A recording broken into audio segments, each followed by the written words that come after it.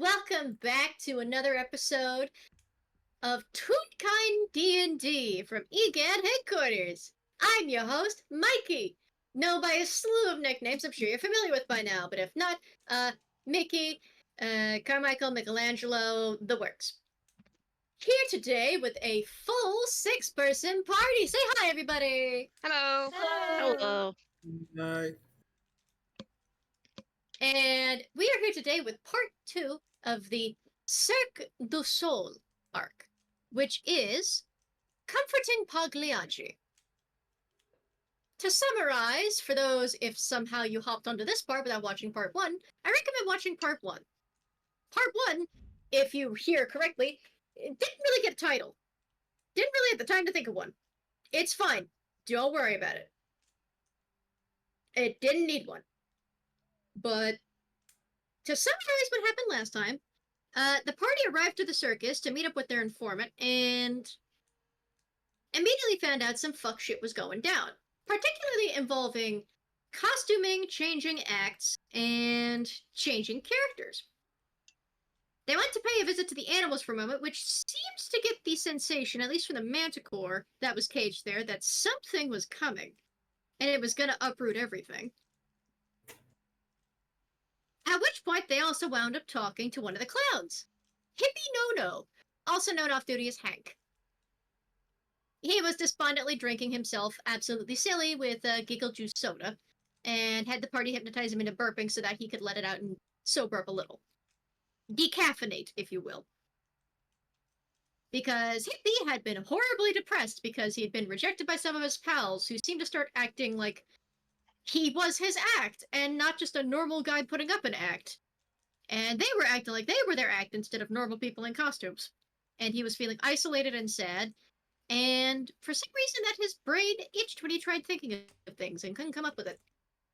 Probably nothing wrong with that. Probably not. The party witnessed Corona doing something to him, but it seemed like just a comforting magic tea. They have their own theories, though, and eventually reported back at the end of the day to Belle about it. Belle came up with his own theories, at least featuring from what else they found out, including the fact that they realized that all the tent pegs, the tent poles keeping the tents in place, instead of being made of a traditional wood or metal, were made of silver, which is a notorious repellent for those afflicted with any kind of lycanthropy. I hate the fact that I just have to call it that in general. Were creatures. We're just going to call them were creatures. Because I'm not calling something that turns into a cat a lycanthrope. Lycan means wolf! I read in at least one place that uses just shifter as the catch-all term, because they shift to different forms. True, but that can kind of also get confusing with other shifters. Like, yeah, true. Were creatures are their own thing. They're their own kind of shifter. But anyway. True.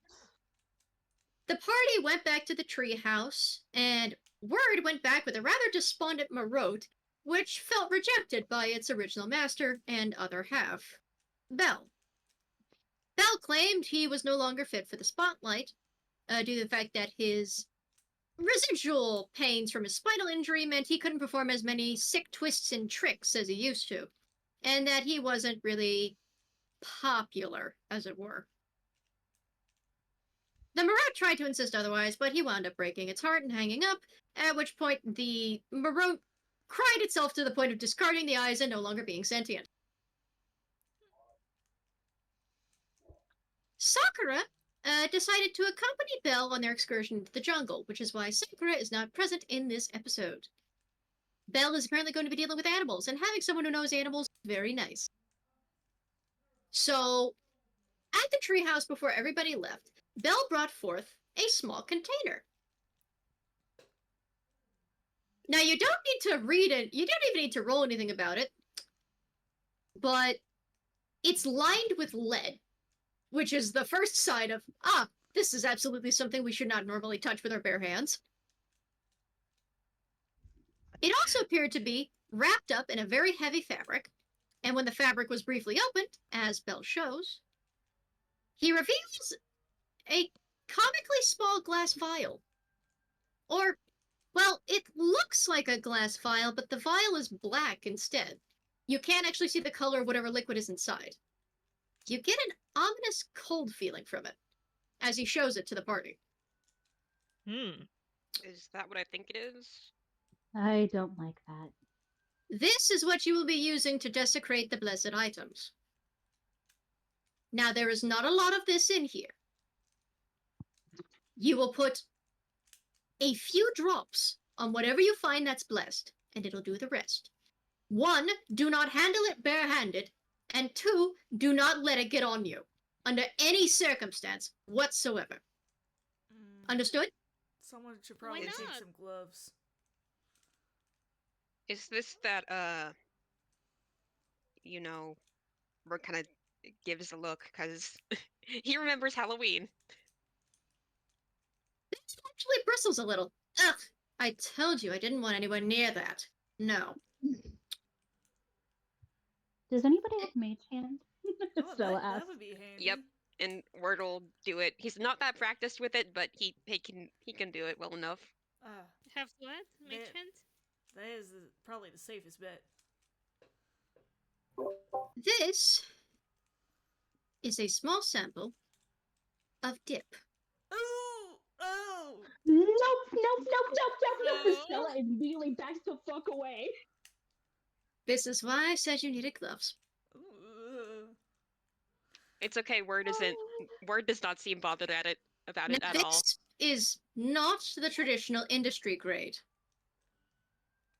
This was created from a prehistoric tar pit. There's not as much of it. It's potent, but there's not as much. I had to make a few calls that I hardly remembered finding in a phone book, including a call to both Acme and EMCA. And he shows the label, and it actually has you can't tell if it's EMCA label or Acme label. You can't tell. It has ACME, but you can't see the order. The letters kind of rearrange every time you look. Can I roll a wisdom check for myself? Sure. Because reasons. Question. Mm, Word is gonna ask. What is dip? dip is a solvent solution that dissolves anything and everything into nothing. Oh, okay. That's a natural 2. Stella is hyperventilating in the corner. That's a 2-2. You think he likes holding the fucking thing up? She is sitting in the corner just panting, holding herself. Hey, you need a second? You can go outside and take a breath. She looks pale. Like, her coloration actually has gone completely muted. I might do that, yeah. I need fresh air. Do some She literally fully leaves the room. grounding exercises. It's okay. Belle watches that, looking confused. Nox is just looking at the thing with so much curiosity, wide-eyed even. Kid, Belle glances at that, and Oh, then is looks at Word. Like I said, this is not the industry grade, and the industry grade is also not normally legal to get anywhere, which is for good reason. This is...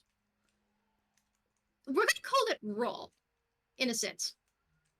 Think of it as the difference between pasteurized and unpasteurized milk. This is unpasteurized dip. It's not as notoriously deadly, but it'll get the job done. And it cost me a fair bit. So, if you fucking waste it, it's coming out of your pocket. Okay. Noted. Now remember, and he's saying this looking directly at Nox, this is for the blessed items only. A few drops on them will melt them plenty. There is not a lot in there, just enough for the items, no more no less. If any of you spill it or waste it, it's gone, and you'll have to figure something else out. Unless one of you can drink a lot of soda real fast.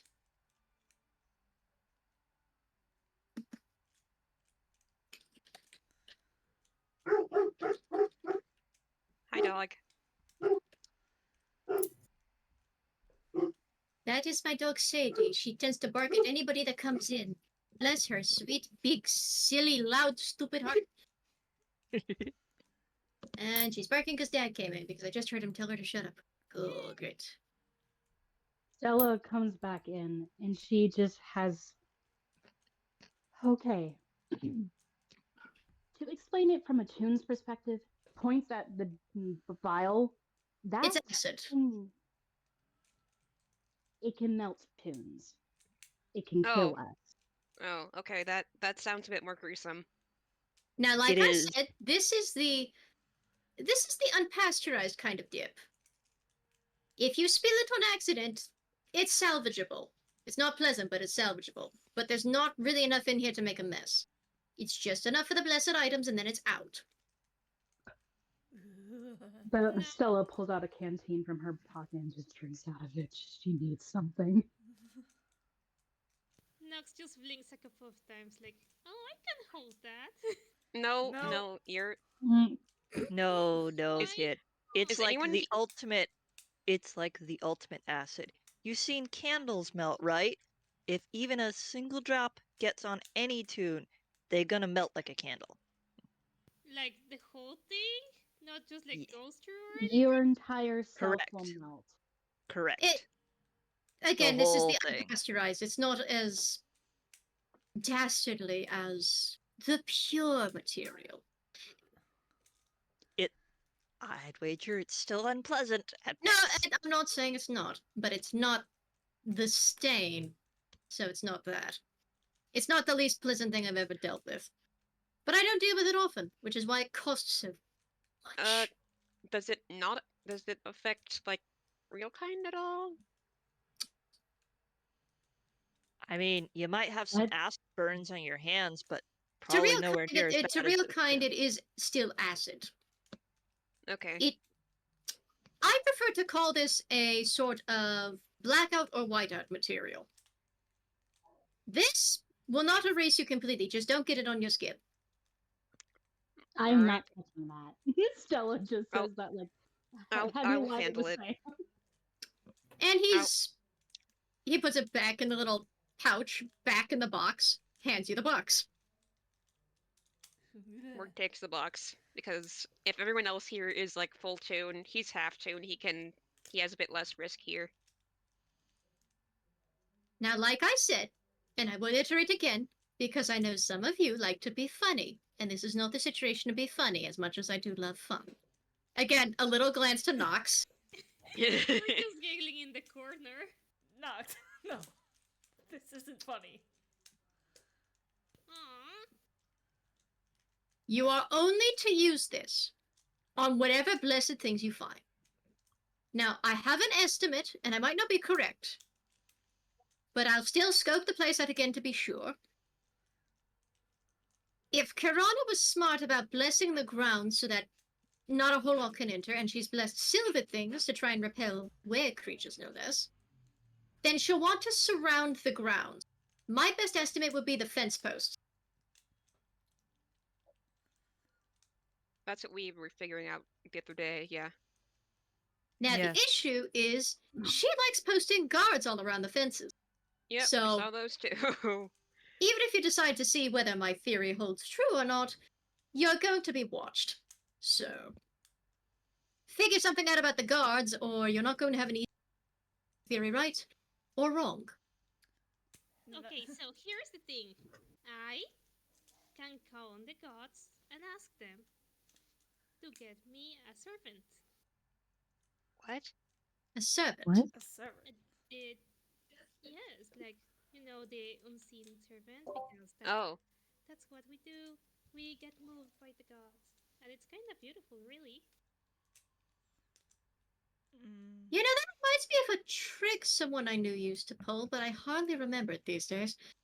That's not a bad thought. That's not a bad thought. Again, just be careful. Kirana's a crafty bastard, and I have no idea what the guards are up to, but they're not the same material as the other housing tunes.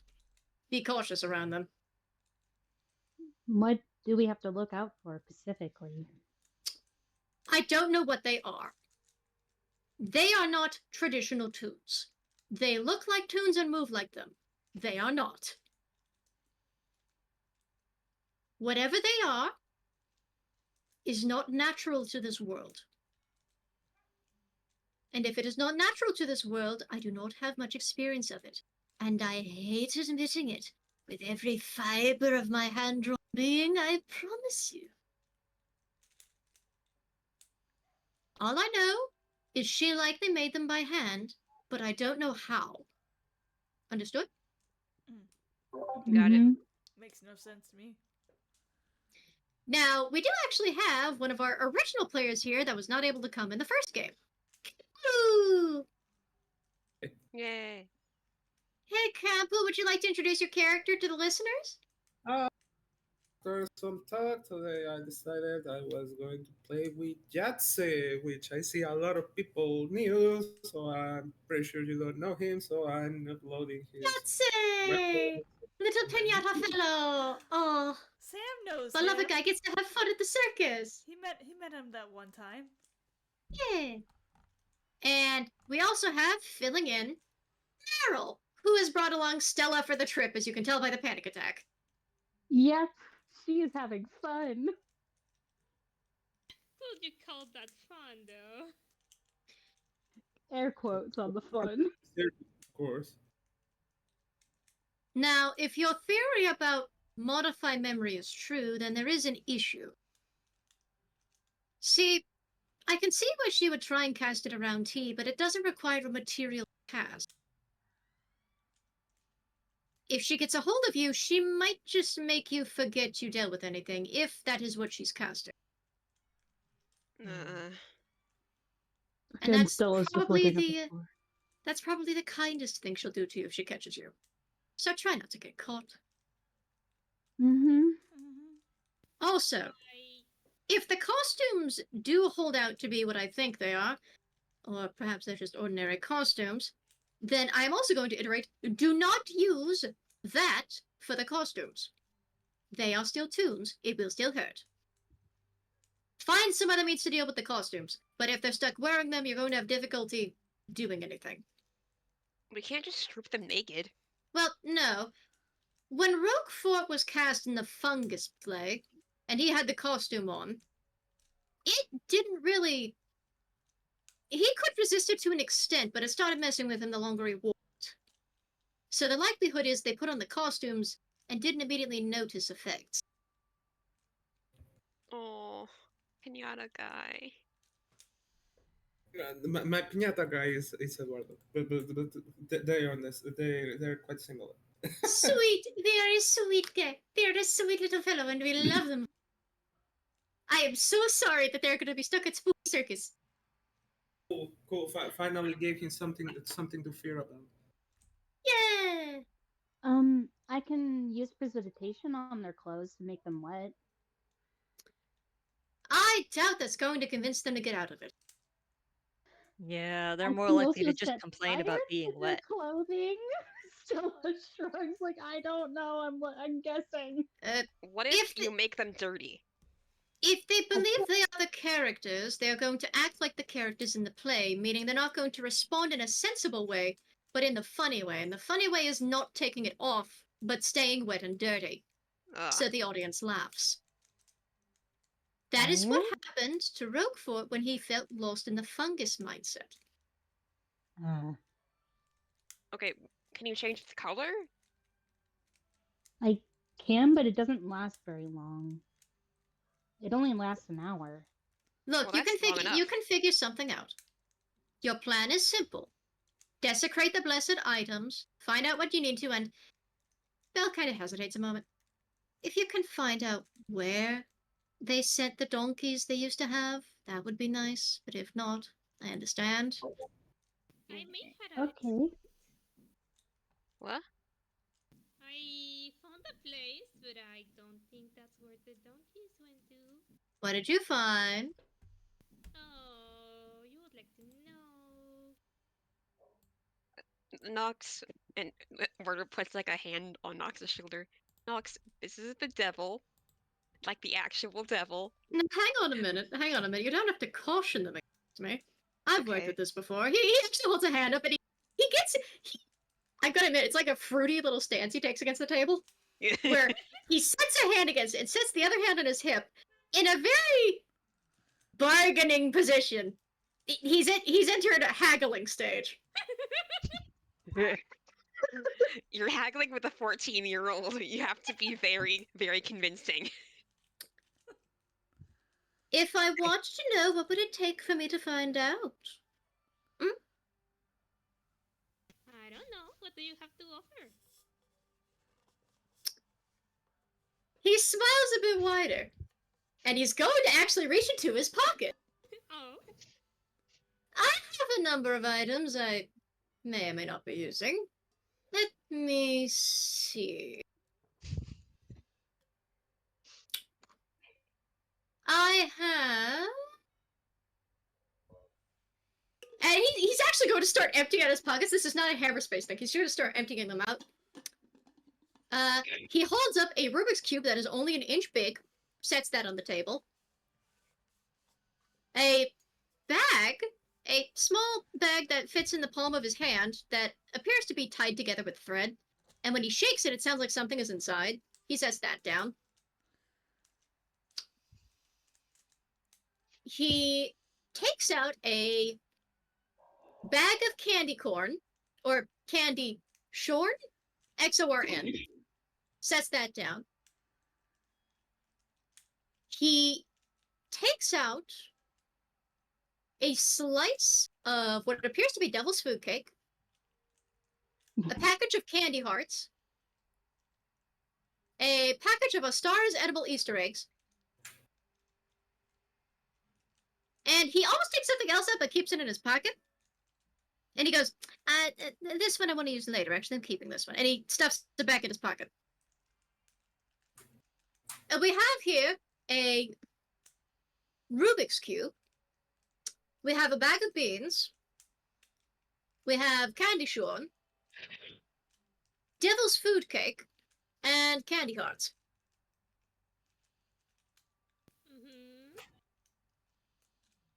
You may take one or two of these items in exchange for the information. The honest information. He just sorts of looks over the items, one by one, from side to side, looking all of them. A couple of them are actually magic items, fun fact.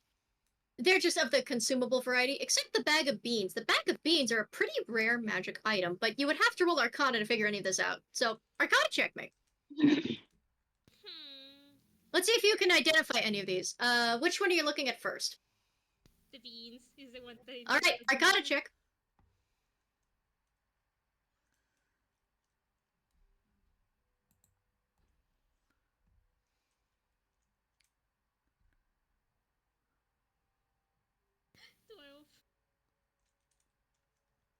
Say that honestly cuts it, because I mean, there have occasionally been children's stories about legendary tales surrounding magic beans. This is a bag of beans. Let me friggin' grab the block so I can read it to you. I don't want the 2024 version. Get away from me. The bag weighs half a pound plus a quarter pound for each bean it contains. So it's pretty heavy when you try and hold it. Inside this heavy cloth bag are a series of dried beans. If you dump the bag's contents on the ground, they explode in a 10-foot radius extending from the beans. Each creature in the area, including you, must make a DC 15 dex save, taking 5d4 fire damage on failure or half as much on a success. It ignites flammable objects in the area that are being carried. However, if you remove a bean from the bag, plant it in dirt or sand, and then water it, it produces an effect a minute later from where it was planted. It could be anything, really, and above board, I'm going to read you some of the entries as an example. Number 1, 5d4 toadstool sprout.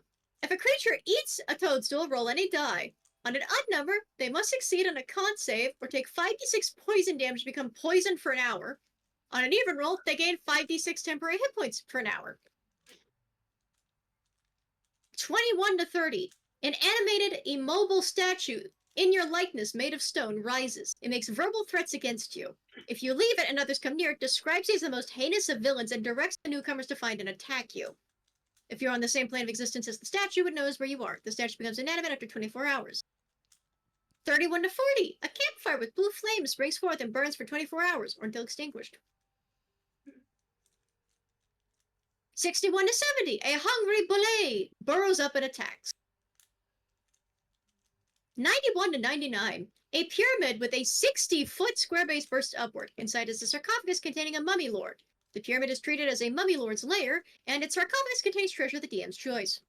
And of course, the Nat 100, a giant beanstalk sprouts, growing to a height of the DM's choice. The top leads where the DM chooses, such as to a great view, a cloud giant's castle, or different plane of existence. Wow. So basically, if you just dump out the bags, then I guess that's the most boring option, but that's a lot of fire if you need it. But if you plant them and water them, you get to roll a D100. I didn't read all the options, but there's some fun ones, and there's some mean ones. And this is also rare. It is the rare magic item type, for the record. No, yeah, they were very invested. I'm actually going to tell you this out of character. Uh-huh. My mom used to do children's plays, and that's why I got interested on the shadow aesthetic. She used different methods, but usually when she tried to depict like a dark story or a story when a child has been mean or bad, it usually went with shadows. Having like the beanstalk really gets me. Oh. So yeah, I'm going. So yeah, you know it from the story, and when Bill explains a little bit of it, you in character would not know all the specific effects, but he basically says if you water them, magical things happen. I haven't tried any of them yet because I haven't found a suitable situation, but you seem smart, so I think you can find a fitting place to cause some trouble with some beans, no? She just grabs the bag. And he holds it for a second. Remember, the information first. I'll give you the bag afterward, alright? Okay. What did you find that you believe is important? Okay, so I went to this place when I was hiding after I snooped and I did a couple things around. So, when I was running from the guards, I found this strange place. It was very odd. They look a little down when they mention that, but they were going either way. So it was like this very fancy caravan that says sisters. That might be Karana's cart. Yeah, Karana and her sister Isnana used to live in the same cart in the caravan. So went into the big boss's cart and you didn't tell anybody? Look, you know. So the thing is, she had these corpses hanging. Corpses? Corpses? Corpses? Well, they were dolls, but they were marionettes. Marionettes. Oh. It's really interesting. Corpses seems a bit extreme. No. The thing is, they were supposed to be puppets, but they were being used like marionettes, so that was odd. They look hollow, and I happened to touch one of them by accident. Several of them by accident. They were all entangled on this weird web, and they felt like moving, but when I was looking at them, they didn't move at all. Great. Wonderful. So I just... So you left the scene like a smart little child. Good. Yes, I just sort of left out of there. That feels like it could have been really bad. Well, I will say this firstly. Congrats, I am actually officially giving you that magic item. So congrats, you have Belle's bag of beans. Yay! So you didn't have to buy that. Congratulations. I mean, you did buy it with information, but it gets it out of his pocket. So you know what? The less he has in his funny little pockets, the better. I will get the description of that to you later, or, if you decide to use it in this campaign, by all means, I'll keep it in mind. Thank you for giving us that intel. That was very nice of you. You can keep the beans. I would just make one very polite recommendation. Mm-hmm. if you decide to stick around the treehouse, and you may not, but if you decide to, don't try to use them on the property until I've left. That way nobody blames me for it. Yeah, of course. And he smiles at that, and this is just the mutual troublemaker look of, you know, I'm it's not just the upset. look. So look Oh, at those boy. hands Just like the smile and shake each other's hands. Just good deal, good deal. Now, I wouldn't be able to tell what those puppets are or were, but Karana and Isnana were fairly good puppeteers and made their own props for their own shows. Why is it always puppets? Back when they had a show. Karana also fixed up plushes, dolls, suits, that kind of thing, and she actually worked on most of the handmade merchandise we used to have back when it was just a theater troupe roaming around and it wasn't this big circus. He gets kind of his ears for just a moment sort of dip, but he reels it back in. I can only imagine what sinister other purposes you put it towards, so caution be advised. Oh, and again, if you can figure out whatever nefarious deeds are going on or who or what is involved with them, by all means, a good list of guilty names would be great. I think we're working on that one. That right. does remind you, yeah, you do have the list. Phantom was just like, I knew I was forgetting something, and then he reaches behind him, as he always does for his hammer space, and Oh, pulls God. out. Oh, yes, right. I need to actually roll a dice for that, don't I? Roll the dice! Let's see, Phantomius, do you get a funny hee-hoo item? Let's roll the dice! Ah, it's a 9. Okay, you're fine. You get the list. Shucky darn. Next He time. gets the list and goes, these are the people that prior to the costumes, your informant believed were possibly in agreement with whatever was going on. Agreement or disagreement?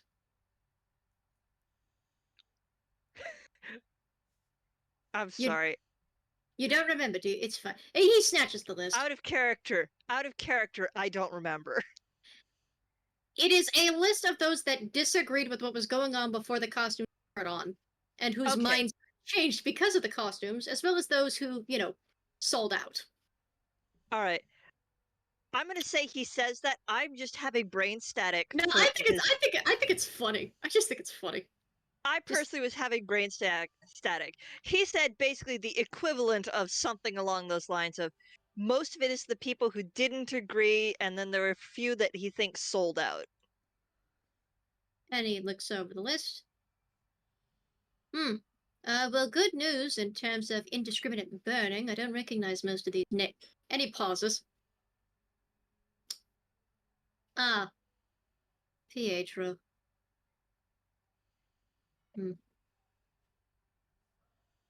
Shocked they someone kept. you Oh, I knew most of the old heads. I can name at least 7 on here, but Pietro was one of the closest I was near to before everything went wrong. I find it hard to believe that Brute would believe that he would disagree with the circus's happenings, since he just watched me get knocked out and didn't do anything. But I'll sort that out when I get there. And his smile is full of sharp teeth, as he just sort of rolls up the list and tucks it into his fur. It just disappears into his hammerspace. Thank you for the intelligence. Now, here's what's going to happen. Sakura is coming with me to the jungle. We're going to be investigating the goings-on about what else Kirana might be afraid of. If there is a were-creature there, or perhaps if by some miracle it is somehow Kirana, we'll try and figure something out. Or we'll see if there are any tracks of any kind and that the concerns hold any water. You will get rid of the blessed items and perhaps learn a bit more from the staff. Whatever you can, really. And again, if you can get anything about the donkeys, that would be great. Yep. Certainly gonna try. Appreciate it. Will do. Stella gives a salute.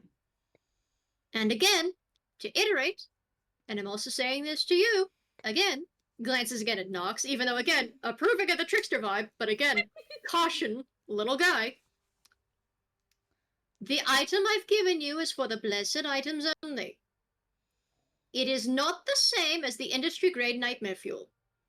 Just don't spill it. I'll make sure to be careful. There's not a lot of it. It should just be enough for what you need. And if you run out, it's up to you to figure out how else to desecrate the things. And I don't want you to come home smelling like manure. There is always other options. He gets a playful, but also still look of, please don't come home smelling like shit. Please. I'm not wasting precipitation to make you smell better. That as well. I also don't want That's- to be in your vicinity if you do that. I have standards. Anyway, Yeah, that's fair. let me roll 3d20 real quick. We're gonna roll Belle's dice for this. How does the weather look for day 2? Rain. Well, one of them landed on top of the other die. And for the very last one, 11, 13, and... Sorry. 9. No, you're fine. 11, 13, and... So, wilderness. Can this... Can you give me something here?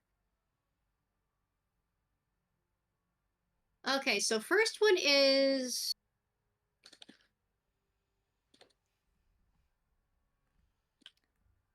Watch it be snowy, unlike the Animus game. Okay, so 11. Temperatures are normal, so it's rather chilly today.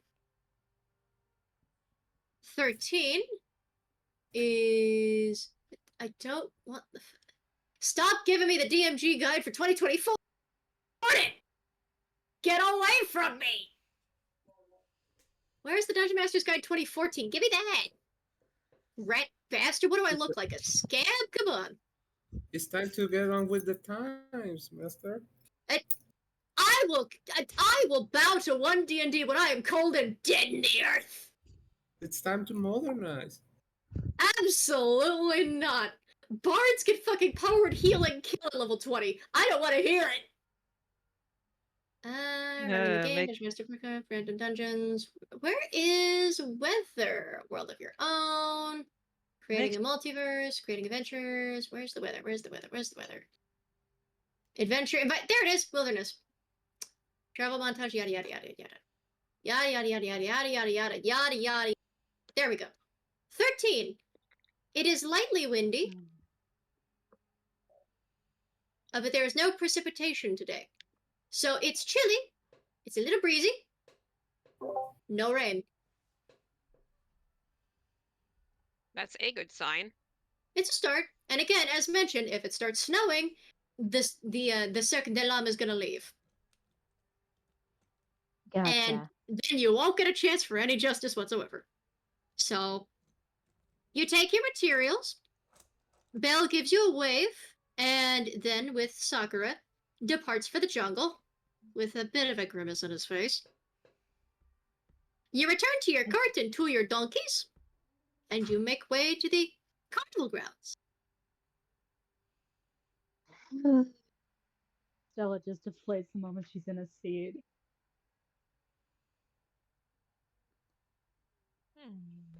Okay, I'll make sure that none of you guys have to deal with the dip stuff. I can handle that.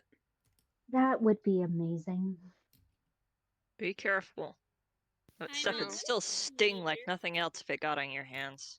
I know. I'm I half tuned, so it's gonna hurt, but I'll be careful with it. don't want anything to do with it because past experiences. That's fair. Understandable. It's Oh. I'm always around if you want to hand it over. You're not Absolutely getting it. no. Aww. No. So I It's don't- no. I'm not going to be cleaning up a puddle of 14-year-old. Not today. Not in this lifetime or any other. Okay, how about, You really how about think this? I'm that careless? Okay, how about this? I'd Hold rather my be hand safe than anytime sorry, you want to okay? hold it. Well, what? Sorry, whole Meryl, thing. you were very heavily distorted for a second. Try and clear that up. Is this better? Yes. Yeah. A bit. Sorry, I can't really do much about it, unfortunately. No, you're okay.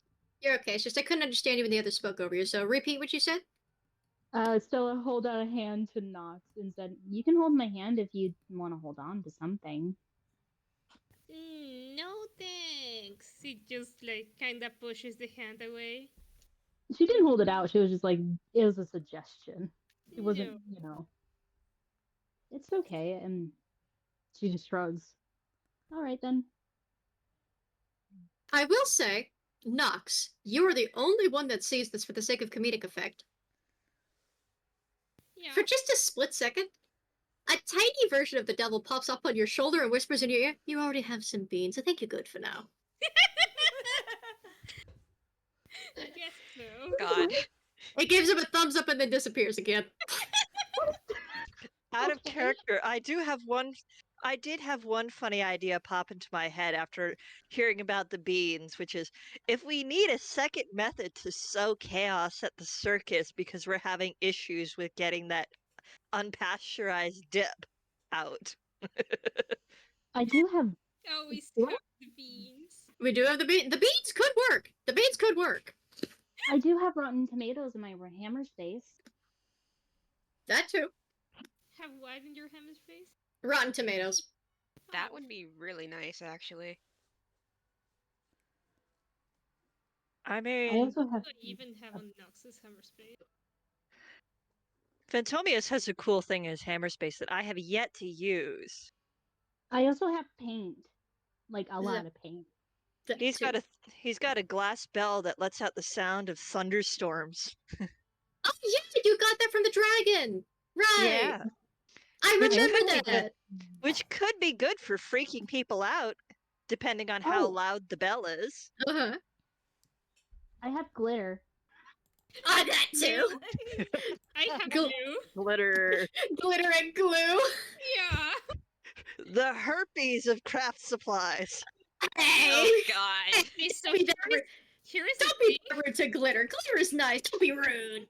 Here's the Well, I meant along the lines of once it's out, you are never escaping it. okay. Oh. So Nox's hammer space is just full of papers, arts, and crafts. I don't know what to tell you. Baby. Oh, I adore Nox so much. I'm glad the party's adopted instead of Belle because Belle would turn them into a Belle, given the opportunity, absolutely will look at that and go, I could use another funny little guy. Yes. He's just collecting funny little bastards, like little clown dolls, like the little knowing clown dolls. Pokemon. He just loves having a court of fucking little funny bastard guys. He is the king of fools. He likes that. Loves having silly bastards. Denies the fact he is a silly bastard himself, unfortunately. Shame. Nox really Shame. likes people, honestly. Well, that's kind of the whole thing. Is now you know what? I'm not going to spoil it. You'll find out when you talk to Karana or the Marotte, because you still haven't spoken back to the Marotte since it, shed its eyes and ceased to be sentient. Yeah, we're just gonna kind of get that little guy out, and it was still like able to talk or anything without the eyes, or does it have to put the eyes back on? I The can googly also You eyes- need to put the eyes back on unless you want to carve a mouth onto it again. Yeah, he's not doing that again. Eyes get put on. I can also grapple someone if someone would cast a spell on them. I can hold them still. The Marotte just looks sad. Hey, champ, But- how you feeling? The eyes droop, like they actually slide on the Marotte.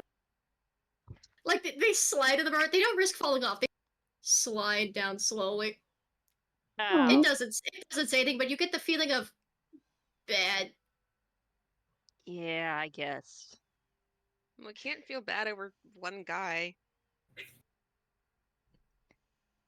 I mean, it can be sad, but You say you can't feel bad over one guy, and it immediately pops the eyes out and stops being sentient again. I The think googly this eyes is fall one to the guy. floor. I think this is one guy is going to be sad about, no matter what you do. Okay. Hey, can I hold them out for a little bit? Yes. Oh, this Just, is. just don't break it, because if you do, I'm pretty sure the devil would break you. So, I'm not breaking them. okay. Do you put the googly eyes back on it to make Yeah. it sentient again? Yeah, he'll get googly-eyed. You get it googly-eyed and you hand it over to Nox. So, first and foremost, Nox, you are not attuned to it. Otherwise, that would de-attune it from Word, which is... That's a good thing at the moment. You don't need to do that, but you can hold on to it. Word. As you're traveling, you hand over the Marotte to Nox to hold on to for a little bit. And it doesn't complain. It kind of sits there. The googly eyes look up to the kid, but then just go back to sliding down. In the storybook vision, you don't really see Nox change much. Nox still looks like a puppet of a kid. But in the reflection of the window, it tries to show the Helican. And it tries to put Nox's face in place for that, but it just rips it off again. You are the only one that sees it. Word's getting really sick of these, like, hallucinations, visions, whatever they are. Actually, let me look up something real fast. What is this? Mm-hmm. He keeps having to, like, cover his eyes, but then, like, the eyes have another thing like, covering his eyes has another thing going on, so it's kind of like constant headache. Stella's just gonna strum a little song as they're riding along. Just pull out her ukulele and just start playing something. Aw, roll me performance then. Okay, what is her bonus for performance? She's a bard.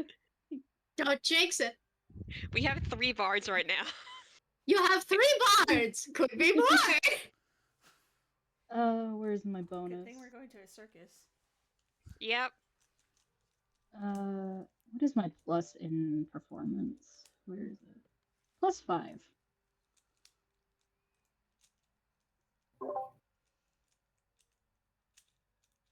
Yahtzee, by the way, what are you doing in the meantime? I'm gonna be 100% honest with you, Chief. I don't know what's going on Nater Yahtzee, so he just smelled trouble and decided to tag along. So he just Honestly? watching all these people doing weird stuff. Valid. There were Valid. Oh. There's probably been, like, introductions going around and everything, just to make sure everybody knows each other. He's as clueless as I am, to be honest. Oh. Understandable. Have a nice day. That's a 7 in performance. To be fair, you were shaken up by the dip earlier. I will say, your performance isn't bad, even though it's a 7. It actually starts out pretty nice, but you can't really focus on it, because as you're trying to perform and you're kind of looking around the party to see who gets picked up by it, or, distracted from whatever grief is going on, you, of course, look back to Sam and Word the one that agreed to have the box. The box doesn't sit in hammer space. It kind of sits hidden away, strapped to the side, but you can still see it, and as soon as you see it, your mind drifts, and instead of being in the pleasant key that your song was in before, you unwittingly drift to minor key. And the music that you initially played to be a pleasant little pass in the time thing turns into a rather somber tune, and you don't realize it. Hey, can we lighten up a little? I kinda like it. She jumps. She had a flash when she saw the dip originally, and she shakes her head as soon as she realizes the minor key. Sorry. You're good. You want to talk about it? It's okay if you don't. I do want to talk about it. Okay. Why I freaked out at the dip. My mom died because of it. Oh no. She had dip. It was a really bad accident. It fell on her head and she protected me from it. I was It was like 10. And my family moved to Toontown because of it. And she's just gone. Sorry. Yeah. It's okay.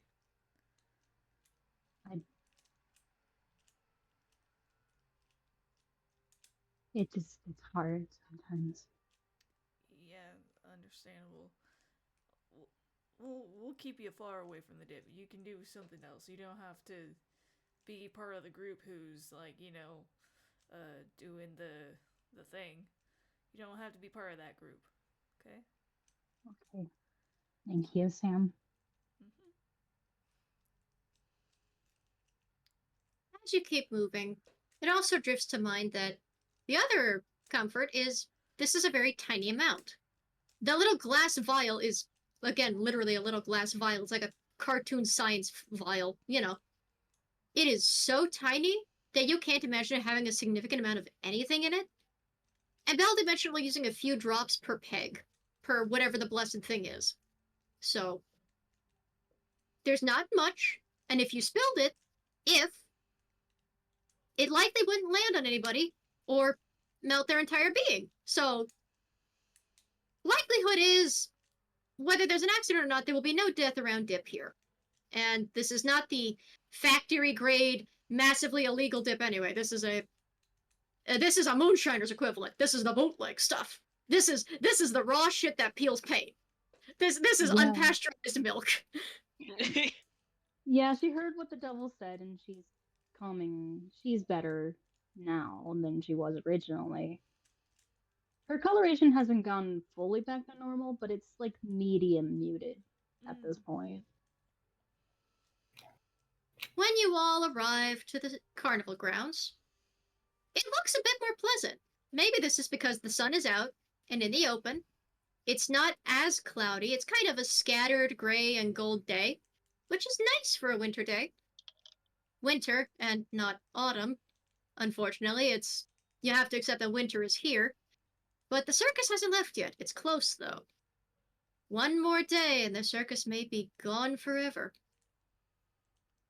But the lights are brighter, the stalls are lively, and you can actually see a good portion of guards that originally were just sort of standing around watching stalls that previously were just sheltered from the wet rain before, appear to be standing to the side and trying to actually garner an audience with some tricks, but the audience ignores them in favor of the other regular toon clowns.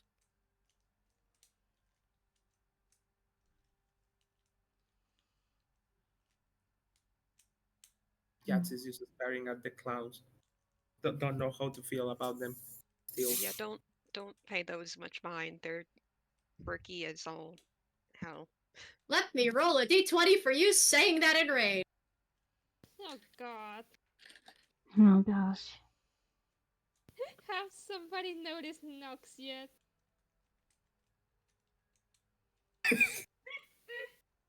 You say that? You say pay them no mind?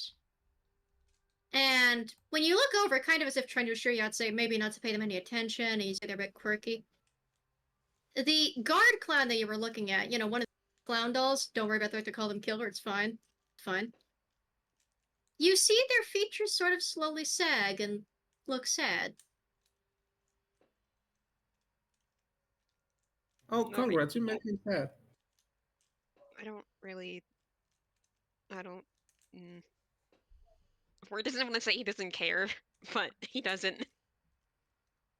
There's a little sympathy on Stella's face because she feels bad for the clown. It slowly just looks away and tries to get back to twisting up a balloon dog out of sausage, but it's slower. Nox doesn't want to say anything. Honestly, Ventomis is the one who kind of says, yeah, he just kind of says, it means don't get don't get nervous about them. And it's definitely awkward. It's Is like, that a deception or is that an honest statement? uh, Are you It- lying or being honest? it is a deception because he finds them unsettling, but also to a degree they're just kind of trying to do their jobs, man. Roll me Oh. deception. Oh. Is that good with you? Nox rolling her eyes in a corner. Oh yeah, Nox, roll me stealth, by the way, since you can very clearly see there is now a poster that says, this individual is temporarily banned from the circus until it appears within the next 5 years. Hey, can I use my disguise kit? Looks at you so cutely. Sure, I still need you to roll the disguise kit and your deception.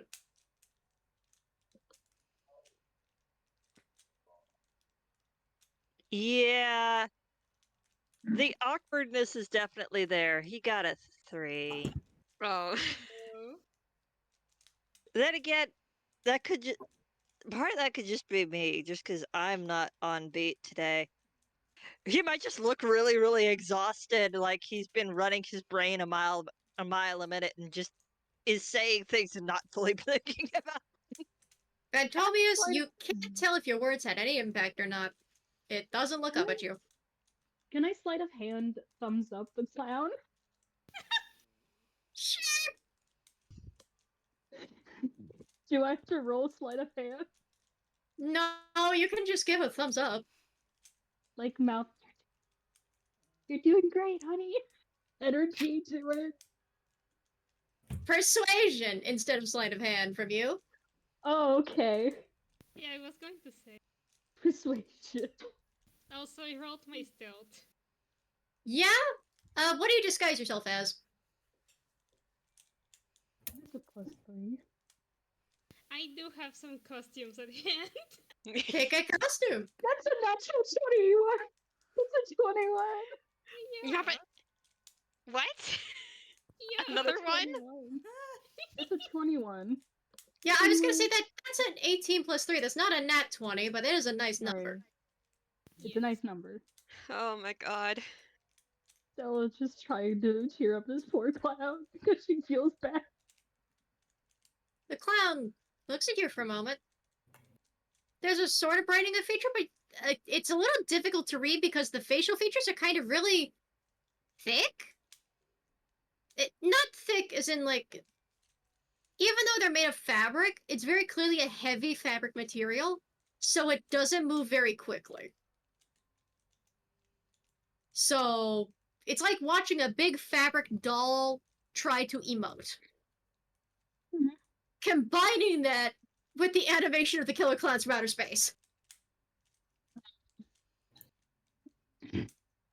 You Stella's seem not to you doing cheer them up. It's just a little difficult to notice.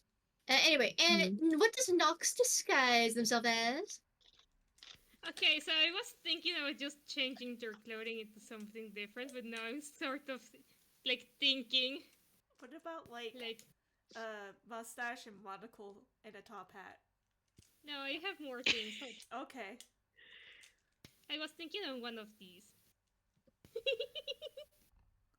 Also, yes, they are changing perspective to look like forward, so people don't think it is rather obvious.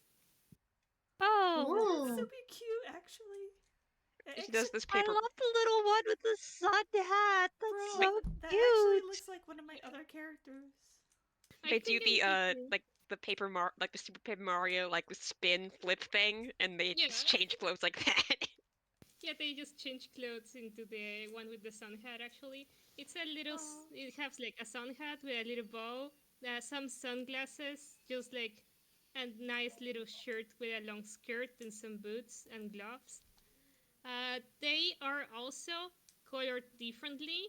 instead of being all black into the shadow style, they sort of look like a paper doll. Aw, that's so cute. Oh, Bella says that's that so out loud. cute. And yes, instead of being like their profiles facing like sideways, they are not looking in front. Because like the perspective of the nose really really gets knocks, you know? So Yeah. they really need to do this. Hard to hide that bit. They do this. You're doing amazing, sweetie. So You are classic. doing incredible. Yeah, This is just their lovely little niece they decided to bring to dessert. Having a lovely time. her name is Luz. Oh, look. Aw. The Aw. box. Yes. I Oh. love that. I'll say that disguise works for the time being, yeah. So, when you have a look around the different tents, mostly you're just standing in the center at the moment, you presumably walk past all the food stalls, which none of them look quite so damp. They all actually have fresh, hot food. You can smell funnel cakes. You can see a cotton candy stand manned by what appears to be a very serious-looking cotton candy clown with a big cotton candy stick sticking out of her mouth like a cigarette. How She- serious. Her Coolest woman stall alive. her stall is positioned next to a no smoking sign, which appears to have little cotton candy stick stab marks near it. You're not sure. But she looks like she's taking it as seriously as you would expect a merchant in some gritty gothic horror game to be guarding the materials. Goodness. She looks like a cotton candy themed Monster Hunter clown. Mhm. Her How hair much is is put. the cotton her hair- candy worth? The cotton candy is a gold or 10 tickets. What gold does Stella have? I sort of want. So The cotton candy does come in different flavors, for the record. There's a few different. It's actually a very complicated looking stall compared to the very normal stalls you would find. She has several different spinners going at once with different colors, different color floss going, and she has differently colored sticks if you want to customize. It is also just 11 tickets if you decide you want to get the cotton candy yourself. You know what? I'm just gonna say Stella has 100 gold with her right now because I forgot to put how much she has on her character sheet. If you normally start at the character, you normally start with 25, but let's go to 25 just to be reasonable. okay. Okay, she has 25 JP. I'm gonna have Nox instinctively approach the cotton candy stand. And Stella this also comes with. now, when you look at this clown, she appears to be in the stop motion style that is similar to Henry Selick. This is Nightmare Before Christmas in corpse bride material Yes. Ooh. in terms of her proportions and style. And she looks down and smiles, her lipstick bright. What can I do you for, kiddo? Hello, I would like some cotton candy. I was wondering what kind of flavors did you have? Well, let's have a look at our poison today. And she pulls down what appears to be a chalkboard. But it's a fake chalkboard that's like a pull down on like a scroll. It's just drawn to look like a chalkboard. Yeah. Let's see. We got poison apple. There's that one. We have. Let's. Oh, hang on. That's in the wrong language. She erases it and rewrites with a marker from one of her pockets. Wolf's Bane Berry.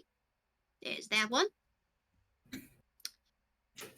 There's the Devil's Tongue, which is the only spicy cotton candy you'll find here at the. Angel Food. And Classic. May I have the devil's tongue? Ooh. I like your style, kiddo. You sure may. Would you like to get yourself an extra ticket, or you just want me to roll it up for you?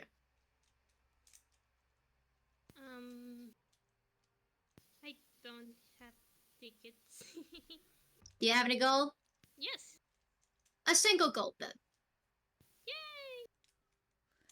He just sort of like hands the coin very politely, which is quite strange because you are used to Nox being. And Nox is a little bastard, so being Yeah, polite is clearly a bit. But she It's- smiles and takes it. Normally we charge about 10 copper per piece of cotton candy, but copper apparently doesn't work in this plane, so gold it is. Aw, She reaches up and tests it with her teeth to make sure it's a real gold coin, it is. then pockets it. Dink, dink. Would you like to get it yourself, or would you like me to get it for you, champ? Could you get it for me, please?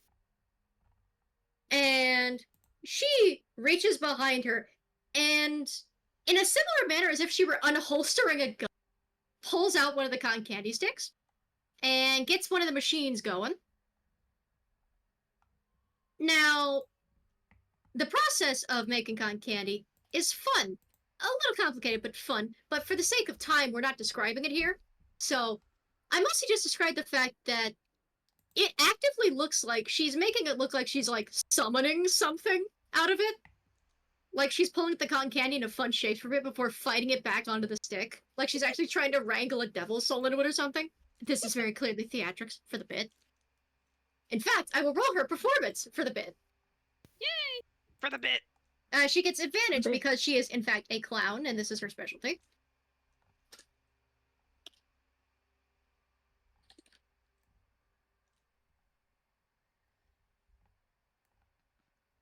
That is a 19, so it looks pretty solid. I mean, for special effects, it's rather nice, and at least when you look at the shadows on the wall, it does make it look like actively fighting a devil and trapping it in cotton candy. Nox is just like very fascinated. You can sort of see the excitement, not on his face because he's wearing sunglasses, which is covering his eyes, which is like the most like impactful part of him, I would say. But Mhm. he just sort of claps with excitement and very small claps, like yes, like Aw. in anticipation. And she's like showing off a little. Clearly, the applause feeds her, as it should. And once she's done with the whole thing, she actually ties off the stick with a little twisty tie sort of thing, like a button that has a tie on it. You know, one of the little plastic buttons. It appears to be in the shape of a black devil's face. A rubber hose black devil's face. That probably shouldn't look familiar in the slightest. It's fine. Ties that off. Be advised. Spice as advertised. And hands you the cotton candy. She gently takes it off her hands. Just looks at the cotton candy with a lot of excitement. And If sort you of- decide to taste it, I will need a con save. I will taste it. I will take a con save. Constitution saving throw. We're starting it off with goofs, which is good to compensate. Oh my god. Oh my god. So, you take a bite, and the first thing is, it's a sweet kind of spicy, which is delicious. It's an odd flavor for cotton candy. This feels like one of those gimmicky flavors, you know? The kind that are made mostly to, like, impress others and sell, but this is still, first and foremost, delicious. But it's kind of like, you know those sweet chili jams, or the sweet sort of like a peach habanero, peach jalapeno kind of salsas? You know those? Ooh, I love those. It's like those, but spicier. Yummy. Yeah, no, they're delicious. It's a little spicier than that, but it maintains a similar flavor, so it's like a... It clearly invokes peach, but there is a different pepper there than usual. You can't identify what it is as you try to, letting it melt in your mouth. And, you don't notice the fact that due to the sheer amount of spice, your hat has set on fire. Stella immediately starts like patting it out because she went in line right after Nox. Also, when you speak, a little bit of fire comes out of your mouth, but it is purely cotton candy flame and does nothing. Yeah, it's just like decoratives. So it's a let's put fun out the fact that fire. it's very saucy. It's very spicy. Nox just sort of looks up, sees the hat on fire. You sort of tries to like stop it, but it doesn't take the hand away, nor takes the cotton candy out of his hand. The fire doesn't destroy the hat. It's just the comedic bit. But No, he's really enjoying this bit. mhm. Like he's Anything really else for the rest of your party? Or you're gonna be on your way to more? Can I get a classic? Sure thing. You want to get it yourself, or you want me to get it for you? I will give it a try. Have you done it before? No. All right. Here's how it works. Gold, please. She hands over a Mhm. gold. Test it with the teeth, just to make sure it's real. Dink, dink. It's real. Pockets it. You want a pink stick or a blue stick? Pink. Pink, pink, pink. Pink is a good color. Sweet, favorite color. romantic. Used to actually represent little boys back in the day, at least in a few settlements I visited. And then they switched it around for some reason. See, when I wore pink, it was considered a tomboy's color. Nowadays, people are thinking I'm all feminine stuff, which is just meh. Sticks their tongue out. Their tongue looks like, you know when you have a certain candy, it stains your tongue? Her tongue Oh, looks yeah. permanently stained. But she gets the pink stick for you. And she's gonna hand it to you with just her nice, soft hands. And holding her hands over yours is just, all right, here's what you want to do. I'm gonna get the candy going here, and you don't want to dip the entire stick in, okay? You know, otherwise you're Okay. just gonna get cotton candy in your hands and you clearly have stuff that you don't want to get dirty. So you're gonna Mhm. want to hold it a little distance in when I tell you to. All right, let's get the candy going. Gets Alright. the machine worked up, gets the candy material good and going, and you can see the pink starting to form. And all right, now dip. She will dip very slowly. You dip slowly, and she sort of guides your hand around it as you go collecting yarn or spiderwebs on a stick. There's nothing stopping it from looking like spiderweb, but that's because it's stop motion cotton candy. So it just Mhm. looks like Halloween cobweb anyway, on accident. Mhm. That's just how it looks. And you watch as more cotton candy gathers and gathers and gathers, and she gets you a nice big portion. And you top it off with a little swirl. Flick. Nicely Thank you so done. much. Anytime, anytime. Hey, which show you watching today? Looks at Nox. Oh, me? I'm actually with some other friends. They are guiding me around. It's my first time. Like, Oh, Same here. being around We're here. just going around with them. roll me deception with advantage. And I'm gonna roll insight. Me.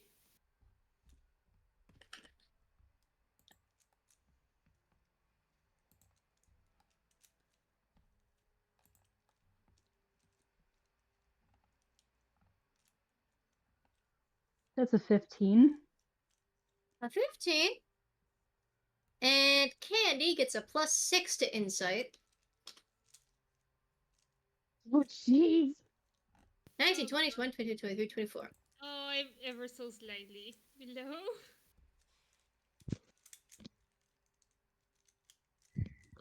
So she looks the both of you over. There's like the slightest eyebrow quirk, and it's clear that her eyebrows are also meant to emulate like cotton candy floss. They got a little curl to the end. It makes them look like wizard eyebrows, sort of. Stella's never been here before. She's not exactly lying. She's not lying. Luz, on the other hand, is. Yep. Well, if it's your first time here, let me. Well, they do have the hypnotist performing today, but I don't remember what time that is. That's gonna be that way, toward the zombie tent, and dips her thumb the other direction, of course. There's also, of course, the animals. We actually happen to grab a new if you want to have a look at the animals section. Apparently tiger tried sneaking into the camp. Got caught by one of our traps. We plan on sheltering it here until a zoo can get a hold of it, or so if you want to have a look at the tiger, animals are that way. Points the thumb the other way. But if your friends are gonna take you toward the big showstopper, that's normally the Commedia dell'arte, and she does her best impression of like a final girl scream for a moment before stopping. Commedia is a big tent along with the other performers. They have their own areas. You can't miss them. Okay, thank you, miss. Yes, thank you so much. You can sort Bella of just walks imagine. back over to the group. I'm assuming that Word and the others were standing kind of close by to hear all that. Yeah, And I'm you not can gonna split the party up like that. Yeah. You can just imagine Nox sort of like looking very polite, doing very nice gestures, like covering its mouth when they Mhm. eat and stuff like that. Mhm. You're just playing with the outfit, you know? It's like Stella Having is gonna fun. eat a little bit of the cotton candy. Is it just normal cotton candy? Yeah, it is traditional carnival cotton candy. It's a little it's not as sweet as the standard tune candy, which isn't actually a bad thing. It's not as sugary. That might be good for older patients. But it is still cotton candy, and that is still pure sugar. So She's gonna hold up the cone and see if anybody wants a bit of it. Yeah, and Nox is also just like holding out, like, hey, do you, I sort of like challenged you to try that. spicy candy. Yeah, like, Stella, actually, Fan we'll is try some of the absolute- spicy candy. Phantomius is absolutely going to take some of that spicy. He actually really likes spicy food. Okay, so both of your beaks come closer. You nearly bump into each other when you take a bite. I need 2 con saves. Wait, One for each of you. are Well, these like Fan was actually going to kind of reach out and pluck off a piece. Is it all right if he does that? Dang. Oh, you're getting it on your fingers? The spicy stuff on your fingers. He's wearing gloves. Okay, sure. I just want you to note that you have spicy stuff on your glove fingers. I'm Stella not will looking back I, at I would like to Basically- remind you who this is at XPF and say, do you really think that would stop him? No, I'm telling you for later, in case you touch anything. Stella Oh. will eat it the normal then way. again, he he- just well, said, then. For all I know, I will admit, I have gone and licked my glove fingers without thinking before. Yeah. Oh my god. Also, Okay. would Yahtzee like to try some cotton candy? Okay, what Jesse's gonna do is that he's gonna approach. He's gonna go directly with the person like serving the cotton candy. Mm-hmm. He just stares at them. Do I guess need here's to my roll? con- She What's the stares back. Yeah, whoever took a bite of Alright. the spicy cotton candy needs to make a con save. Stella can just Meryl taste said- spice because she's a bird? I'm gonna say yes, you can in this case for the sake of funny. That's tune logic. Yeah. What the hell is your con again? Stella, that's a 2.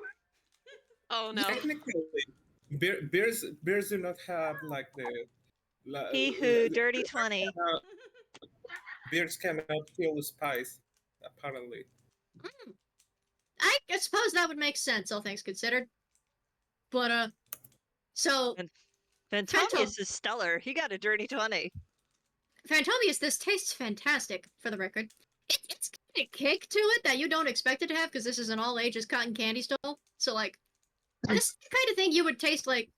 You think your nephews would do this for fun and then proceed to beg you for milk? Because, you know, spicy challenges are fun with the youth these days. And He you feels like he feels like he's eating. He feels like he just had a dose of whatever Einquell equivalent would be of extra spicy Mexican food. Mm-hmm. yeah. Stella's on the you- ground.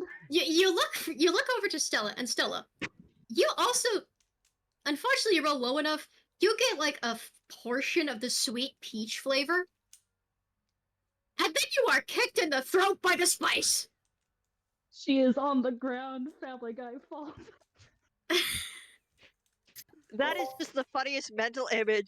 Phantomius is there with his bit of cotton candy going, oh wow, that's good. And he looks down and they're on the ground. Gmod like death, like eat, eat, eat. She is like not okay. Her coloration has gone way vibrant. You are also steaming from the ears. You need water fast. She grabs her. She has water in her hamper space. She will pull out her canteen of giggle water and sip it. Roll. You gotta roll hammer space. Dang. What do you roll for hammer space again? D10? D10. 1d10. D10. And Yahtzee, while you were staring at Candy, Candy stares back, unflinching and unblinking.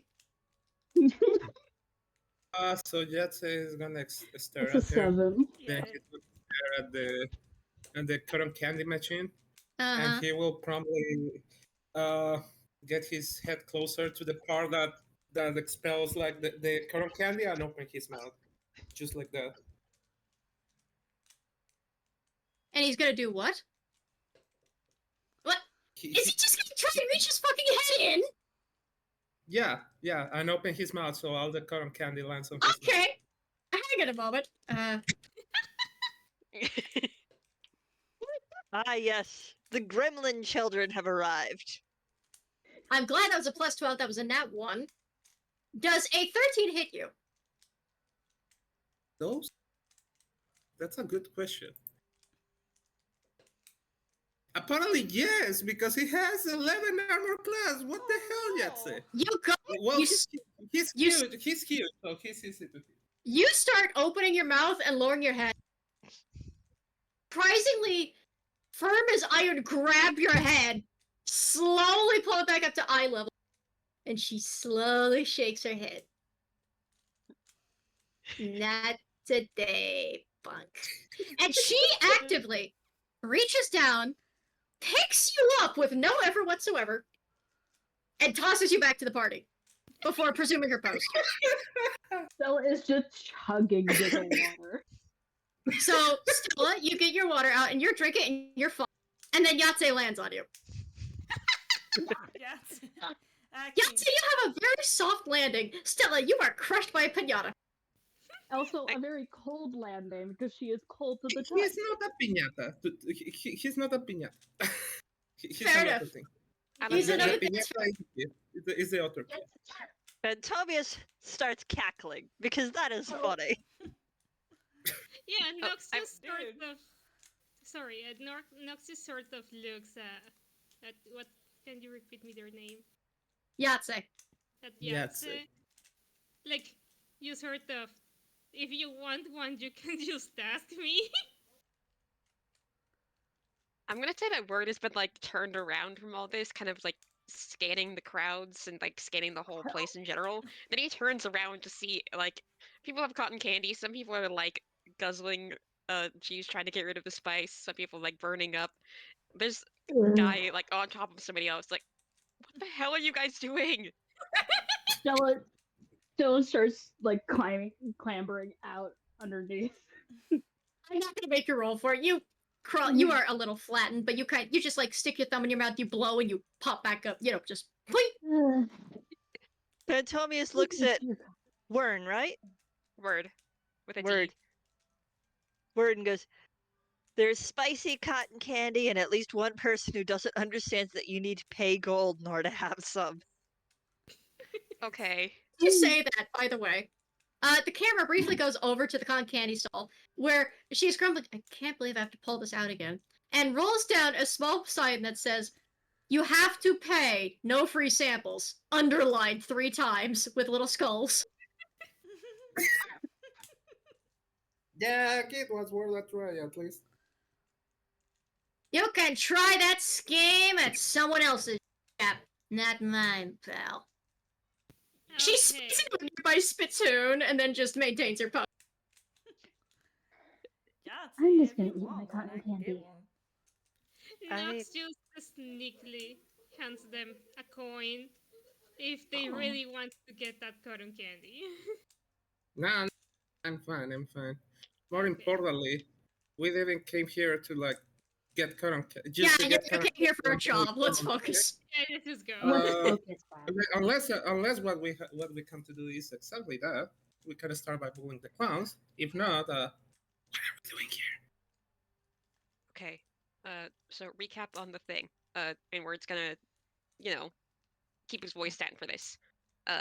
So we get the stakes, and then we figure out what to do about the costumes. I got it.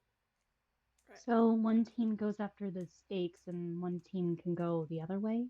Ideally, I'd rather not split up, considering what's here, and also Also, the fact. roll me a stealth for you speaking quietly. Let's see how quiet you are. Yeah. Because you are in a crowd. I will have Phantomius do one thing. He's Mm. going to go over to the cotton candy gal and say, "Hey, can I ask you a bit of a weird question? I know someone who's kind of part of the older crowd who came here a long time ago, and they really liked the donkeys, but apparently they've been phased out. Now, and they just want they couldn't come today, so they asked me to ask where the donkeys were sent. They Donkeys? really like donkeys. That's not my business. You'd have to ask the boss man. Really. All right. Sorry for Grilly's bothering you. in Big Tent today if you want to talk to him. Nah, you're fine. I've dealt with +3 to stealth. Alright, let's see the oh. Oh, I have no. bad news about words roll 4. You Yeah. think you're whispering. You are not. But But you dear, don't- someone needs to interrupt, huh? Well, now here's the thing, you're in a crowd. Unfortunately, no one else realizes you're not whispering. Do they care what are we saying?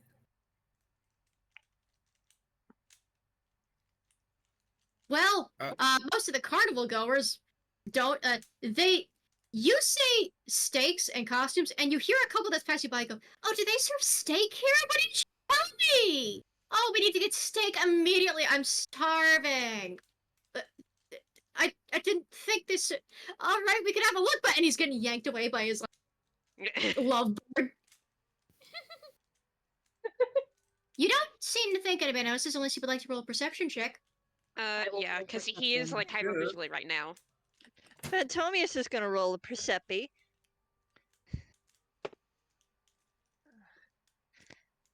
I dropped it on the floor. Aha, there we go. He got a 7. I'm gonna roll stealth for Oh. one of them.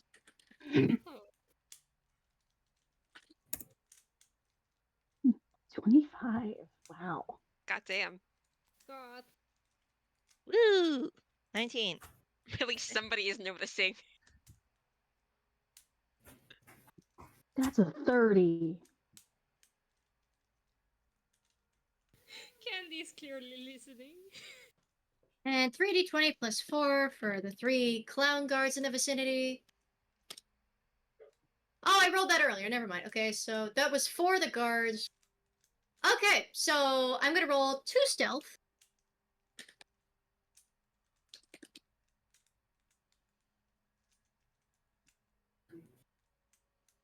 What is a... They didn't do great, which makes sense because they're massive.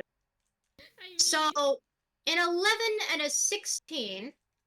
If anybody's passive perception beats an 11 in the slightest, or meets it, then at least one of the guards, like, glances over, but doesn't seem to approach about it. If anybody's beats a 16, then it's a second one. Phantomius's passive perception is a 16. Stella's is 13. At least 15. two of the guards look over, but don't do anything immediately and seem to go back to what they're doing. I say we keep moving forward. I think we're Also for the perception, for the perception, I rolled nat 20. So You did roll nat 20, so not only do you notice that, like, they thankfully avoided the notice of all 4 guards, but at least 2 of them. You also notice that Candy heard, but... Well, no, actually you don't, because that's a deception. You would need to roll an insight on that. You don't actually notice Insight? that she heard. You need insight. may I? And only the people that noticed Candy may roll insight. Otherwise, it passes over you. I roll a 19. That's another a nat nat 20. 20. Since Phantomius got the 19, is he also rolling an insight? You can if you want. I would like I to. can't because I rolled below. Okay. All right, insight. Let's see. Another I know nat we tax 20. better on this one. I keep Another rolling bad. Kitty one. head Okay, creature. I am Yahtzee is switching. having a great time. I am switching this dice because this one keeps giving me bad stuff. I've gotten like 3 single digits in a row. Maybe it's because you gave up the Marotte to the little kid. Oops. All right. All right. So I 14 am allowed plus. to do insight, right? Did you actually beat the perception? Like the perception that we rolled To before. notice any of the clowns, let alone Candy. Listening in. I got 19. Okay, yes, you may roll insight on Candy then. Okay, never mind. Didn't have to roll insight then because he did not Oh, notice anything. Luz, you can't remotely suspect Candy of listening in on anything. It's fine. I'm to focus on the cool candy, don't worry about it. It's the cool Candy lady. It's the cool Candy lady. The 17 just barely notices Candy looking over, but she seems to mind her business. Yahtzee, she heard every word, but she doesn't seem to be doing anything about it. She's just kind of staring and squinting. I But she- stare and squint back, menacingly. Are you trying to intimidate her? I hope my stare screams, "Mind your own business." That's what I hope. Roll Yeah, the, say roll the intimidation. Stella puts up a hand, covering her eyes like I'm not with them. Oh my god! How are you guys doing this before you even get to the class? Never mind. The good rolls have ended. Give me 7 intimidation. Oh god! Stella just holds Sam's hand like today Oh is my not a good god! day. You try and give a squint. It's kind of cute. She gives you a squint that makes you feel like you're a vampire about to decide, this is not my fight, I'm looking away from her. You blink first. All right, guys. I think we should be moving. Let's That's go. what I'm saying. Let's go. I Okay. start pulling then many who fit on my arms and the ones who fit with my tail. Do you go toward the big tent with the performers, toward the animals, or toward the zombies? Where did we note down where the stakes were? There's 2 at each tent. I Okay. would like to go to see the animals because of the new addition. I say Yeah. we do the animals, probably. Yeah, animals might be a good bet because Okay. he's a bit worried about the tiger. Okay. Yahtzee, you drag them toward the animals. So you head back toward the black and purple tent and all the funky, fancy cages outside it. There's also a snake tamer clown out. It appears to be one of the dolls. Ooh, The snakes crawl in and out of her fabric, but seem very pleasant. As you walk away, you do not notice. Candy watches you leave, and then she pulls up from her own hammer space, and I'm going to roll for it, Oh dear. a walkie-talkie, clicks it, and goes, "Heads up, boss, we might have trouble today. You got descriptions? I got a few." And it cuts away to the party, so you have no idea she is possibly ratting you out. God. Great! Awesome! Great. So you get to the animals. You notice the wolf doll is out again, but she's kind of off to the side on a guard post instead of actively with the animals because the wolves are back in their cage instead of out and about. She just keeps looking at them from afar, but the snake clown is allowed to have their snakes out. The manticore is still in the big cage and watches as you approach, but there's, of course, big crowd. There's a sizable crowd. It's the semi-final day of the circus, after all. And a lot of them are gathered around a new cage that says Tiger on it. And this appears to be a large black, orange, and white tiger that is pacing around its cage, clearly looking agitated. Anytime any of the kids come close to the cage, it snarls and snaps its claws at them, at which point the guards encourage them to stay back. But the kids just, like, they think it's so cool. Stella approach? Okay. Okay, just a question. Uh, Is this like the toon kind animal which speaks and has sapience, or this is like an animal? I mean, it's clearly a cartoon animal, but you can't tell if it has sapience or not because, you haven't done any speak with animals stick or gotten close enough to talk. They do Stella, have guards posted Animals around it they do have guards around it that are clearly trying to keep people at a no claw distance. So there's at least 2 guards posted at the tiger. The good news is they appear to be one of them appears to be a normal clown. The other one's one of the dolls. Stella's a learner type, so she has a thing with animals. So Stella approaches the cage. Is anyone else approaching? Word Me is, too. but a little bit, maybe a couple steps behind, just because Mm-hmm. he can't speak with them, and he's still sad about that. Mm-hmm. Stella will roll animal handling. And Mia? Sam's following Stella. Alright. 4. Mom needs help on her game.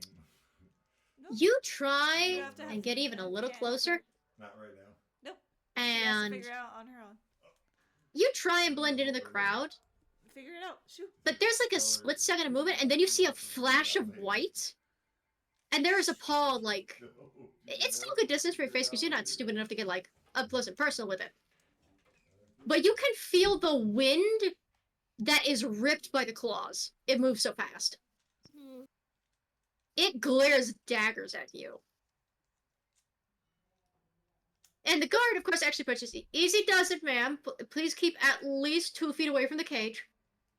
Okay. She steps back. And can I sleight of hand calm emotions the tiger? You know what? Sure! Roll me sleight of hand. Let's see how stealthy you are with this. And also, Alright, please what post the description to calm emotions. Okay. I will Yahtzee, what do are you that. doing in the meantime? I also have animal friendship if you'd rather use that. Yeah, I was going to use animal friendship or speak with animals. Oh, you can do one of those as well. Or he I can feel transform like that would into do a tiger better. and do Animal friendship. tiger communications also. Can I try approaching? Animals are kind of his thing, so. Let's do this one at a time. Let's do calm emotion first, then Yahtzee's thing, then Nox can approach, okay? Alright, I'm gonna put the description of calm emotions. Into the player chat would be great.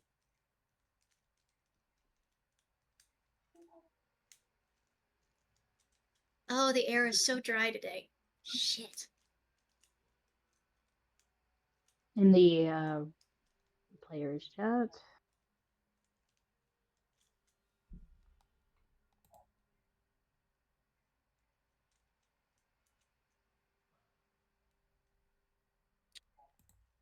Okay, so let me look at player chat. Okay, so this is on humanoids. Oh, dang, you're right. However, Yeah, that's why you use the other one. yeah. Also, So, in a group of people. I mean, I will say this. You actually make the crowd get a little quieter. You do not affect the tiger in the slightest. Mm. The crowd calms down and are not as scared, which is probably not a good thing considering they should be scared of the tiger. But that's fine. Mm. Does this also affect the party? Are you within 20 feet of the cage? Then yes. Damn, Yes. okay. So charisma saving throw against calm emotions from Stella. Great. Oh, not 20. Never mind. Word's fine. Say Constitution. I'm gonna say that Vantomius is actually hanging back, so he's outside the 20 feet because he has a slightly different goal that I already rolled for. He wants to Uh-huh. subtly got investigate close for to- the blessed stakes, and I got a nat 20 on that, despite the -1. I got a dirty 20. For Mm-hmm. Everybody that is within at least 20 feet of the cage, Con? since that is where Stella was trying to cast the spell was on the tiger. We say con save? Charisma save.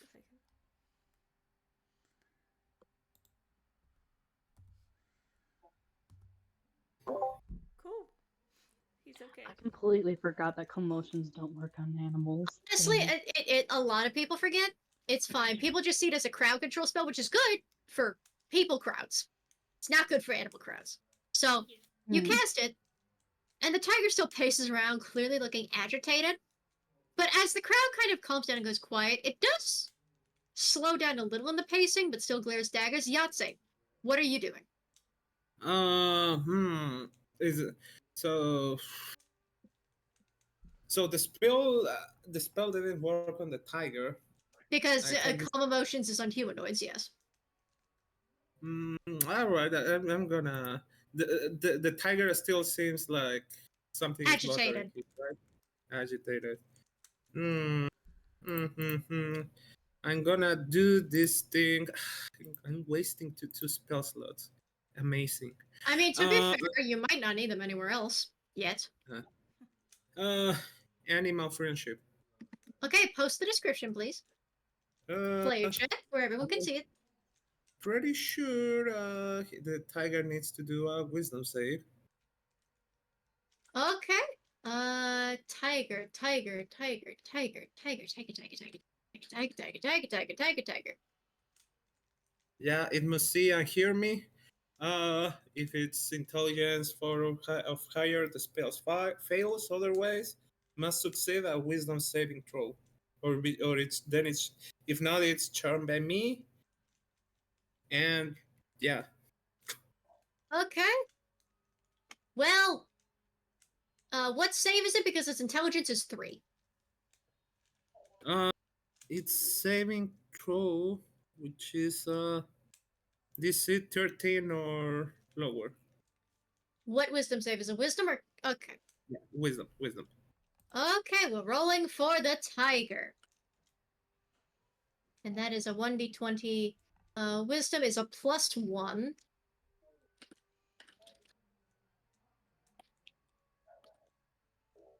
That is a 15. Mao. It fails? Yeah, it fails. So Yeah, it's save or suck.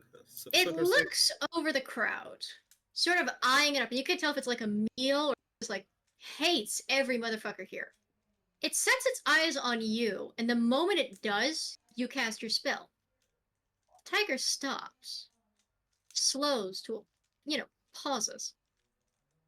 And the lashing tail, which previously made agitated shapes in the air, slows to a swish, and the tiger actually takes a rather regal, if still upset, position,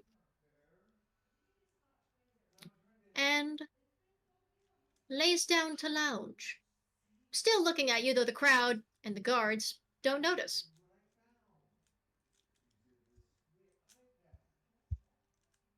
Okay. Now second spell, which is speak with animals. Are both of these spells concentration? No, but never mind. Speak with animals is cast is ritual casting. Let me check. It's not Let me- strictly ritual, I don't think. It's not strictly ritual. You can cast it as a ritual, but you don't have. Yeah. No, neither of those is concentration. Okay, actually. yeah. So you make it friendly to you first, and you cast Speak with Animals. All right. And I'm gonna speak to the tiger in Druidic because the eyes have ears and all that. Mm-hmm. And I'm gonna say to the tiger in this weird language, "Hey, buddy, what's bothering you?" Oh, gee, I just can't imagine being told I can try and get my revenge by coming to the circus, only to be caught in some peasant's trap. and put in a cage, oh, I can just scarcely imagine what could upset me. As if being put on display for all of these worthless morsels is any indicator. And she snorts. Yeah, I see the Cree over here. It's a little bit. But do they trap you? How? Why? Apparently, they were prepared for something else. I was simply told, blessing I was given, that I could try and sneak into the circus and do some work. If I did that work, I could keep my blessing and use it wherever I wanted. I wasn't told they'd have a booby trap. I was bait, and I didn't realize it. Or what kind of work are you? Is somebody like you doing here? Do tigers have a work? I was apparently supposed to desecrate some items. Oof, oof, oof, oof. Uh, I, I just look at the rest of the party and say, desecrate? How so? That, that seems complicated. How do you get in such situation? Oh, I was told I could do anything with it. I could shovel some elephant dung. I could possibly get one of the horses to try and urinate on them. I could grab something from one of the others. She really didn't care how I did it, just that it was done. It didn't sound difficult. She even gave me a meal beforehand that was supposed to make it easier. Instead, it humiliated me. Shit. That sounds awful. What object are you looking for, anyways? She told me to deal with the tents. I didn't need to worry about anything else. Deal with what? Excuse me. The tents. Oh, the The tents. sticks. The sticks they have for the fabric that she calls tents. Nods the head toward the tent nearby. Okay. Hmm. Well, that's bad. I guess these guys are letting you go anytime soon, right? Well, they are apparently either going to release me when the circus leaves, or shove me off to a zoo. So no. At least not for another day or so, I reckon. There's a cold in the air. The snow will be here soon. Hold on. That's bad. Well, hey, at least three be positive. You don't have to work anymore, I guess. They're gonna feed you every day, I guess. I don't want fed. I want blood!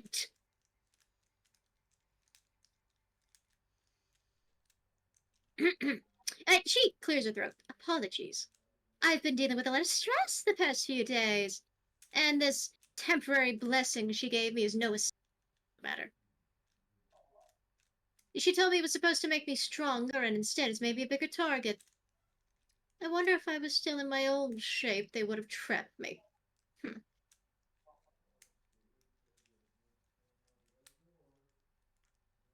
Why do you ask? Well, I'm a music creature. That's a lie, by the way. Roll deception. Yeah, yeah. He's blatantly lying. Roll some deception. How much deception do you have? 0. Perfect. And insight is wisdom, so the tiger just has a plus. 4. 18. So you try and say that, and she goes, You know you can be honest with me, right?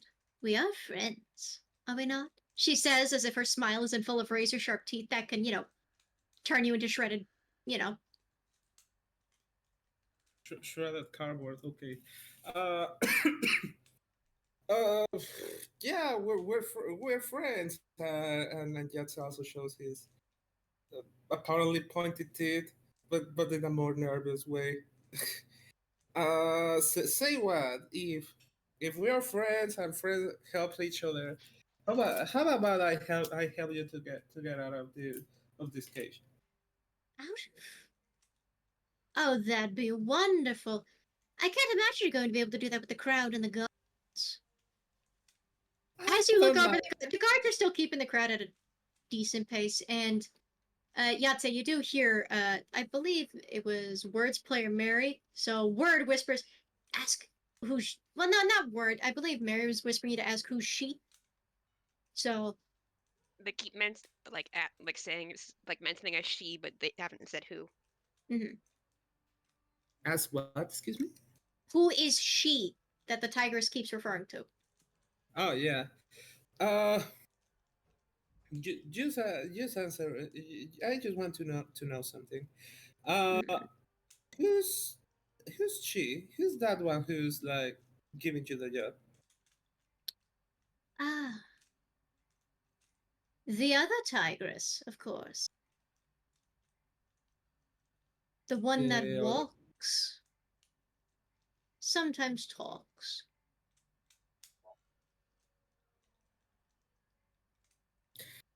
Does that description rings me any bells or not? A tiger that walks and talks is normally either a toon tiger or a were tiger. Or a were tiger or a rakasta or a uh Rakshasa is the term, but it could be Rakshasa. any number of things, really. You know, And she's also the one who gave me this new shape and told me we, that with it I would be able to find my way in. I think where tigers were mentioned earlier. Were Were- tigers or were jaguars were a possibility. Yeah. Hmm. Complicated. All right. All right. If if I get you out, I presume you're gonna continue to attempt your job, right? Unless you decide to do it for me.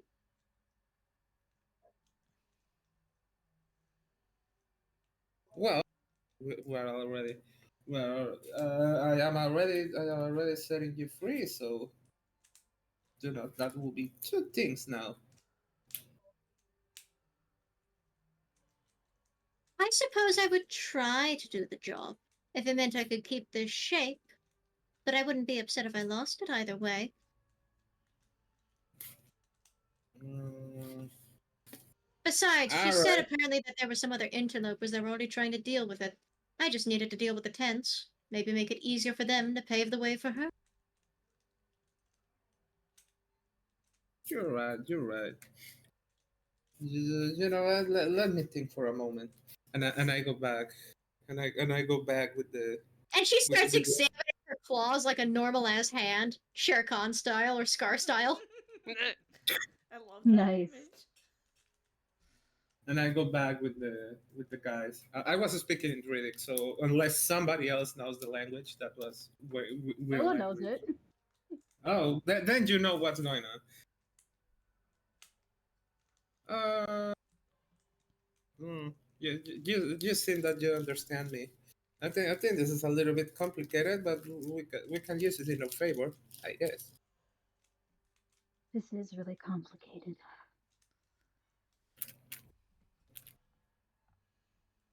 Hmm. To get the tiger. What was up with the tiger? I'm Words coming back from, I'm assuming, like looking for steaks or stuff. Yeah, going back on your roll, you do successfully scope out that there are 2 blessed stakes at each tent. There are 2 at the animal tent as we speak. Oh, somebody else was rolling for that, but Word Oh. was just tagging along with. That's fair. Yeah. Phantomius was the one who got technically a nat 20 trying to subtly investigate for the blessed stakes. Yeah. On the one hand, yeah, they're in the temples. On the other hand, the theory is you can, in fact, see a couple of glowing posts. Cool. They're decorated to look like it's traditional spooky decor.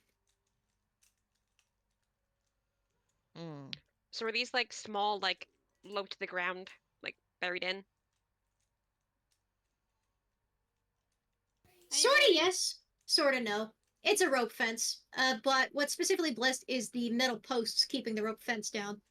Yeah.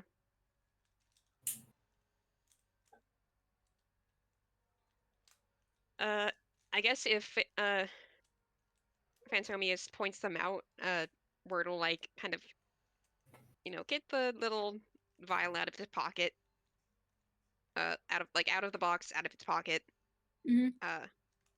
and sort of like, hey, can you like cover me for a minute while I do this? So, is that would for Word would that be like stealth with assist? I'm going to say that is a stealth roll with advantage, yes. Okay. Can Cool. I try? Help. Fingers crossed. If you help, the advantage remains the same, but you can try. All right, I have advantage. Okay, hang on. With the other group, Stella probably just is like That is an have a 11. hand on her skin. 11. 11. Is Yeah. that with the advantage or? Yeah. Dear God. Oof. I mean, unless So- someone wants to be a distraction. I can. Stella was thinking of a distraction. Can I do something? What would you like Please. to try? Please be distraction. Can I do minor Stella will- illusion? Both of you spoke at once. Andy, what did you say? Can I do minor illusion sound? What would you like to do? I would like to make like a fireworks noise outside to see if somebody else goes there. Roll me deception.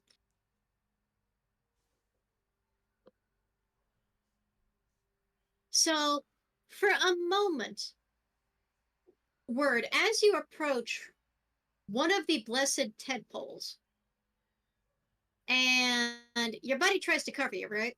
Yeah. One of the guards that's supposed to be watching the tiger cage turns and notices you.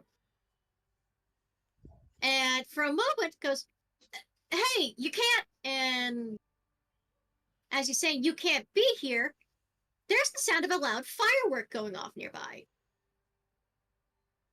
Where do you cast the firework sound? What direction? Can I put them from like the entrance of the tent, like outside? You're not in the tent. Okay.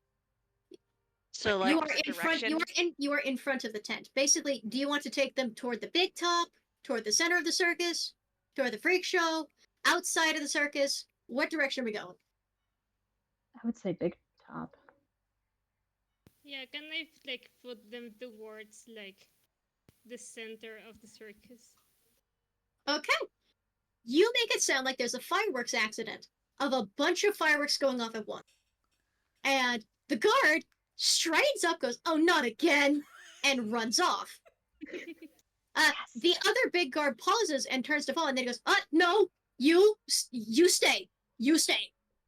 And the big guy in front of the tiger cage stops and stays. And he runs over, and you watch him pull out a walkie-talkie and start asking for other guards. And he's off like a rocket. Word, you have one opportunity. Get the fucking dip out. Get it Yeah, out. it's already like in his hand from like when he took out the thing, like the violin's in his hand. Mhm. He's gonna use mage hand to like actually pour it because he doesn't want to take any risks here. It has an eyedropper in it. Okay, good. That's even better. So you use mage hand, get a couple of drops. You just need 2 or 3. Ding, ding, ding. And you watch as the blessed tent pole strips down to metal ribbons and stops glowing. We're It get isn't the hell away from there because he's not gonna be seen like near that. It isn't completely destroyed, but this does destroy the blessing on it immediately, which makes sense. Dip also tends to kill magic, so you essentially turn it from a metal rod to metal ribbon. Works for me. And Stella try to find the other pole. Word can point it out to you, yeah. The guard, on the other hand, is just staying by the tiger cage. The tiger is looking over as this happens, for the record. But because the guard was told to stay by the tiger cage, the killer clown guard stays put and doesn't do a thing. Can Is it looking in this direction? It's looking toward the melted thing. It made a noise. Can I approach the guard and try and speak with them? Oh no. You want to approach that? Sure. Nox! Nox! So you approach the big killer clown guard, Yes. and it holds a hand out as if to stop you from getting close to the tiger. Doesn't do a whole lot else. It just holds the hand out like, stop. It doesn't even say anything.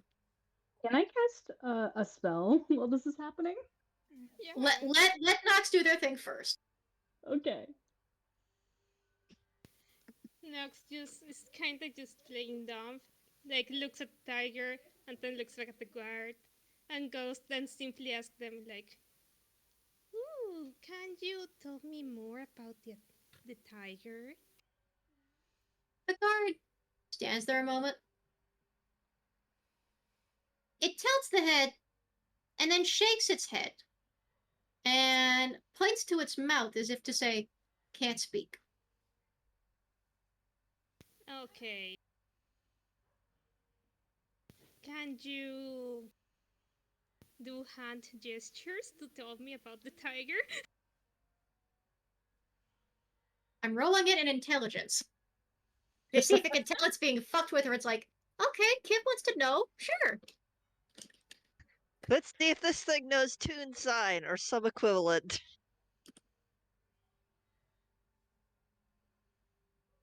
It's like Wile E. Coyote style, pull an actual sign out of its pocket.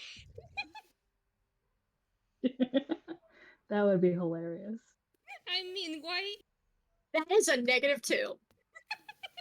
So it pauses a moment, holds a hand up, holds a finger up. It then reaches into its pocket, pulls up what appears to be a mechanical device, sets it into its mouth, shuts its mouth, winds it up, and it starts making gestures while a pre-recorded message starts telling you, this is a tiger. Also known as, it goes into scientific facts about the tiger. That's amazing. I love that. Rolling a performance. While this distraction is going on, can they just create the other post? Yeah, I'm just making a distraction. Go ahead. Question mark. I feel like the whole crowd would be distracted too, because it's like the first time. No. Poor thing. Oh. Nox I is do. looking so happily. Like Nobody liked that. No, It's he's really interested, I swear. It's doing its best to share these facts and make them fascinating. It makes claws come out of its fingers, it's trying to act these things out. The tigress in the cage turns her head away, turns her snout away with a humph. Nobody likes this uncanny performance, though, and people actively start leaving the tiger cage, much to the sadness of the clown. Oh. Oh, Nox is just holding Stella its claps. hands in front You liked of it? them, sort of trying to look like fascinating, like because like he's really interested in looking at this little creature. Like it's not a good performance, but he's really interested. The clown is doing its best to, like, A, okay, we're keeping the kid entertained. B, wait, the crowd is leaving. That's not good clown behavior. Wait. So it's torn. It keeps going between, actually trying to entertain and inform you, but then it, like, loses beat with the recording when it sees that people are actively leaving. Oh. It looks toward the snake clown for assistance, who actually approaches. And we're gonna roll it one more time. Oh my god. There's so many things happening. Oh my god. 37. That is a 20. That is a 21. They really try.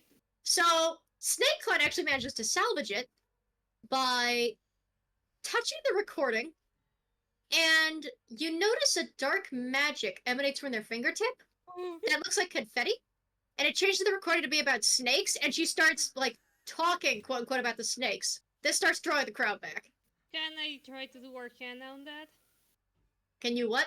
Try to do Arcana on that thing? Sure! Oh man, Sam loves The other doll looks a little disappointed about the tiger talk not going, but is very visibly thankful for the help. Dear God, Nox, please. Boy, that sure was a neat trick. It's a pity you didn't see it. Yeah. Can Phantomius roll, considering he was also kind of paying attention to the guards to make sure they didn't come over? Sure. Oh, please, just this once, my boy. Does You one have have to done roll so anything much to... adventuring. And also, you to go ahead and you dip the other you dip the other tent pole. So Yay, scot-free. Yeah. That is Yeah. So the animal tents, 2 blessed tent poles have been oozed. Yeah, the dip gets Yay. corked back, wrapped up, and then boxed up. Oh, not- my boy. My greatest regret is giving you that damn -1 to Arcana. 16, actually, you're not sure what it does, actually. That doesn't look like traditional toon magic, but you're not sure what kind it is. Just Can that I it roll Arcana? That's what I just rolled. that is Oh, what sorry. Quinn just rolled. It also we need to keep moving. Sorry, go ahead. So, if you would like to escape the animal area now, you can. Yeah, let's go. Time to Kanto? vacate the premises. Yeah. What about your escape plan for the tiger? What do you plan on doing about that? Uh, Um, so the tiger. First of all, I'm gonna inspect in what situation she is. She's in a cage, right? The cage, it's locked. It's a spare Oh. cage. It's not that small. It's one of those traditional circus cages on wheels. It has a few necessary materials in it. It's got grass. There's some meat on the bone. She hasn't touched it. And of course, there's the guard and now the snake clown near it.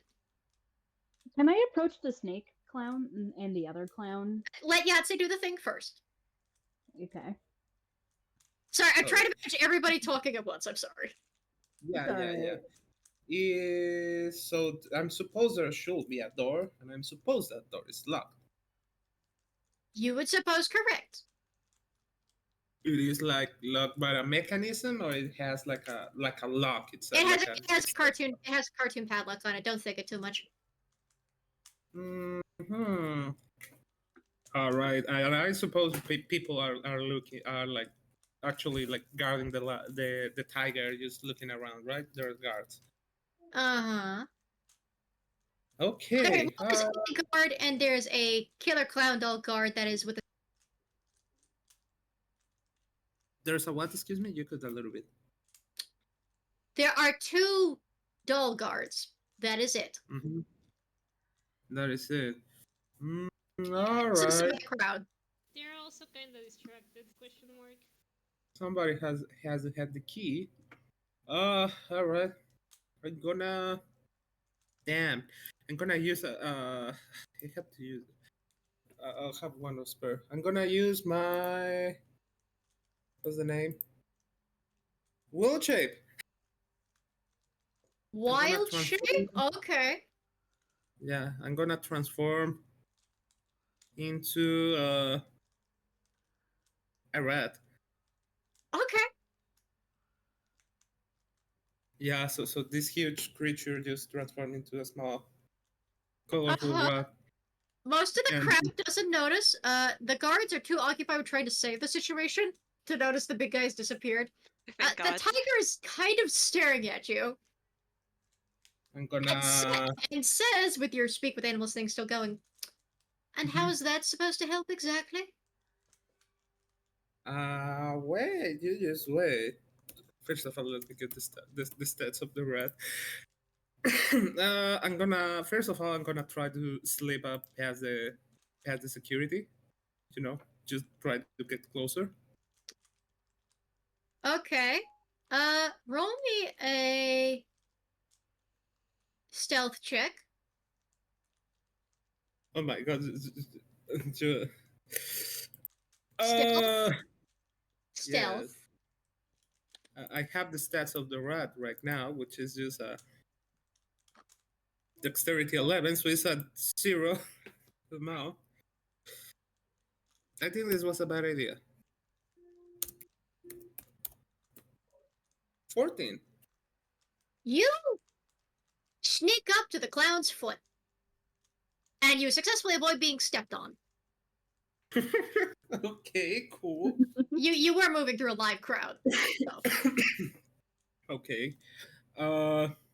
Once I closer to the cage, I use get into the lock, and I want to check if any of the cars right there has a key that might looks that fits there.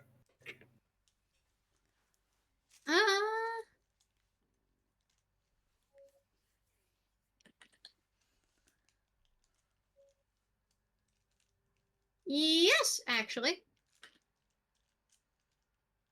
Oh, which one? It's the big guy. It's the guy that was trying to do the tiger presentation. He appears to have a ring of keys on his waist. Big and cartoony looking. Okay, I'm gonna try and go and crawl up that guy to reach the keys. Let me roll a perception check to see if he notices. Perception or stealth? No, I'm rolling perception. Oh, okay. Nox, by the way, what is your passive perception? My passive perception. 12. Repeat. 12. You do not notice the rat. Oh god. I do not notice the rat. Good. So, there's a moment you almost think you're caught out when the big guy reaches down, but he just reaches down to scratch something and you hear the sound of fabric scratching. You do notice something that you don't quite like. Uh-huh. As you are crawling over the guy, you feel a sort of humming vibration from inside him, and it takes a moment for you to realize that it sounds like muffled, distorted carnival music that is not leaving his body. Like this otherworldly circus music that you can't quite that you've never heard before, but it gives you the creeps. So this guy is a walking jukebox. I'll discuss that later. Appears to be I'll crawling try to- inside. What? There is the sound of crawling things inside. Ugh. Mm-hmm. The what? Crawling. Inside the doll. Crawling. Ew. Crawlies. All right. I'm nervous now. I'll try to hurry up and get the keys. All right, roll me a sleight of hand. Ooh, rats do not have a sleight of hand. That is dexterity. You just have to beat a 12. Oh. Hey. You nudge, you try and nudge, and as the snake clown is clearly using this fellow to present, he slowly, as he's scratching his side, his fingers brush you and scratch your head. It feels nice for a second, and then he pauses. And then he slowly looks down, and then you slowly look up, and you make eye contact. There is a long moment of silence, and he reaches down and scratches your head some more. Yay! You get scratched and scratched, and then he grabs you Oh. Aw. and holds you up and continues scratching you. It would feel good if the situation was if the situation was better. It feels good, but I have stuff to do. So I'm gonna try to buy him. Athletics. That is an athletics check to try and get out. Can I try and help? What do I do? Excuse me. Oh, no. Athletics. That is strength. Okay. Jatsa has athletics, but the rat does not have athletics. So so yeah. One did Beat an 18.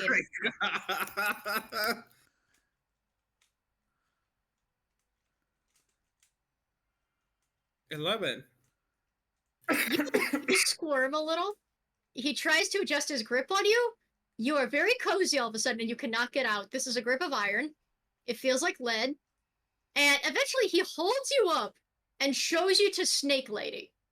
This is a killer clown doll that's very clearly serpentine motifs and has snakes crawling in and out of her fabric. Who pauses not and looks good. down. And if you remember, snakes tend to eat our rodents normally. And you were not a very big rat. And she pauses Hello. and glances over to her snakes. There are no words exchanged. At least none that you can understand, even though you are a druid. You almost think it sounds like druidic, but it sounds wrong. You don't actually like listening to the words. It makes your brain feel bad. I just like do the motion of no with the head. I'm not putting my hands together, like playing, like praying, like saying please, no. Wait, So can it's like, I... oh wait, my familiar. She says, pointing at the mouse/rat. Okay, and Nox, what were you gonna do before the familiar comment? Can I do comprehend languages? Ugh. You sure can. Oh Man, What man, voice there's is so that much stuff stacking here. If they had even thought to ask if anyone has a skeleton key, Phantomius could have just said yes. Oh, buddy. So, you are understanding as the clown, in what you realize is deep speech, goes, "Hey, baby, you want a snack?" And the snake is eagerly going, "Yes, yes, yes, yes, yes, yes, yes, yes, yes, yes, yes. Snack, snack. I'm starving. Snack." And just as she's about to reach for the rat, Stella goes, "My familiar!" And the two of them pause and turn. The snake recording also stops. Oh no. And the killer clown doll themed on snakes pauses, points at the rat, and then at you, as if to ask, "Yours?" She nods. Yeah, that's mine. Roll me deception. Okay. Can I You are not assist? getting assistance with this, for the record. Okay, no. Go ahead. Please, please, please, please, please, please, please. Please, 21. please. Yeah. That is a 21 and 18 plus 3. So they look at each other, and because you have comprehend languages, you actually hear a familiar. Oh. I didn't think they had other casters here. I thought we were the ringleaders, familiar. No, this is a different thing. Sorry, Bonzo. Oh. I'm afraid you don't get to keep it. Okay. Now give it to the nice magic lady. Okay. And slowly holds the hands out for your rat. She holds out her hands for the rat. You take Ratsy back. Ratsy. Ratsay. It's Ratsay. Yes. Ratsy. Takes back Ratsy. Thank you so much for finding them. There's a sort of slow nod, and you actually see the clown smile a little bit. The one that, Nox knows is called Bonzo.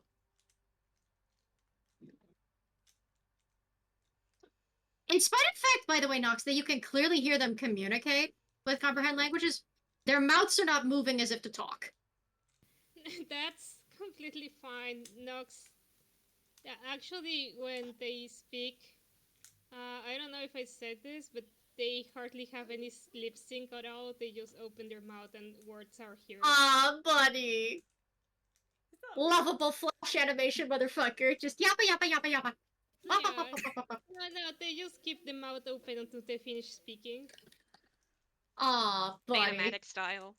Love it. Yeah, animatic style. She's gonna tuck the rat onto her shoulder, and she's gonna look at Phantomia, the speech, Phantomius. Phantomius, and just sort of like shrugs.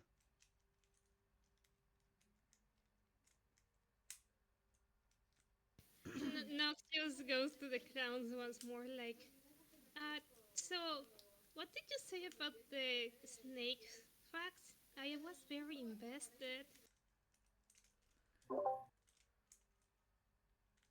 They continue on the facts. You were not able to.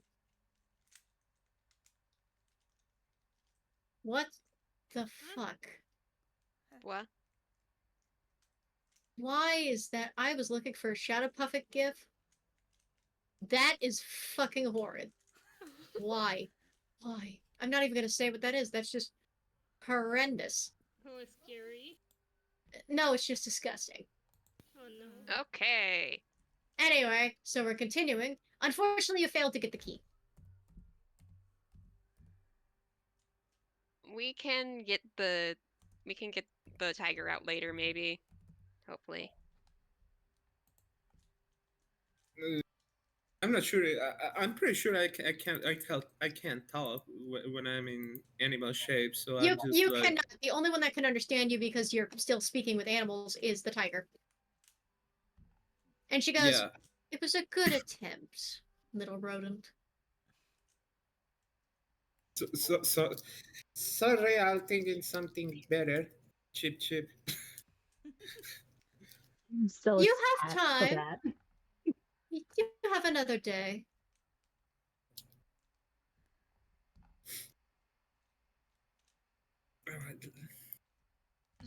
Stella's gonna approach Phantomius and says, "Do you have anything for the lock on the cage, maybe?"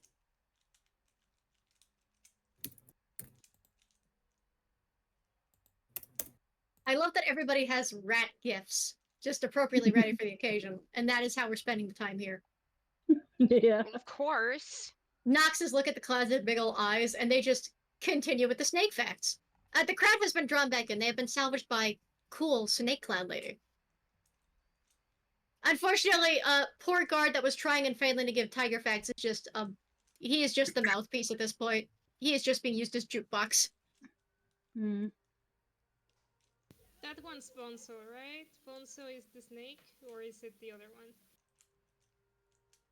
Bonzo's the big guy. Bonzo is not Snake Clown.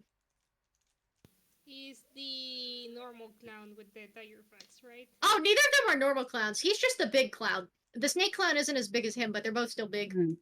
Okay, yeah, I just wanted to make sure which one was which. Oh, he asked that to them? No, I was just making mental notes. Ah. No, yeah, he just said that out loud, then they would be like, how do you know? That's not ideal. Also, I So- pat you, Quinn. But okay, so you asked Phantomius about if they had anything to help with the lock? Yeah, Stella did ask them that. Okay. Can y'all hear me? Yeah, we can Yeah. hear you now. Yeah, we can hear you now. Okay. Yeah. I don't know what's up with this computer lately, but he responds with, yeah, I have a skeleton key. Hang on. And let me dig into, let me pull up my D10. Okay, we pull out the D10 and we roll. That's a 9. Which means he successfully pulls out his skeleton key, which I bought from the shop. Where is my inventory? There's the inventory. Okay. The skeletal remains of a key. As an action, you can roll a DC 15 persuasion check to try and get the key to help you. On a success, the key agrees to open a single non-magical lock that could feasibly be opened by a key. On a failure, the key refuses to help you for the rest of the day. Once a roll has been made for a specific lock, you cannot make a roll for that lock again on the same day. Being fragile, the key can only successfully open 3 locks before crumbling.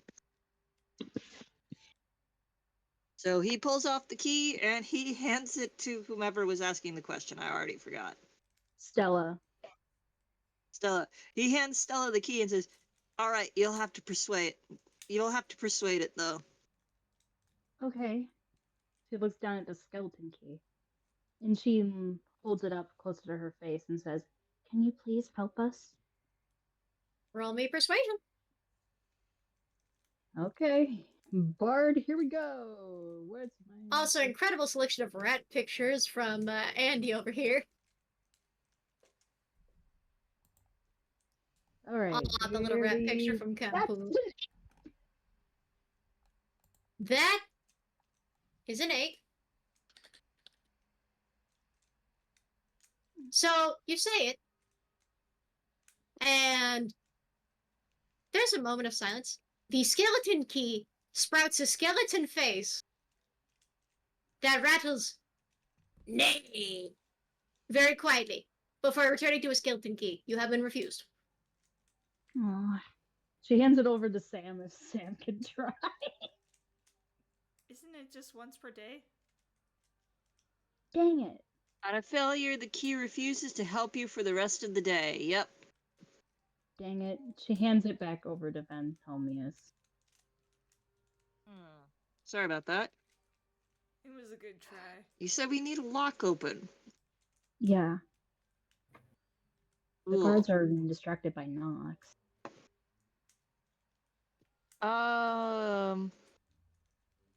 Mikey, Hi. does Phantomius still have permission to use his homemade lockpicks? You have one attempt. Please roll me stealth to see that you are not noticed by the guards trying to lockpick the cage. Sure. They might be distracted, and they might be stupid. But they're not blind. Stella will, in the background, be like playing, quote unquote, playing with her familiar as a distraction. You know what? That was a really bad roll. That was a 5. I'm gonna say You get one more roll because Stella is assisting. Oh right. This is your last attempt at the cage, and you guys need to. She's just like, little rat, little rat. Like, Let's see. What was your stealth number? 13 plus 5. That's what again? That's 18. Hot damn. At first, you almost think you're caught.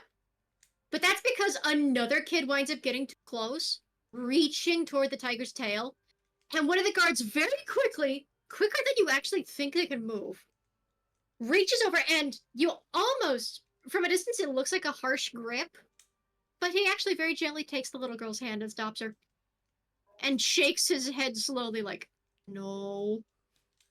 And Knox, still comprehending languages, even though he can't be understood by the little girl, he goes, "No. Little girl, no touch tiger. No. Bad. Bad. Touch toy tiger. Toy. Over there." Tries to point toward a stall selling tiger merch. The girl doesn't understand this, though, so he just nudges her back toward her parent. So you successfully get to the back, and you can jimmy with the lock to the tiger cage that is in front of a crowd loaded with family and 2 guards. This is a bad I'm idea. just not realizing that's a bad idea. Stella's just like, rat. I also love that. I love that nobody's incited the tiger a single time. We're trusting the tiger. You're trusting the murderous, vengeful tiger. Yeah, sure. This. Assuming that word Sure, why has been not? like, She's in cool. assuming that the word has been like kind of keeping an eye on the rest of the party and kind of like, oh, we're getting the tiger out. Oh wait, why are we getting the tiger out in front of all these people? Well, can he like kind of like, hey, come on, Hmm? let's not do this right now, okay? Okay. I'm. He kind of. I feel like this is one of those moments where just as Fantobius is about to turn the lock, he stops and goes, "Wait a minute, what the hell am I? It's Yeah. the Looney What the hell Tunes- am I doing? it's like What the am I Looney doing? It is the Looney Tunes moment of Bugs nearly hitting a missile with a hammer and then going, like, like. Yeah. We all But of collectively course, without gave the screaming of thank you. "What am I doing?" No, out you loud. would still scream. It's just the whole thing of it cartoonishly is not noticed. It's a Looney Tune. It's a bit. Come on. Hmm. There's just this moment where he stops dead and goes, in like barely louder than a whisper. He goes, "What the hell am I doing?"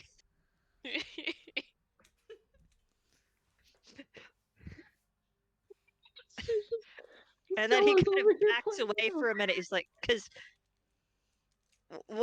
wait a minute. Why are we getting the tiger out right now? Right this instant?" in front of a bunch of Because people. because we have to chip mouse noises. Squeak, squeak, squeak, and squeak, squeak, and squeak. Squeak. I- So I will say, the only one who understands you is Nox. Yeah. Nox was genuinely trying to do like, a distraction at first, but now it's too invested on the actual facts. So then they just like turn their head around to look at the rat. Just Yeah, what slowly goes towards the rest of the group. Like, yeah, hey, Fantobius backs up and goes, "Wait a minute. What am I doing? We're in the middle of a crowded tent." You're not in the tent. You're outside. For the record. Well, There's still a lot of people we're around. in the middle of a crowded space. Mm-hmm. There's guards right there. hey, I think the rat's trying to tell us something. I do not speak with animals. No, yeah, me neither. Kinda. I do? Question mark. Was that rat say? Anyways, So what is Ratsay saying? Why are we opening the tiger cage? Because the tiger. I told the tiger I could get her out because she apparently has to do a job that it's quite similar to us and that can benefit us. the rats tell me crazy things. That's Uh, all you What say. kind of crazy things? They are the tigress knows stuff, and that she has the same alignments that we do work-wise. Then maybe we could help her out when we're not surrounded. Yeah, maybe Oh, this yeah, isn't the that's great. time for that. Yeah, I think we should. that hold wouldn't on. be a good idea to release a tiger in the middle of a crowd when they are already very not happy about being in a crowd. Yeah, it's Look. not. I don't think. I mean, yeah, that's no. I think Brent, can you tell the tiger that we are not doing that right now? We will do it when there's less people. let's Yeah. just move on Well, to the next 10. well, she already saw me failing to release her. I'm failing. She already saw me failing to get the key, so I think she can wait. I But think just she'll imagine, understand. chip. Just imagine how fun it will be for the tiger just to be out and people freaking out. That will be No, funny. yeah, More funny than the As clown. he squeaks that, the tiger puts its paw, its hand-like paw underneath its chin and does its best to do a delighted, innocent face, complete eye bat. Beep, beep, beep, beep, beep, beep, beep, beep. Bats its eyelashes. If we need an emergency out, Uh, yeah. I can't think of a Alright. better deterrent / distraction than unleashing a tiger into the middle of a fairground. I can And think of Yahtzee, something better. You perfectly understand as the tiger says, coward.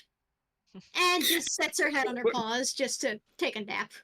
But also, this guy's a duck. That's a nut. That's a nut at her. This guy is a duck, also. So, like, you can understand why there might be a tiny touch of hesitance to allowing the large predatory animal object freedom it- to go into So the the last thing Yeah. is she wouldn't call them a coward. She would call them chicken. Ah, Thankfully, Fatavias can't understand that. uh, And we are going to cut to a break now. So okay. you have comedically Oh. failed to break out a tiger for some reason. We'll be back after these messages. Ba-da-ba-ba-da-ba. So you get away from the animal tent. You at least dissolved 2 tent stakes. Congratulations. Yay. You are Woo. now heading for the big top. Yep. As you head to the big top, you don't even need to roll perception. You can see a good portion of guards standing at the center of the circus, staring very tiredly at the. But I heard fireworks over here. It sounded just like. Yeah, I know, Tommy. It sounded just like. Look, I think you need to stop getting hyped up on giggle juice on duty. Is what I think. What I was perfectly sober. I was perfectly straight. Yeah, sure you were. And you make your way to the big top. Nox looking into the camera with like the fire in the background, like that one picture. Elmo on fire. no, the The one with the little kid girl. The little flaming girl. building. Except there is no fire because it was just a sound effect. Yeah. And it's just some poor guards getting in trouble. Anyway, you make it to the big top. Compared to yesterday, where it was closed due to an accident, you're open to enter today. Yay.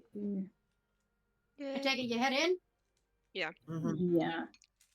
You Okay. make- Sorry, just one question. How long has passed since Jazz attempted just to check on the wheel shape?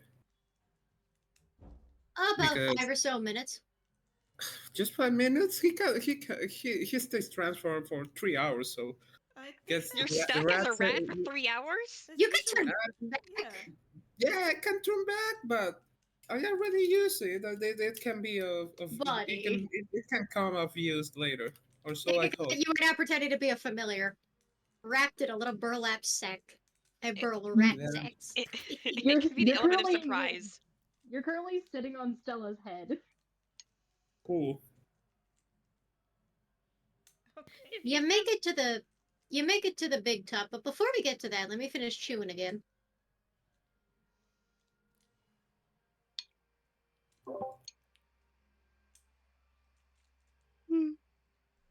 Okay, so while we're in here, we're looking for like a Marotte head thing.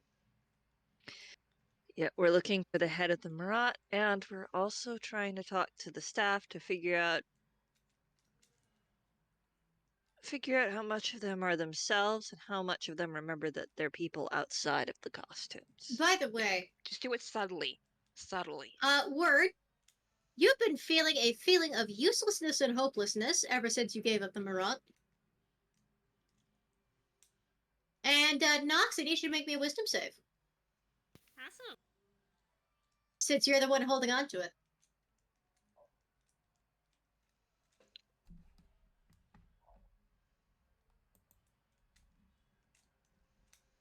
Because before you get in there, a 19, that succeeds. You feel a thought come to mind, but you resist it. It doesn't get through. I don't see the images. Oh no, not images. I'm not gonna tell you what that wisdom save was for.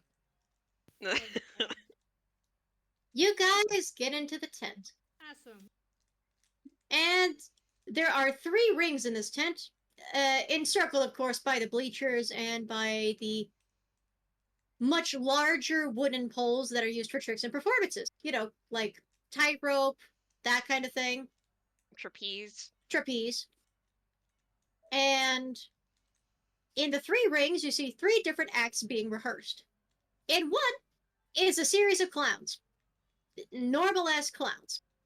This includes a car, and there appears to be a fire truck at a building, but the building is not yet on fire. They appear to be trying to get a clown unstuck from the fire truck.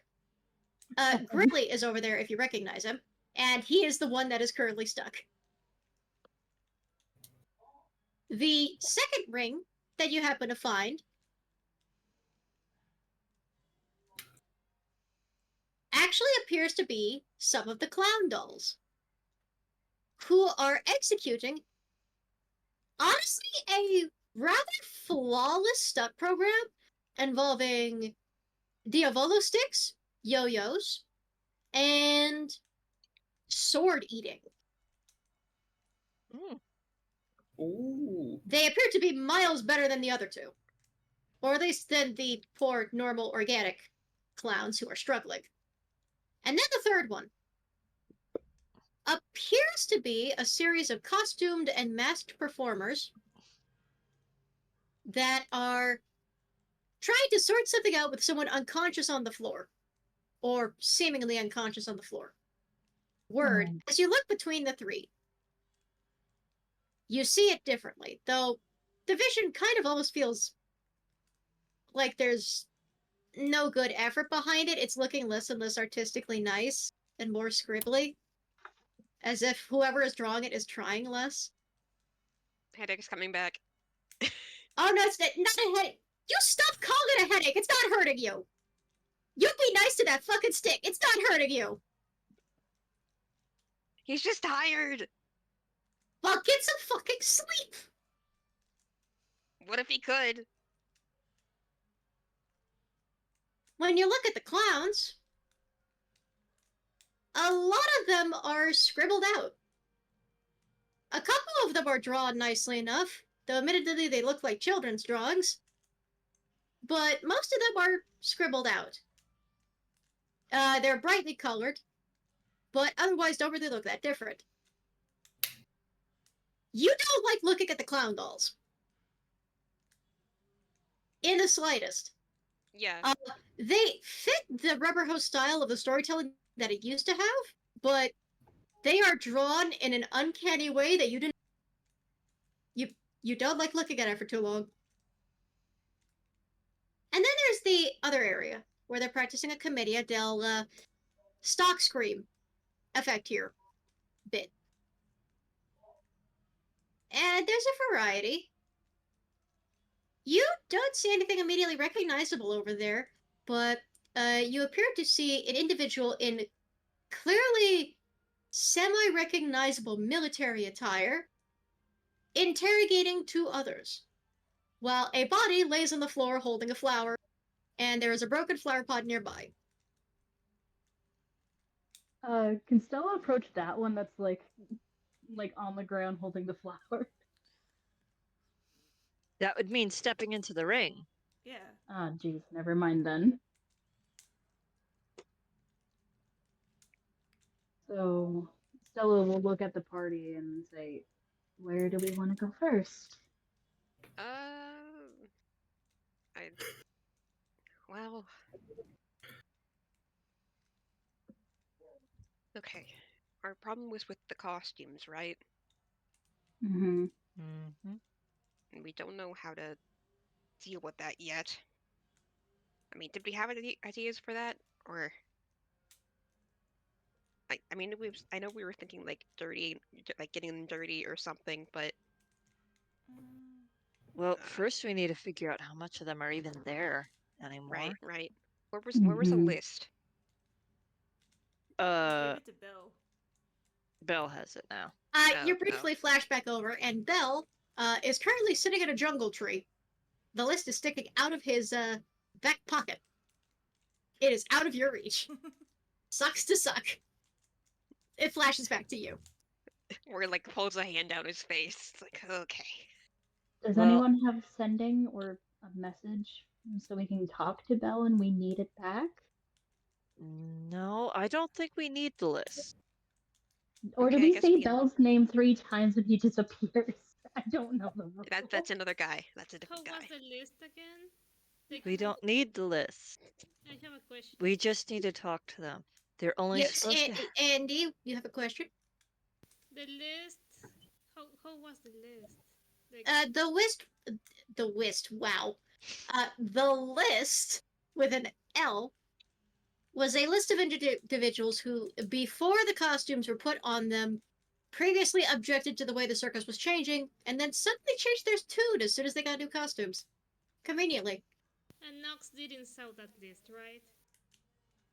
He did. He traded it for the bag of beans. Not to try. Hold on. Can I forge documents? No, you never saw the list, actually. You traded the bag of beans for information. Phantomas was the one who had the list and handed it over to Belle. Well, then I I can't didn't. forge documents. Sorry. What Phantomas was trying to say was we don't need the list because we just need to talk to one of them who's in costume and out of the ring. Because the problem was them staying in character no matter what. But if they weren't in the middle of a performance, then they could have broken character and not been in trouble for it. So we talked to someone who's not in one of the rings. Correct. Well, that's an issue. All of them are in the rings. Well, So we drag have to them get them down. out of them. Does anyone have Right. something such as like infestation, so you could like send some bugs? You want to infest one of their costumes in public, in broad daylight. No, I'm just saying, just like send some bugs over, like moths or something, to eat the costumes. You know, remind you there are 2 guards next to you. Okay. Ratsa can go there and try to scare them so they get out of the stage. If that works, of course. Well- She's still up, so. Stella will pat the rat and give you bardic inspiration before you leave. Hey. I'm going to roll for Phantomius to basically try and locate the blessed poles again, if that's all right. You can't do that from inside the tent. Oh, right. Too late, Pally. Hmm. One of the guards speaks up, by the way, and goes,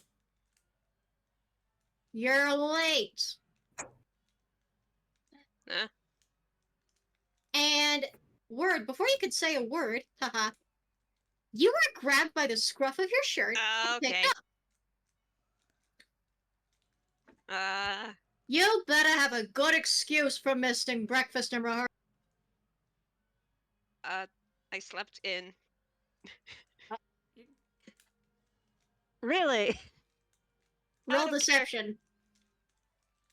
Okay, here we go. 19. I'm not even with advantages. Hang on, what did I have for the? Yeah, 19 plus 3. That's like that's 22. You can roll again, see if you get a crit. Okay. No, I didn't.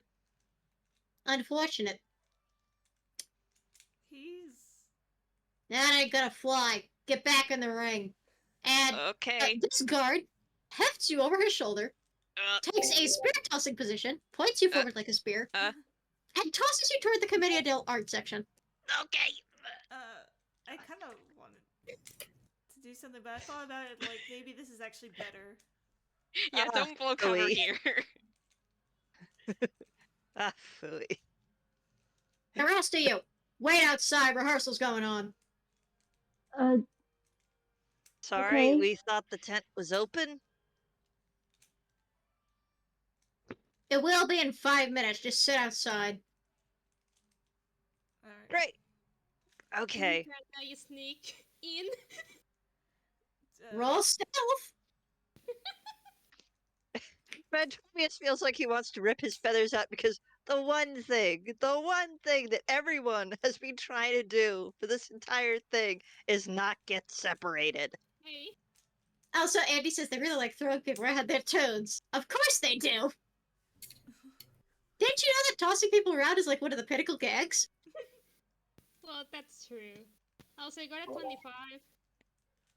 Okay, yeah. Everyone else, you get basically escorted out by a burly guard, if not just outright shoulder checked. Except for Nox, or Luce, who just happens to sort of press yourself into the shadows of the tent and are completely missed. Okay. We were kicked out basically. All Yeah. of us. You have to wait 5 minutes in order for it to be publicly presentable. They're rehearsing apparently. Damn. Ratsa is gonna sneakily try to jump out so he can keep an eye out on. Nox is the one who stayed inside, right? Yeah, though you don't know that because of the 25 stealth. Yeah. Oh, Word is the one yeah. who just got chucked into the ring, despite not actually being part of the circus. You could try and sneak back into the tent, though, if you want to, Ratse. I did also pat Ratsay earlier and gave him a bit of inspiration. Mm-hmm. Sure. All right. Gonna try to sneak inside back. Roll me Right. a stealth. I'm gonna mark down that she's used bardic inspiration. I have a stealth. How much is the bardic inspiration? Actually, yeah, It's that's a a good 1d8. question. Yeah, 1d8.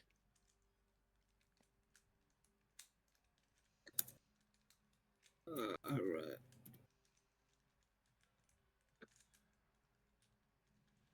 Oh my God, 11. Let me just make 2 rolls real quick.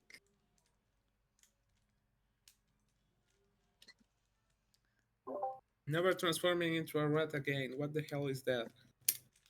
So, you try rolling back in, and there is a squeak noise. Just a sort of dog toy noise, you know, just a little. Hmm. And you are grabbed and politely put back on your master, quote unquote, head. Like you're in there for a moment. The others hear a squeak noise like a dog toy. The burly arm comes out holding you very gently by the scruff of your tiny neck and just plops you on top of Stella's head before going back into the tent. Sorry. Sorry. I just like screaming in the squeaks. I hate this form. I can't do nothing. But it's just squeaks. Stella puts you on the ground. Maybe you should go back to normal.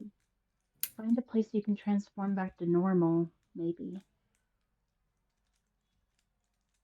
I took this will be more useful. All right, I'm gonna look for a place to hide just to transform back. In defense of the guard, Quinn, Word is unwittingly dressed as part of the Commedia dell'arte. So they look exactly like somebody that would belong in the act. I know, it's just like I said, he's torn between wanting finding the mistake helpful and wanting to deck the guy for apparently not knowing his own co-workers well enough to realize that this person is not actually part of the circus. Also, love that Nox just keeps slipping away from the party. Yeah. If anybody even bothers looking around, it's just like, hey, we're missing somebody. I He's feel gone like again. Tomias, who's already frustrated at losing one person, will look around and go, "Oh, phooey! We lost a second one." I think Sam just noticed that he's distressed and just like pats his shoulder like, they'll be okay. We gotta trust them. Heck. Stella just swears. They already did this once. They can do it again. Please don't Alright, get caught again. So, inside the tent are Word and Nox, or Loose. Word, you land nose first in the Commedia dell'arte ring. Ow. Your nose embeds itself in the ground like a toothpick before you're able to pull it out. He's not tuned enough for this.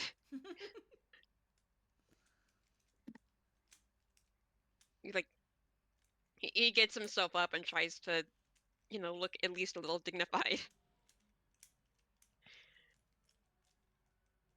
It's like, okay.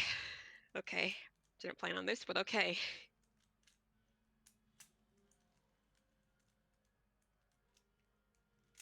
Okay, so you see a few figures. Sassy, I'm still hosting. You can't come in, I'm sorry. I love you.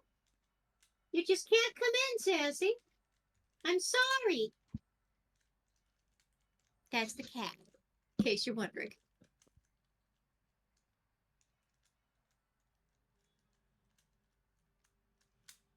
Now,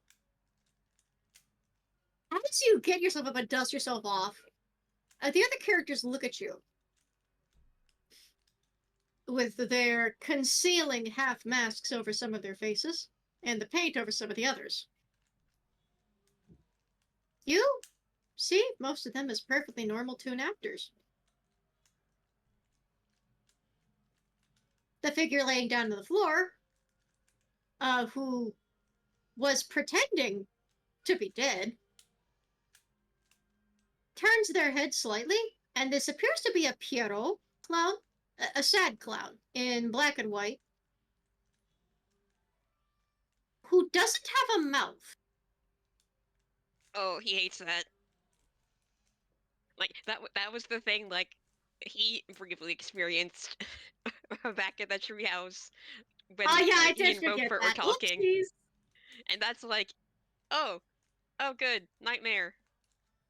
And as soon as you notice, the Piero goes back to pretending to be unconscious on the.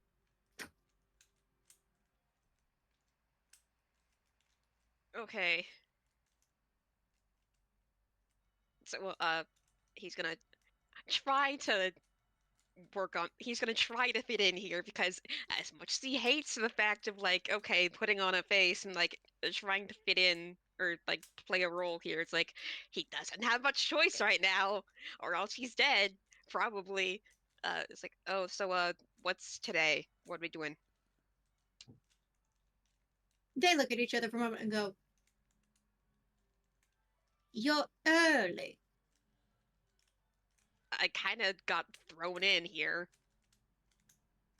You were not just supposed to show up for another 30 seconds. I don't really gotta watch. I get you are supposed to be a fool, Arlecchino, but I know your point. No, actually. And you hear a voice. Ah, shit. And you turn. And your vision shows you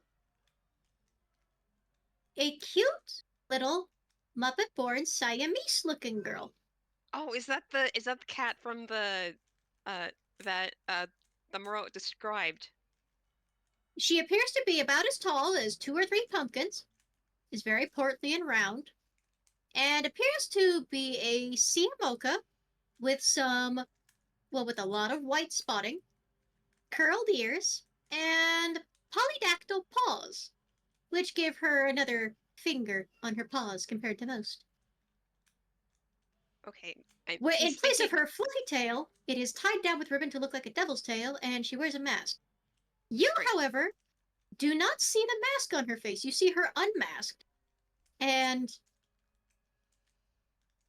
you see, in her hands, is a very simple Marotte with a little stuffed devil head on it. Yes, okay. Like internally he's like, oh hey, that's the girl kitty that the Marotte described way back when. Oh hey, oh my god, that's the thing. Oh my god. You Okay, also we're doing see, this right now. on the shadow behind her head and her tail, a painted shadow of horns, a halo, and a tail. And a whole lot of question marks. And Knox, in your pocket, there is a muffled voice of, "Ma'am? What the hell is she doing here?" Belle? Keep the No, I heat. said Meg. I said Meg. Meg. I was saying Belle because what? Pocket? What? Yeah, the voice of Marotte. Marotte has changed the closer you get to the head. It starts sounding Oh. more like Belle. However, it's still muffled in Knox's pocket, so the only reason you can hear a word is because you're tuned to it.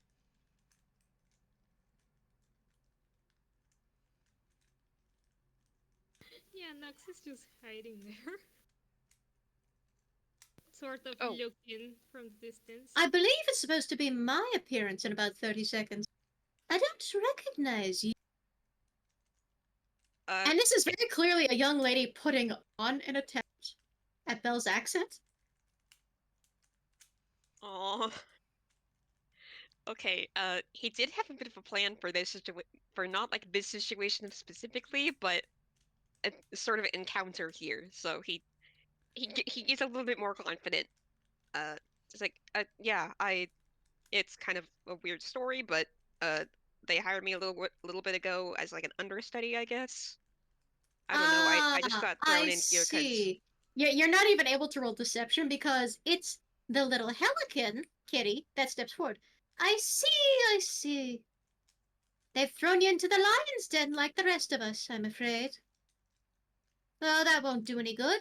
You won't be able to act with the rest of us if you don't get introduced first. Just tossing you onto the stage like that is liable to get you hurt. I'll say. You'll have to forgive the guards. They're new hires. Yeah. Anyway, allow me to introduce you. This is La Signora, and she gestures to the semi-feminine captain individual standing there in the flamboyant and rather exaggerated military regalia, which doesn't belong to any country and doesn't really bear any specific actual rank aside from just, captain hat. But the mask is clearly defined as opposed to the traditional work for La Signora, which is very heavy makeup. But her coat is very wide, which does reference the original outfit. And we have Colombina and Jezebel.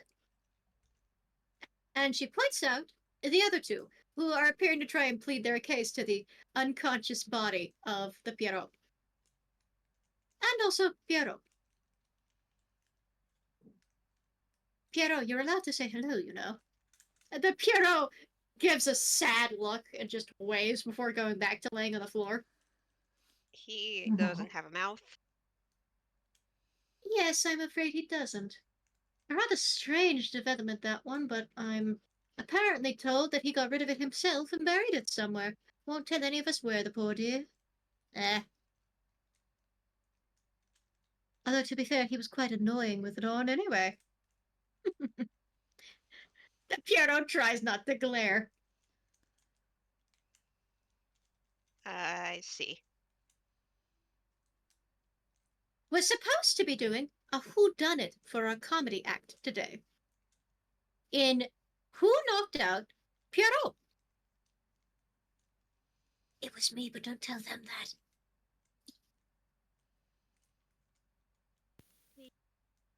May I incite her when she mentioned about the mouth thing? Yeah, Sure. I think Word should do that too. Yeah, go ahead, both of you. Nope, that's okay. Hang on, I want to see what. Okay, what's that? 15. I got a 9. On a 9, somehow with this circus, you wouldn't be surprised. You're very easily convinced that could happen. Yeah. Nox. Loose. On the one hand, it would be rather strange for a clown to remove their own mouth, and you don't think that's what happened.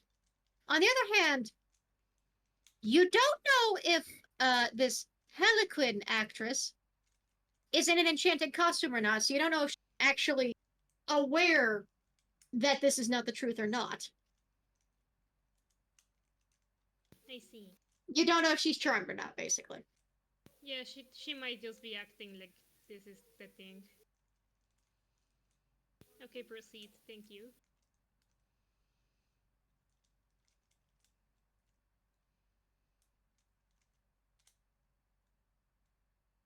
If you would like to, we may proceed with the act.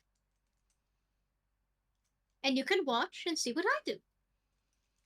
All right. I can do that. Should I hop out of the ring or stay in? Why not? Just sit on the side. That's tall enough. All right. And he'll hop on the side and just kind of hang out. Internally, he's still screaming. And I am going to roll a dexterity check real quick. See if she can sneakily hide something under your buttock before you sit down. That is going to be a +4. But it's a whoopee cushion. He's gonna try to. I think I'm gonna try to contest that. Nah. I do it first. You're already sitting. You already made your choice. He's hyper vigilant. So that is a nat 1. Okay, good. She places the pie down on the thing, and then goes to help you sit down, and instead sits herself on the cream pie.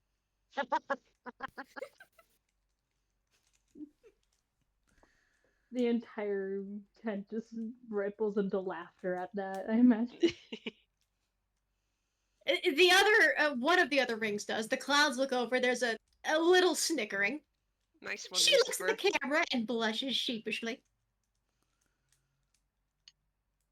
You don't know what camera she's looking at, for the record. Yeah.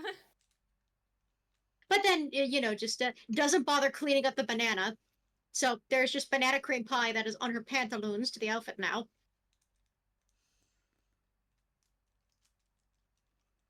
And she We're just gonna starts pick up the going back remains out of... and save it for later.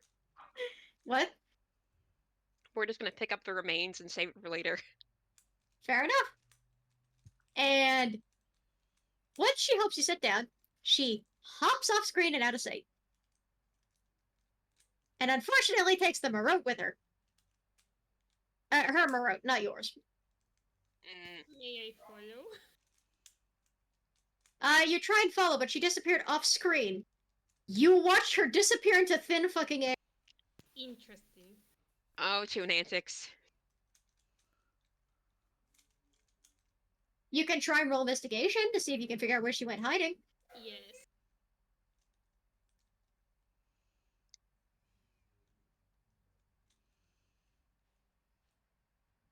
I can't even. That is a 9. You start looking, but by tone antics, she sure ain't there. Nox is really good at sneaking himself, but it's so bad at figuring out shit other people do. Sometimes you get caught up in your own antics. What can you say? Truly. And you watch as the captain is clearly grilling these guys for a hot minute. But it's almost not with words you can understand. It's almost with a sort of gibberish made for the stage. Although, you think the Marotte would caption it for you if it was even feeling the slightest bit like participating. But you're still feeling depressed as hell. Your stick buddy is not having a good time. And is also now very confused. Noxie needs to give this guy a pep talk. No, I kinda want to understand what the people in the theater are saying. Well, you'll have to tell the stick that. Like me talking to the stick. Yes, you talking towards stick in your pocket. Do I have the googly eyes? The googly eyes are already on it, yes. Okay.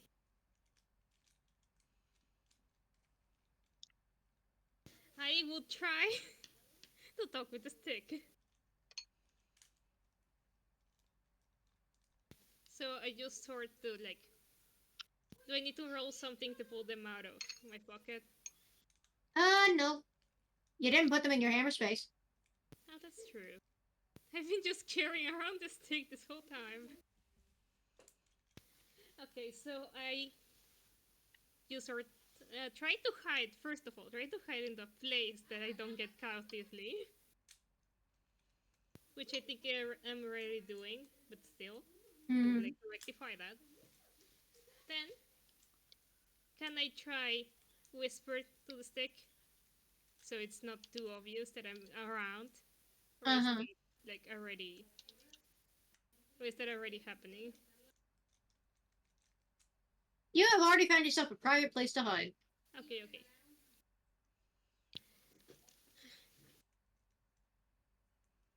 I sort of told him like, hey, what's all this about? If you don't mind talking, of course. Oh, there's no sense of it. And do you Somehow they've gotten Meg to take on Helic. I don't know how or why she's even here. know who is Meg? Megara. She's my little sister. Oh, you have a sister. My other half has a sister. By extension, I have a sister.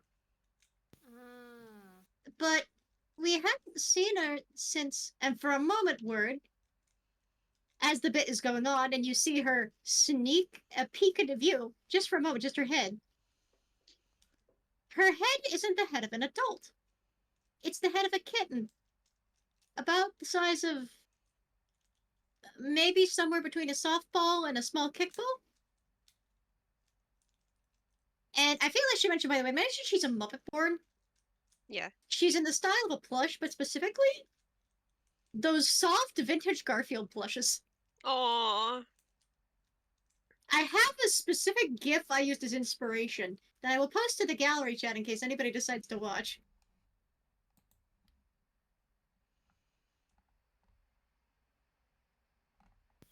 Oh, adorable. So just a Garfield plush that is instead a Tortilla mocha. Oh, man. And is also just stuck in an outfit trying to look like a devil in costume. Bless her.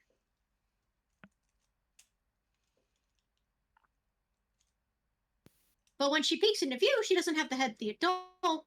She has the head of a little girl. The exact same age she was when Belle originally was forced to run away from home all those years ago. And it's small. Her eyes take up like 75 to 90% of her face. Oh my god. how old is she again? Well, she herself, if you look at her, she herself is an adult who is currently sitting in late 30s, early 40s. You'd register? Difficult to tell with all the costuming on. But Belle is in his 40s, late 40s, so. They were all born in a clutch, so they're not that far apart from each other. But she's just really tiny, and it's just easier to classify as like Baby. she is just baby. They were just made in a little cluster. So I could say late 30s, early 40s, but the truth is she's around Belle's age. She's just, little sister. I see. And she is just moving like a stop motion little Muppet born toy. And instead of you seeing this adult woman performing and just sort of sneaking around, hiding behind obvious things, watching the interrogation continue, you are seeing a little girl hiding, who is holding a stick that is way too big for her. So she looks young, but she's actually like. In the vision that Word is seeing, you are fine. You see her as the normal adult. Looking at normal adult. Okay, good. Word is seeing her as Belle saw her last when he left home, which was when she was just a little girl. And it's only for a split second before he sees her as the normal performer again, just wearing a mask of Belle's face, which is rather odd.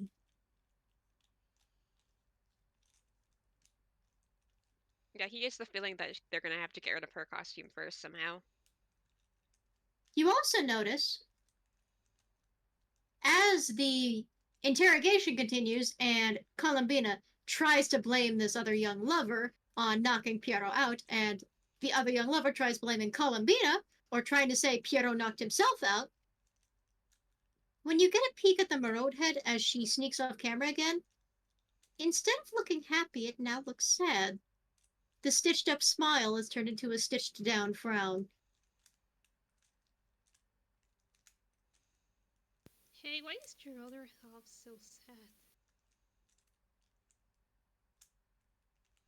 Well, I mean, if you were forced to perform for several years for this one place that just used you for money and fame and fortune, I think you'd feel pretty sad too.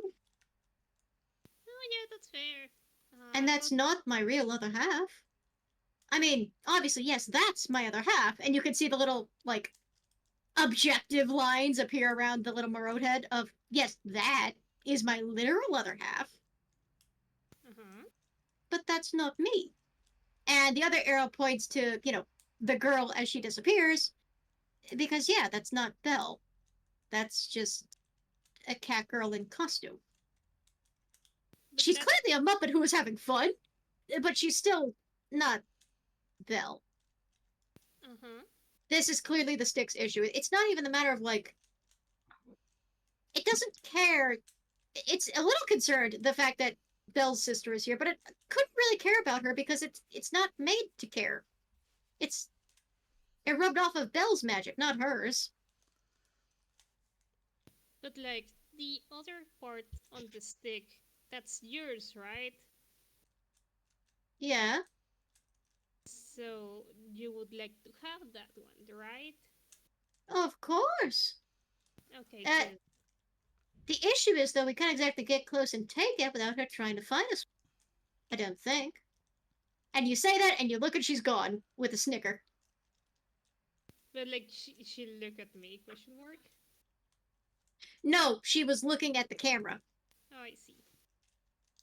She's basically playing like she's watching this foolish interrogation go on while she's sneaking around behind stage, so to speak. Yeah, so she's just appearing and disappearing. Mm-hmm. Like she pops off camera and you try and look behind stage and you can't find her. I see. Actually, let me roll her a... she gets advantage to perception because she has the headpiece to the Marotte. Oh no. 2d20 plus... I also need to wash my hands in a second. I accidentally picked something open. That's unfortunate. 2d20 plus... Cool. The measure of balance is shown. She rolled out with advantage. She got a nat 1 and a nat 2. And a nat 20, but that's not enough. No, it is. Nat 20s work. Oh damn. It's the rule of cool. Nat 20s tend to work whenever they're rolled. No. To an extent. Damn. Okay, go ahead. As you're looking for her, like you're peering around a corner, you feel something cold and wet slide down the back of your dress.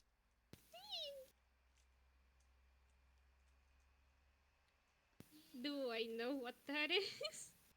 It feels like an ice cube. Oh my god. She just slipped an ice cube. You turn around and all you see is a tail before she does. Oh god. Okay, so she clearly knows I'm here. You're not being very clever in hiding, you know. On instinct, you don't even make this. You don't even get to make the save. The stick forces itself in your pocket. Understandable. You don't see where she's asking this from, for the record. You just hear her. Well, it's just like I couldn't help but look at the rehearsal, the act a little earlier. It just looks so good. We do practice every day. For 24 hours of the day. Oh, I didn't knew that. Nobody does. Is this within sight of Word or anyone else? Or is he No, just kinda... Nox is the only one that can hear it. Okay. No, yeah, Nox is just somewhere in the tent, and she's just somewhere in the tent with Nox. Word's Meanwhile, Stella and the other two are just outside. Oh, yeah, no, let's get to you for a moment, actually. Because I will say this, Word, you can hear what's going on, but you can't see. Because of the attunement. Back to the folks outside for a second. We might as well walk around. Yeah. you say that, and then you turn and go, I actually wouldn't recommend that if I were you. Uh, And you turn, Who's that? and there are 2 guards and a familiar spider lady. Uh-oh. mm, Cheap, cheap. hello. You don't mind coming with me to answer a few questions, do you, fellas? Maybe. What if I do mine? Just no. 2 more guards step out from behind the first 2. Stella stands next to Sam, holding his hand, like, no, I'm scared. Fantomius just has this look on his face like, oh, phooey. He just has the so done with this day look on his face. Anyone with eyes can see it. It's like, I'm done with this. Listen, I'm you done look with tired, this. you look sore.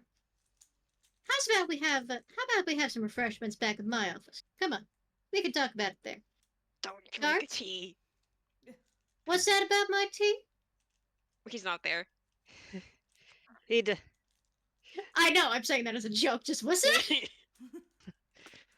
sure, fine. The guards smile at you, and the 4 big, burly killer clown doll guards help escort you to Karana's caravan. It is significantly bigger on the outside, well, on the inside than it is on the out. It's already like twice the size of the other's carts. You get inside, and it's like 4 times as big, rather than just twice as big. Ah, yes, Toon Space. And it is stuffed to the brim with dolls, marionettes, modeling mannequins for clothes, and plants. Somewhere in the cart, you can see 2 beds. One clearly hasn't been used. The other is lovingly made. There are tons of pillow covers, quilts, cushions, blankets, and hanging lamps, all casting this lovely, calming blue hue on the scene, which makes you forget it's daylight outside at all. It feels like it's turned to night in here. Yeah. Fantomius still has his done with everything look on his face. It is not calming his nerves. Stella's kind of wringing her sleeves nervously. Like, she acts like the child that has been sent to the principal's office. Understandable. Have a seat. And you can see she's actually set up a tea table for like a little tea party. It has a Stella sits tablecloth down on it with immediately. lovely lacy spiderweb and flower details, sleeping animals embroidered all. You could see a few stuffed animals sitting in some chairs, but there's enough for you. And there was enough for your friends too, but they're not here. Oh no. Come on, have a seat. The pillows are comfy. I Stella, fluffed them just before you got here. Stella sits down. Since Stella's holding Sam's hand for comfort, he is gonna like kind of stroke her hand, just kind of comfort her. I know that she said she was like the child being sent to the principal's office, and I fully admit that Fantomius is right now is giving the air of that tired, frustrated parent who's also at the principal's office now. Listen, Paul. Listen, Paul. What you think we did, we absolutely did not did it. In mouse speak. I'll ask for your opinion when I get it, little mouse. I suggest keeping your snout shut. And you realize she understands you perfectly. Okay, let's just get into this.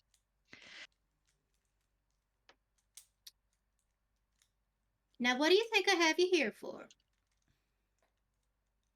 I could probably list some things, but I'd honestly would rather just hear what you think it is. What do you think we are, cops? Come on. Well, considering the armed guard, yes. Listen, we're one of the most successful scary circuses on the market. It pays to have guards keep competitors from sabotaging us. And the past guards I've hired have not been up to snuff, so to speak. So I figured I'd make my own. Ain't they pretty? As she crawls onto one shoulder and pinches their cheek. They smile at that. You I'm gonna made roll them. insight. Okay, both of you spoke at once. Sam said you made them. Question. Oh, yes, I did. And And one of you wanted to roll insight, so go for it. Yeah, that was me. Made them myself from materials I wove with my own hands, my own thread, and some other market materials. I think Sam will also roll insight, just because I feel That's like a it should work. 6. No. Okay, Sam is also rolling insights.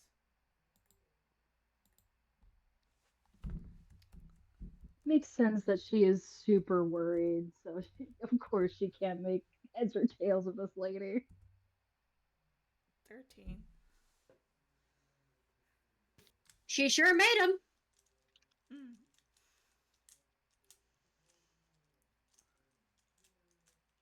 You can't tell if she's bragging about the fact or she's just stating it as a fact.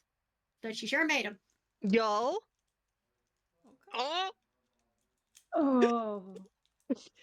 Tobias is Fantobius? having...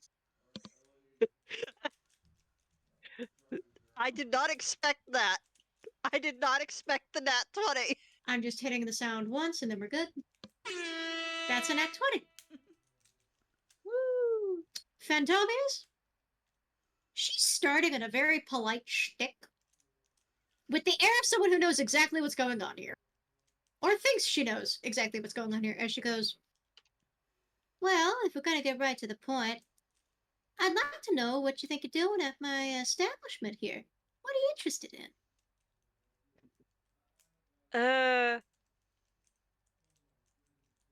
Well, frankly, that depends on how honest you think I'm going to be. Because, to be perfectly honest, I think whatever you think is happening is actually not even a little bit happening.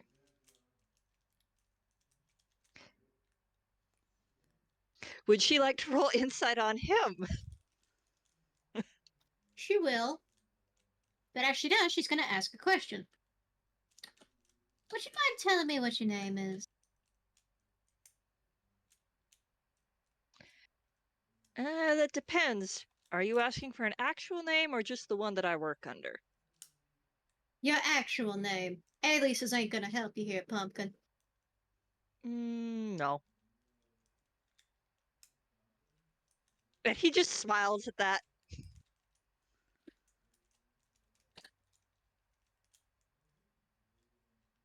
Give me a moment.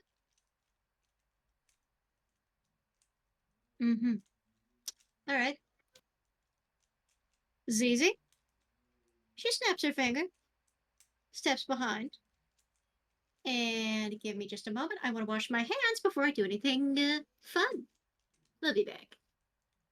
Well, the thing We I was pecked her. suggesting that she was rolling insight for was basically trying to get the impression back that there's like a half note of rightness, but it's more along the lines of whoever you think that we are working for is not in fact the person you think we are working for. And the fact that you think it is kind of funny. Or I guess it's along the lines of Mhm. the person I'm working for is someone I think is very funny because you will never suspect them. I mean, that is a fair assessment.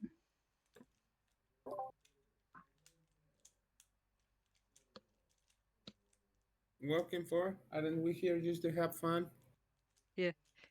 He's just kind of amused now. He's still kind of got the tired parent air, but now there's just a little tiny tinge of amusement.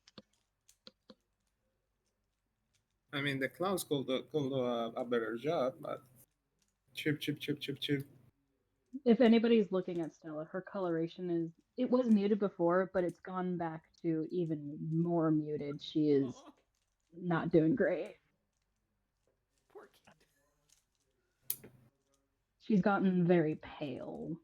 And Sam, because you are holding her hand, she is like ice cold, like almost to a concerning point. She's already like has a cold effect, right?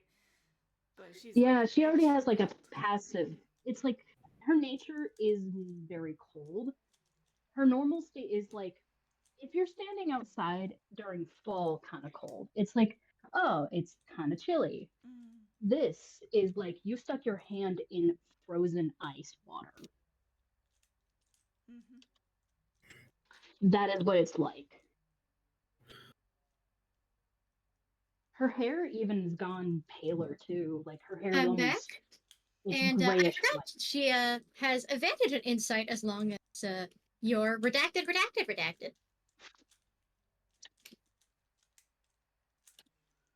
I'm sorry, I didn't catch that. Oh, don't worry about it. No, out of character. 19. She has advantage and insight while you're redacted. Well, like I said, he's basically kind of amused now because he's of the impression that something she might get would be close, but she's never actually going to guess who she thinks they like work for. Because as far Well, as let's go over what we've apparently seen happening. You were spotted today approaching the animal tent. Mm-hmm. Not long after that, one of the other guards reported that 2 of the tent poles had melted into ribbons. Well, that's interesting. Now, the second one was rather innocent and unassuming. The first one was one of the ones that the guard that appeared to be distracted by a imaginary noise seemed to see you approaching before with something out of your pocket. Speaking of which, I know it was you. I don't just have guards watching the circus. I have eyes. I'm not blind.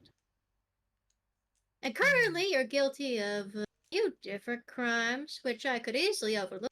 Cooperative. Trespassing, destruction of public and private property, disturbing of the peace. Let's see. At that point, he's just kind of flapping his hand, going, that's actually more the same of my record, honestly. I've done vandalism, Stella says. He says, Stella. let's see, I've done assault, vandalism, breaking and entering, destruction of public property, destruction of private property. I broke into one of the Conspiracy most against an entertainment company. That's another one. Oh, I had that one. No, wait, that one's in there too. I mean, I did break into the office of one of the biggest news stations at my home city in order to egg the person who lived in it. Why? Because he's a muckraker who scrapes the bottom of the barrel for basically anything he can do for slander. Ah, so you're a regular thief by trade. Understood. Thief, Guards, vigilante, would you- take your pick. Guards, would you do me a favor? And the guards turned in unison toward her. Now, one of them, Zizi, had started making zipping noises. Or unzipping noises? She makes a movement with her hand, and the guards descend on you.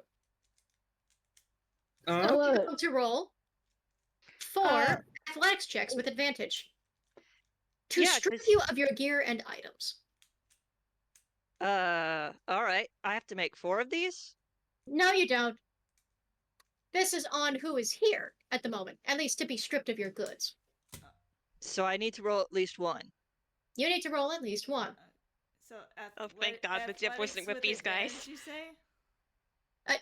No, you don't get advantage I in the thought- slightest. I don't know why thought I heard you say that. That didn't make sense. I'm rolling 4 athletics checks against you to strip you of your gear. Okay, here's Stella's. 13.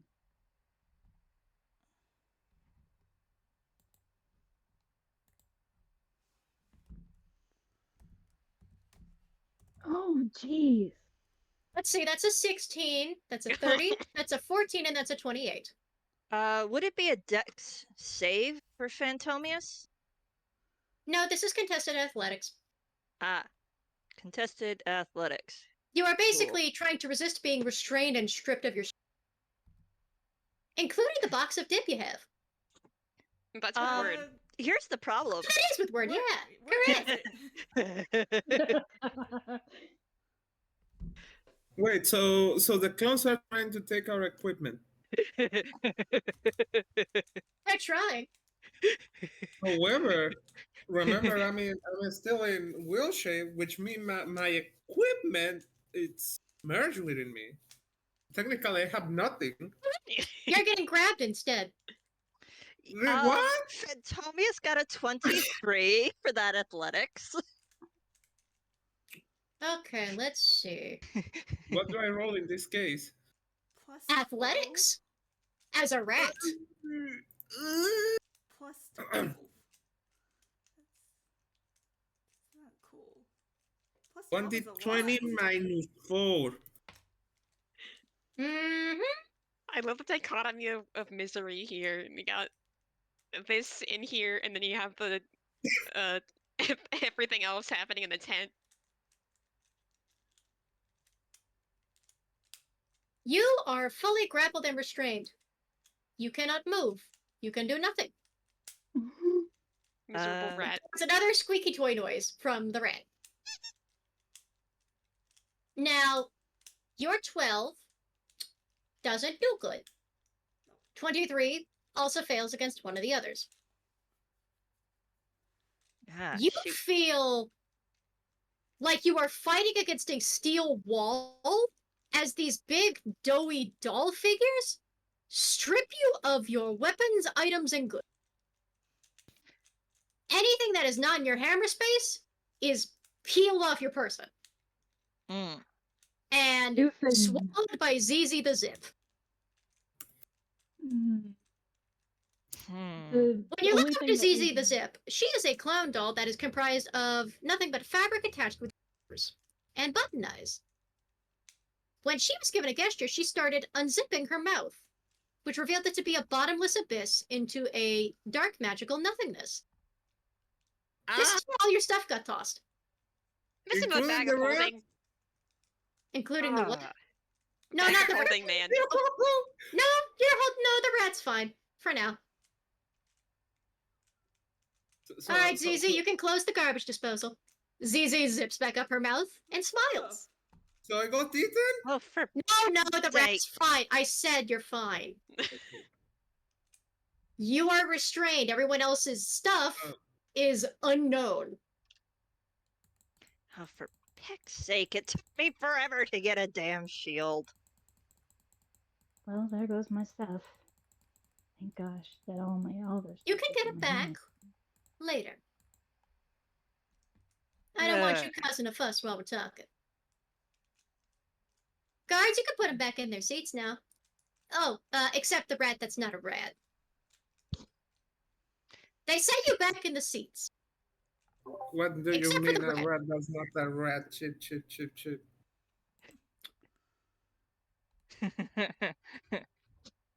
Sweetheart, Can I bite who's holding me? you roll with disadvantage. All right. +0 to hit. Oh, amazing.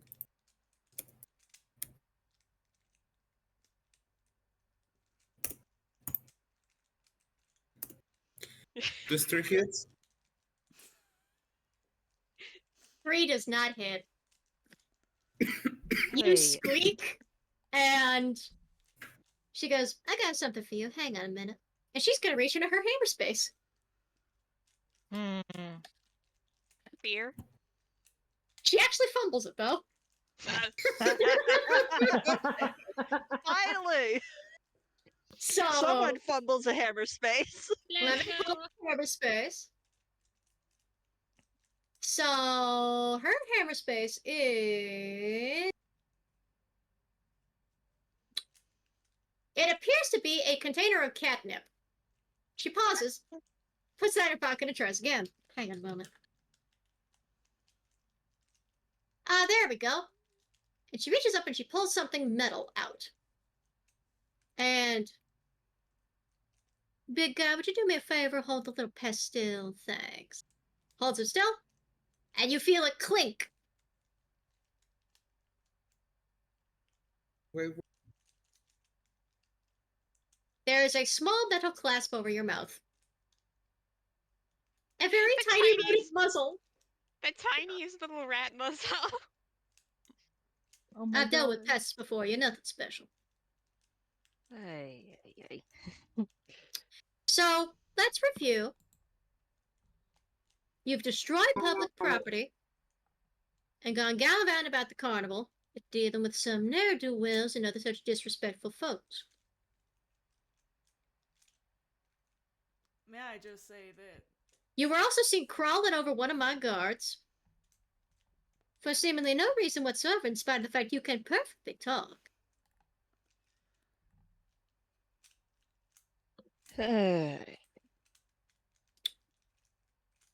To be honest, I don't know what they were crawling over the guard for. Well, they can't answer at the moment. They're muzzled. Probably for the best. Look, I really don't like being rude. I would have loved to just talk this over all civil-like, but I've dealt with so many saboteurs and agents from other companies trying to drag my down. I just have to be a little paranoid, you know? You never know who's going to try and ruin your business. Funny, you seem to be doing just fine on your own. I'm going to roll her a charisma saving throw.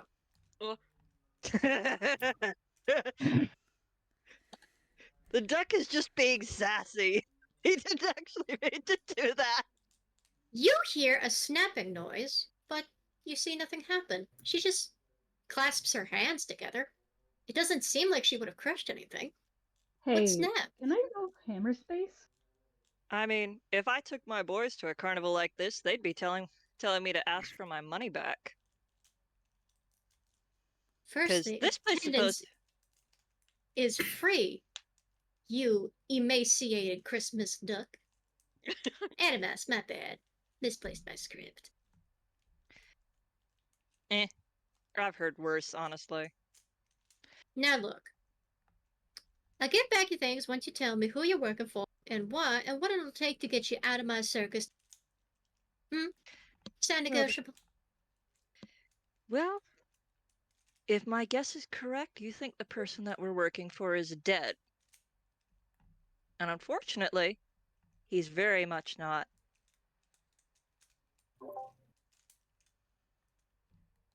Although I'd love to hear you guess which one.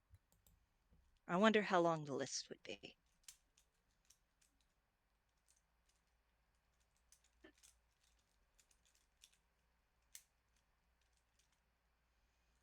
Yeah. At this point, he's very much just trying to get under her skin. Her head tilts with an odd rustling noise. That doesn't seem like it makes it. You have solution. Just a posted gif of a rat being enlarged. But I've had a number of folks try to drag this place down over the years. You're gonna have to be a little more specific, sweet thing. I've dealt with a lot of undead. Oh, Stella will speak up. he wasn't undead when you dealt with him. Hmm. Although I think you tried to change that. See, now your wording's confusing me. I know what'll straighten that up. A cup of tea. No, thank you. I'm allergic to most tea. Mm-hmm. But I'm gonna roll a deception. Oh, now you borf it. Let's. What's the number? Let's see. What's the modifier? Try her again. Yes, I made you bad at that because I thought it would be funny. Wait, was that a 2? No, it was a 1. So it's still bad. yeah, it was a 2. It's very obvious that he's just saying that. He doesn't actually mean it. My tea is different from others. I'm sure Mm, we'll figure something out. Make 'em comfortable, would you, boys? You hear a strange chittering noise from inside the chests of the other guards. And from their mouths, a cotton candy like webbing is produced that sticks you to your chairs. Oh no. As she walks off, not very far off, mind you, she's still in view, and starts brewing a cup of tea. And in your hammer space, you have hot sauce. You can try your hammer space, but the first thing you kind of need to is you need to make me a dexterity check to see if you can even move. Dexterity check. rolled Let's it. see it. Please. Let's see, Mia. Let's see the dexterity check. Alright. And Annie posts the picture. That is correct. It's just, do you have the slightest idea how little that narrows it down? I love That's that he pretty was trying to subtly get her to realize that it was Belle, this person that she's been running this anniversary show for. Because he's kind of on the same boat as Belle, thinking that she tried to kill him. And it's just You not said working. dexterity, Did right? you say dexterity save? Check Check. Okay. to make sure you can even move your hand. Okay. Also, we'll get back to the Arcana in a second. Don't you worry. Boy, I'm glad I'm in here and I'm not out there. Hey, where's the I caveman? almost rolled in the wrong spot. 8. Horse. Oh, Stella, honey. She So, is Stella, you were okay, trying to say okay. something? Okay, 15. What was Stella trying to say? Stella was going to say something while she was trying to figure out who Domius was talking about, and said very subtly, "You probably couldn't guess who it was if you tried, lady." Repeat what you said? Your words kind of blurred for me. That's my fault. Oh, I heard it. It was, you probably couldn't guess if you tried, lady, being muttered. yeah, very quietly, very sassily. Okay. 27. That's a 19, specifically. 19. We have time. So, is that versus the 15 or? No, that's not. Okay, so Meryl, I'm sorry to say, yeah, that 8 does a fat lot of nothing. You are real tightly restrained. You didn't think the web was this sticky? It smells not like cotton candy. It just looks that way, which is not the same as poor Candy Cane. Candy Cane is minding her business. She was just doing her Yeah. job. This is not candy. This is not candy. When she does turn around with the tea, she notices that Stella's gone perfectly white. Her hair, her blue coloration, gone. She is only white. I wish I could do that. I mean, Lost color. no. And then we also have a 15 from Mia for Sam. Mhm. Sam, you can actually carefully try and reach into your hammer space. You can try. Yeah. We'll give you one attempt to start. Okay. So, he's gonna. Listen. 3. So, what are you getting out of your hammer space? Hot sauce. You're really kind of struggling against the webbing here. This is not how spider webbing should work. It feels wrong. It feels more like ooze than proper spider silk. But You managed to barely get your hand into your hammer space, and you're getting out. What was that? Hot sauce. And you barely managed to finagle out the bottleneck bottle of hot sauce. She continues. Let me start going down the list, and you tell me if a name sounds familiar. She says as she gets some herbs down from a cabinet. And you realize her shadow is a little too long to be reaching those, and she's not using spider silk to get them. How is she reaching the shelves that she is too short for?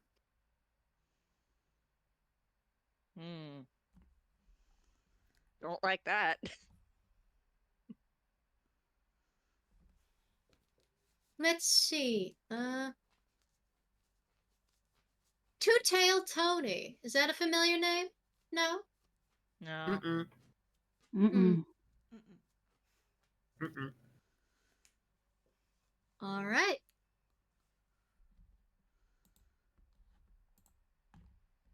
Penny Farthing. Is that one familiar? Mm-mm. No, ma'am. No. Sylvester Sharp? Nope. Who? Mm-mm. Oh, Nah. why do you recognize that name? No. I Hmm. just think it's funny. I No? didn't actually. No recognition yeah. for Sylvester? Nope. That's cute. Mm-mm. He would hate that. The Give air a shame on starts his to part. smell sickly sweet. As her fingers, which previously appeared very short and cute, elongate as they run over the edges of the teacups, and then go back to being short again. You have extreme hot sauce. What are you doing with it? Is she looking at us right now? No, she is not even near you at the moment. She's not far from you, but she's currently at a stovetop getting some water heat. Because, okay. So my kind of idea is that if she's trying to get us to drink the whatever potion tea, that hot sauce would disrupt whatever potion she has going on. That's my idea. Ah, I see. Sauce I that see. pot.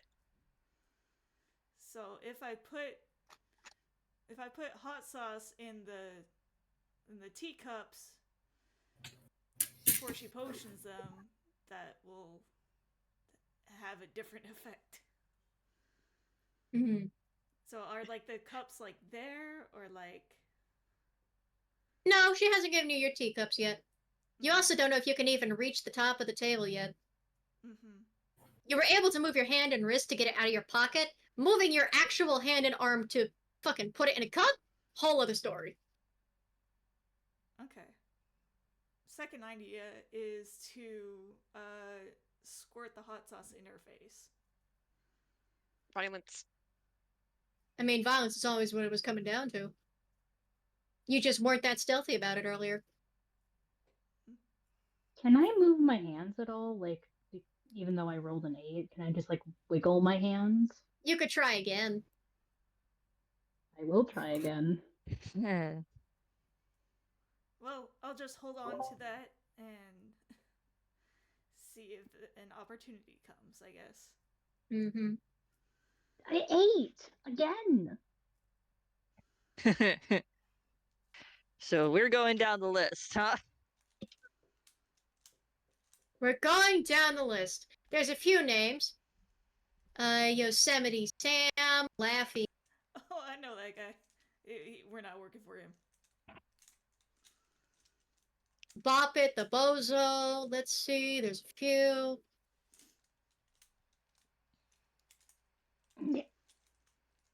Oh, Belial DeVille. Huh. Silence. And Silence and the mouse just Huh. checks itself. So that was the one he was using then. You blow it up. We're gonna insight check with. So Bentomius is the one who's not too bothered about it. honestly. Mhm. Because I mean, he's got what he kind of don't thinks sneak- isn't going to sneak- be an ace up his sleeve if she makes that, if she actually positively makes that connection. I don't know if it's actually going to be an ace up the sleeve, but we're going to find out.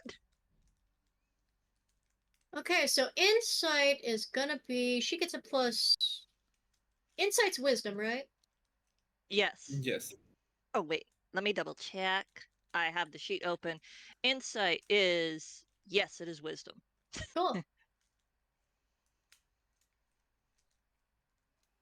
She gets advantage on that while you are stuck in her web seat. So.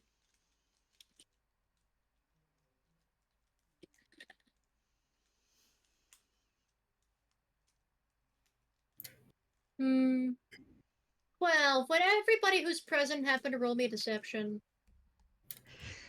See if you can hide your recognition of the name. I Oh, don't know the name. well, I'm not Uh. surprised by you rolling that because, frankly, you didn't actually really want to hide it because you think that will freak her out. You bugger. What was your deception? Ah, right. That was a. Those of you that don't know the name don't have to hide it, but you know. It's a Fair enough. I feel like freaking it rings two. a bell. It's a freaking two. She glances back at just the right moment. And her eyes look different. You don't know how, though. It's difficult to see from afar. But she catches you at just the right moment, Phantomius. And as she's stirring something, she slows. Interesting.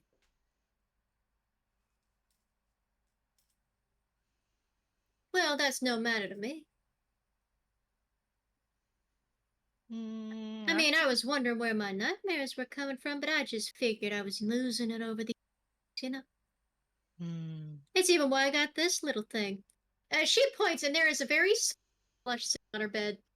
It looks like something with a very big eye for a head, and has 3 little tentacles with eyes on it. It is very cute. It is actually a very cutesy little monster toy. It is also a magic item. But you don't know that, so, you know. Wah wah. I have a question. Mm. Are there any windows in this room? They are very distant and high up compared to what you think you would have seen on the outside. They are out of your reach. Especially while we're webbed to chairs like we're villains in a Spider-Man story. How big is this room in size exactly? 60 feet. Hmm. The I'm door debating on behind you looks damn near microscopic from how far away it is. It is also closed.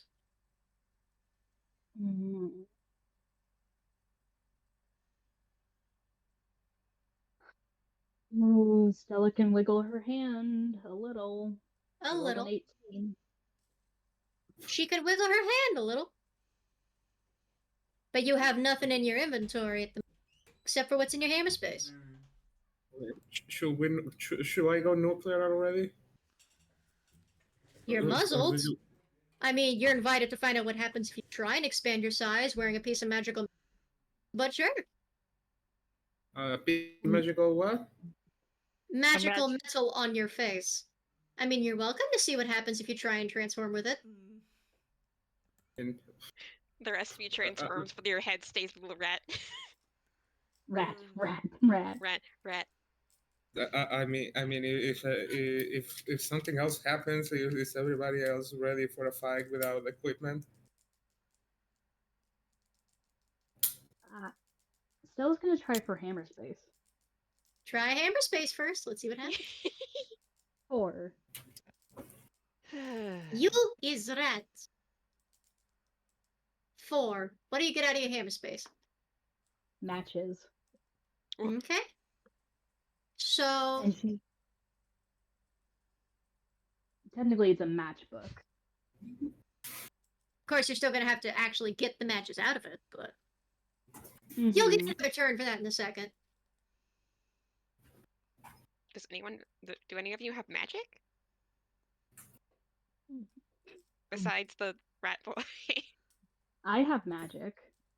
If you can cast it without components or somatic, if you can cast it without material or somatic components, and it's verbal only.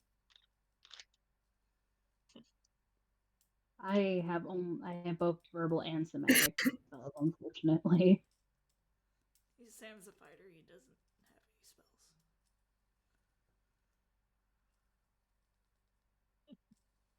All right. Let's be honest here. If you're working with him, you don't want to be. His work tends to lead folks down darker paths, dreary turns and alleyways, and leads them to dark, dismal inns, leading out in back alleys where no fun. Or, by the sound of it, I hear, burning up forever in fiery sin, pendant. Oh, well, to be totally honest, I'm mostly doing this to get out of that last one.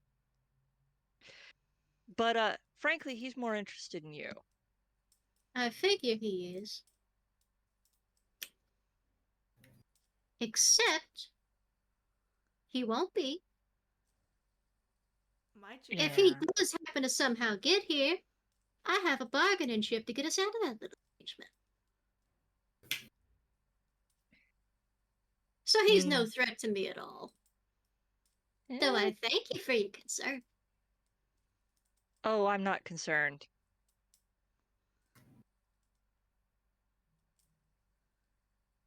Now, I doubt he gives a forgive my speaking, little rodent friend, rat's ass about your well-being, but I know there's some folks here who he does, in spite of everything, perhaps have a heart about. Or if he doesn't, then you get to watch his true cruelty emerge. If they happen to die carelessly in front of him, he doesn't even blink. Oh, well, frankly, he's already of the opinion that he's going to grind everything here and salt the earth, but, well, if you are so certain of your fate, go ahead and sign it off with that one, I guess.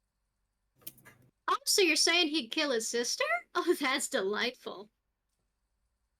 No, I was thinking more along the lines of he'd kill you. Violently. I don't Well, think he'd he'd have to let you catch get up away with it. first. And fortunately for us, I hear snow is in the forecast. As soon as the first snowflake falls, the circus will vanish. As if it was never even here. And we and everyone with us gets to go somewhere else. You think you can defeat the devil? Sorry, you were talking. Stella just said incredulously, you think you can defeat the devil? Good luck with that. Honestly, no. But you can always buy time. And if anything, the devil can be bought. And as she starts to brew tea, you hear her start speaking in an unfamiliar tone. Now, before we skip back to our friends who are not going to fighter horse, does anybody understand undercommon? Nope. Let me double check because I'm not sure what languages does he has. Seriously, Right, don't what know that. languages does he think? No. Stella only knows Common, Grolixin, and Primordial. Nobody understands undercommon? Nope, unfortunately. Wait, Yatse has deep speech? Oh, you could have understood the clowns from the start. Okay, I get to speak for the clowns. Neat. Why do you have deep speech? As myself the same. Why does he has deep speech? Is It does it have to do with your backstory? I'm not sure. I mean, Oh, it's, we're I gonna mean, I'm pretend it's still intentional. thinking what his backstory is gonna be. I'm sorry, but Okay. So you've been able to understand the clowns from the start, mm-hmm. but she starts basically casting her spell in Undercommon. And as she does, you see the way her shadow twists and contorts. Not in a painful way, but in an elegant way. Where I don't like that. exoskeleton I and don't like bone just kind of snap seamlessly into place. Ignore the fact that you hear the snapping of bone. It's fine, I'm sure. Can I attempt to change shape? You can sure try. Charisma saving throw. All right. All right. Charisma saving throw. Oh, but just won the 20.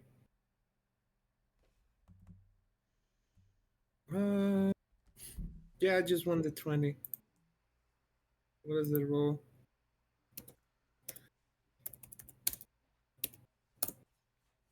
Seven.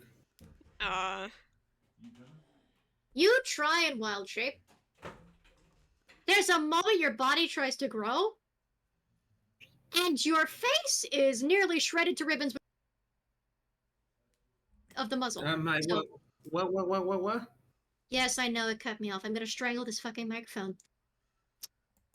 You try and wild shape back to normal, and you nearly shred your face to ribbons, trying to wild shape out of the muzzle. You forcibly are turned back into a rat. Do I take damage? Yes you do. Let me roll.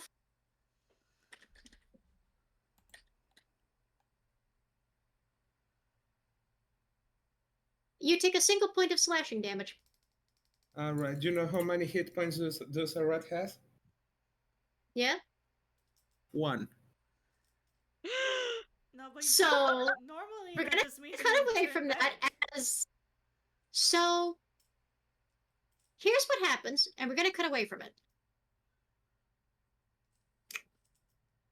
There is a poofing sound that is suddenly followed by a shredding sound. And good news is, Yahtzee, you're back to druid shape. Uh-huh. Bad news, for the sake of the funny bit that your face has been shredded by a tiny cartoon rat muzzle, you will be taking damage once we cut back to you. Haha, cut. Haha. Everybody So knows shit. Fucked. So, we go back. Back to Word and back to Lux. Back to Luz, my bad. I got the names. Fuck. You feel his name. And I'm sorry, alright? I'm trying to be nice about the costume. No, that's good. I just think it's funny. Blah. So Word can like hear this, right? Oh, no, absolutely not. I thought you said you could because of the Marotte. Oh, if I'm at your party. Oh, no, yeah, you can hear the, Yeah. you Yeah, can yeah. hear the talk that Nox is having because the Marotte can hear it. Yeah, You can hear what the Marotte hears. Oh god. He's probably gonna try to like, okay, Nox is in here. Where is like an area nearby that he could have snuck off to? Because if we can get what's her name? Was it Meg or something Meg. else? If the two of us can get Meg alone, we could get the head, maybe deal with the costume, or something else is what he's thinking right now. So he's like, okay, what does the place look like for right now? Like, where could they have gone right now? So, as you're watching the performance, by the way, Meg continues going between on-screen and off-screen view, just peering out in the failed interrogation. Columbina is clearly trying to paint this other person as guilty, while the other person is clearly trying to profess their innocence. He hit himself with the pot! He hit himself! I didn't do anything with it! You were just doing it to get as an excuse to get away from your date! I was not! I absolutely wasn't! And this is just back and forth while the captain, La Signora, is getting increasingly upset. To the point that it appears her spouse shows up and joins the questioning. And as they show up and they start, of course, it's snooty, rich older gentleman and this butch feminine, this butch lady captain of the guard talking to these two. The Helican sneaks around behind them and plants a very obvious flower pot shape into the pantaloons of Pantalone underneath his cloak. And takes the flower from Pierrot, gives Pierrot a little kissy, and replaces it with a rose before sneaking off stage again. When the other characters notice, because one of them's explaining, you just didn't want to give her any daisy. See? Well, that's not a daisy, Columbina, that's a rose. What? And they turn in it's a rose. And so now they're getting their story. Well, the Helican is clearly losing it. The Helican, in between these bits, by the way, continues pranking Luz. The next time, it feels like something slimy is dropped into your sock. God. Like, into what? Your sock. No. I suck. You dance around nervous for a second and get it out, and it's a little rubber toy frog. Can I try to sneak out of the Heliqueen again? Roll me a stealth, yeah. God, okay.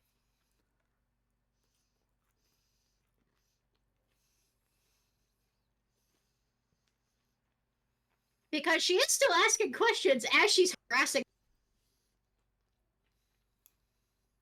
Oh God.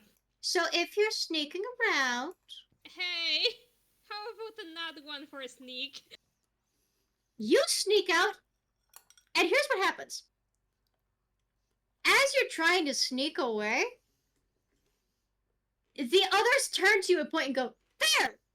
There's the culprit, and you were standing conveniently in the spot the Helican was supposed to come out. And so the other characters dogpile you in a comedic fashion. Word, snorts. We're just looking at Noxie. It's like, Okay. probably like the one like moment of joy he's had all day. And it's probably one of the only moments he's gonna have. Yeah. She's just like, oh, little old me. Yes, Okay, okay. old you. Get off it. Wait. Wait. Stop that's my kid. Huh? Or that's my kid sibling. Two of them stop, but the older gentleman, Pantalone, goes, well, I find it difficult to see the innocence of this child trespassing. If the microphone, I swear to the fucking god, the microphone doesn't stop cutting me out. Yeah, I was supposed to take care of him today. So you can explain the flower pot that fell on Pierrot then. Sure, gravity did it. Nox is just like looking at the word, doing a little cross with their hands, like, no, please let me handle this, please. They are not saying anything. But word's not lying. Oh, that's true. They just like It's a getting split second where it quite obviously looks like Pantalone struggles to remember what gravity is before recalling it, going, ah, so what you're saying is the assailant dropped it from on high. A clever trick, but one that we can't out. Is it one that we can't outwit or one that we can outwit? One that we can outwit, dear. Oh, right. One that we can easily outwit. There is no easily in the script. Oh, sorry. As they're doing this, by the way, the Helican sneaks up behind Piero, carefully reaches down and drags the body away. Behind the stage, just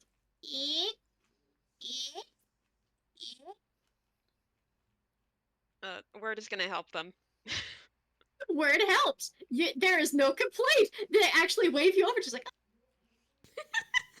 and you can hear now.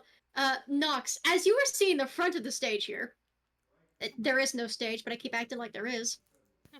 Pantalone tries to illustrate how the culprit dropped the flower pot onto Piero from on high, and how it still could have been used somehow.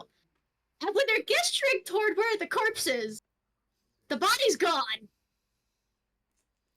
And so they look around confused. Yeah, Nox just shrugs silently, like comedic style. So they drop you and start arguing amongst themselves while Columbina turns, hearing a psst, and sees Helican wave her over. So she also goes behind stage. Behind stage, Piero is already sitting up and is just kind of looking at the Helican, and the Helican just smiles. So, how do you think that went? He almost looks like he goes to speak, but pauses and slowly grows sad. And when Columbine appears around the corner, the Helican, the fake Belle, gives her a hand gesture and... Oh! He thinks it couldn't have gone any better. And he looks over and seems to attempt to smile, judging by his eyes, but this is difficult.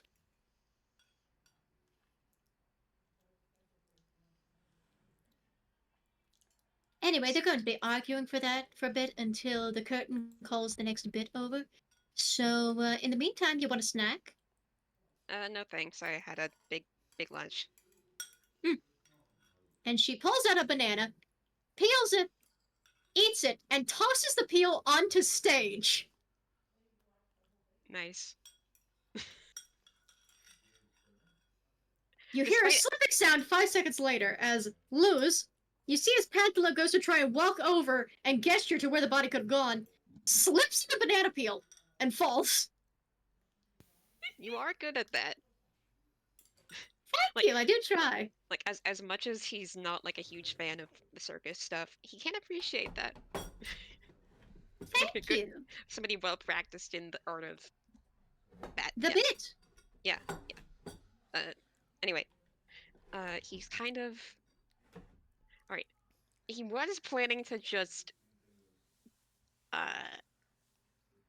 whole reason why he helped, he helped drag the body away was because, like, oh, hey, if we're alone backstage, I can do stuff, and, get the head, deal with the costume, whatever, but, there's other people here now, so that, might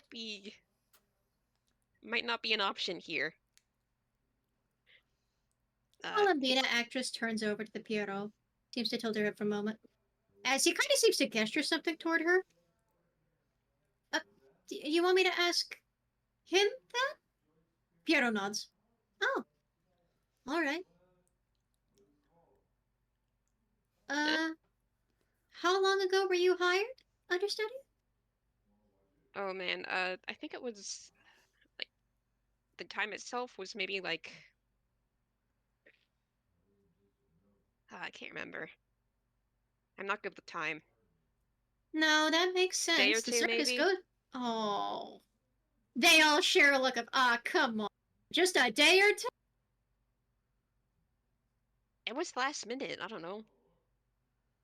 She's always doing things last minute. Last minute doesn't tend to make a good performance. Yeah, but I don't know. know a little bit of improv, so I'm sure you'll get the hang of things. You came up to Yeah. help with the body without needing any invitation immediately. That was good. I guess so. Yeah. It would have been funnier if you went out on stage instead of your kid. Yeah, I didn't really know they were gonna do that, so. And hey, listen. The ringleader's been slipping up on trying to teach the proper rules of etiquette with the circus, so it makes sense that you don't know yet. We'll be happy to teach you, and we'll have plenty of time once the circus leaves. When does it leave, you think? I believe tomorrow. Right, right. Snow is in the forecast, and as soon as the first snowflake falls, the circus will vanish. It originally was supposed to fall with the last leaf, but apparently the leaves have been staying on the trees for some reason. Word is thanking the trees for everything they've done for this so far, because holy shit. Somewhere a branch is giving a thumbs up. Yeah. There's a single leaf on that branch. It is doing its best. The leaf is the thumb. Thank you, tree. You're the real one. Anyway, he's gonna like look back to the stage and where Nox is. Nox, you keep trying to you are being basically pulled around between these three because the two won't let the poor lover escape, and the lover keeps trying to use you to help escape, but you two keep getting dragged back into the bin. Yeah. This time It's a whole slapstick thing. she's like following around at this point. She's just having a good time. Yeah, she's just having a good time. She does. Meanwhile, other people are having a spider nightmare. No, yeah. The thing about Nox is that they do what they think it's the fun, like the thing that brings them more fun, regardless of what the context is. Just getting silly. Just getting silly. You're allowed to have a wholesome moment. Meanwhile, there are spider nightmares. Yeah, that looks like the horrors, but I'm not there, so fine. Completely different room. Not related. Not related. I was there. I'm glad I'm not there anymore. Anyways. Alright. He's gonna try to. I think we're gonna just try to roll insight or investigation, just to kind of get an idea of okay, I'm in a different place. I might as well look at where I am right now. So I'm gonna do investigation. Oh shit, nat 20. Okay. Well, you are currently out of sight, sitting behind some conveniently building-shaped fake props. You're sitting behind this little area. And the Piero gets a banana. And clearly he can't eat it, but it just disappears when he puts it near his mouth. He takes bites, but they just disappear. The mouth isn't there.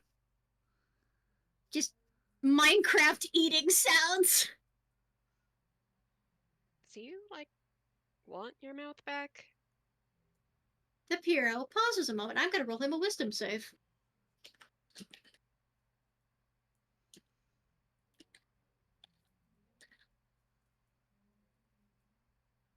That is a 17.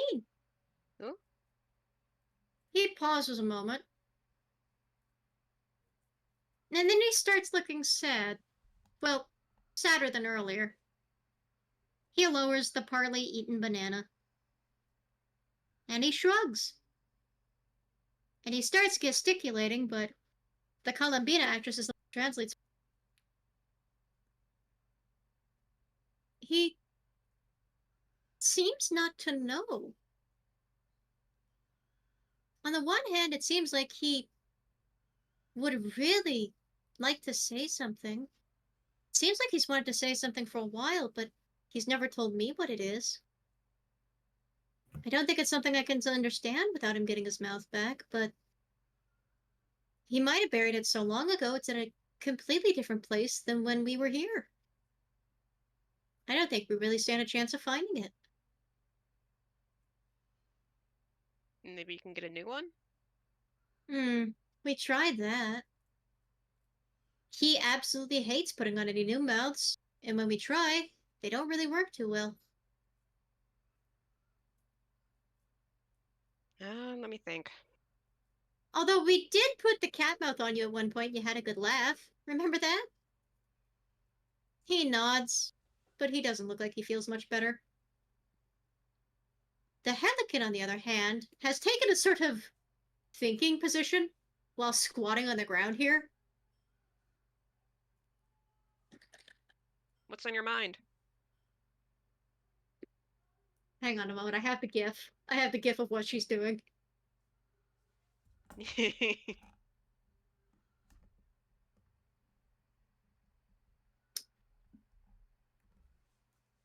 Well...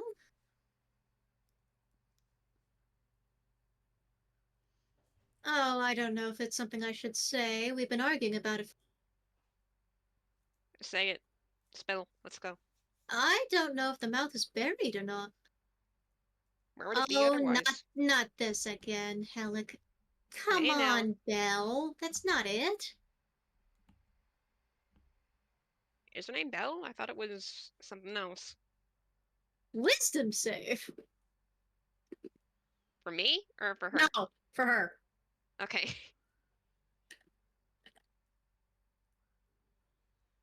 An 11 and a 9 both fail. She responds to the name Belle like it's hers.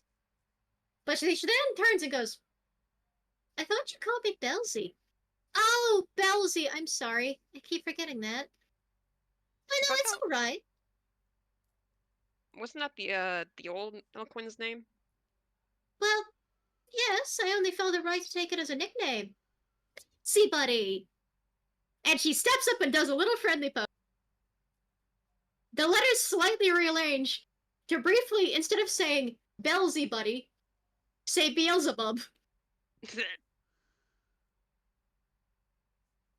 So what's your offstage name? My off what name? Your offstage name. Oh!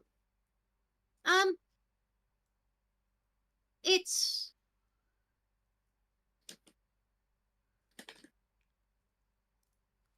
It's... Belzy.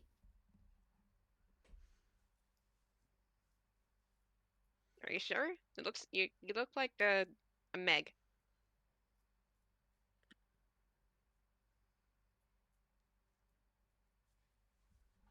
That's a whiz save with advantage. Aw, baby girl, honey. Can't you ever succeed these? Dear God. Girl, please. I mean, Meg sounds like a nice name, but that's my sister's name. Not mine. Oh, but I haven't seen her in a long time. Hey, maybe the circus will roll around Goldwood one of these days, and you could... I'd rather it didn't. And there's a strange little zap in the air when she says that. You don't know where from, but Columbina flinches and backs off.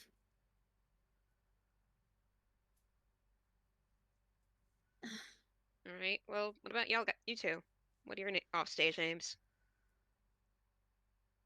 Oh, well, you can call me Lily. That's Pietro. He doesn't tend to go by an offstage name. How come? He waves. Didn't like your old one? That, and he just believes his whole life is one sad clown backstory. So he just keeps the sad clown name. Yeah, makes sense, I guess. What was it you said? You said your life felt like one big joke? He reaches up, and he pinches his nose as if he's supposed to honk it, but he doesn't have a honkable nose, so he just pinches his nose. Yeah, that's what you said.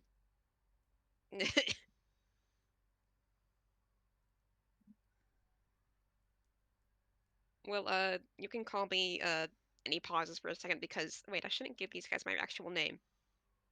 You can call me Will. Well, oh, that's cute. Certainly cuter than that crazy theory that Belzy's got going on. And Belzy, quote unquote, also known as just Meg, rolls her eyes, goes, "Oh yes, of course. Like your theory on where his mouth is better. You think he ate his mouth? He had a big stomach. He could have." If he had too much giggle water, he could have. You think he could have ate his own off of his own face? Off of his own face. Yeah? I mean, he's part Muppet born. It could happen.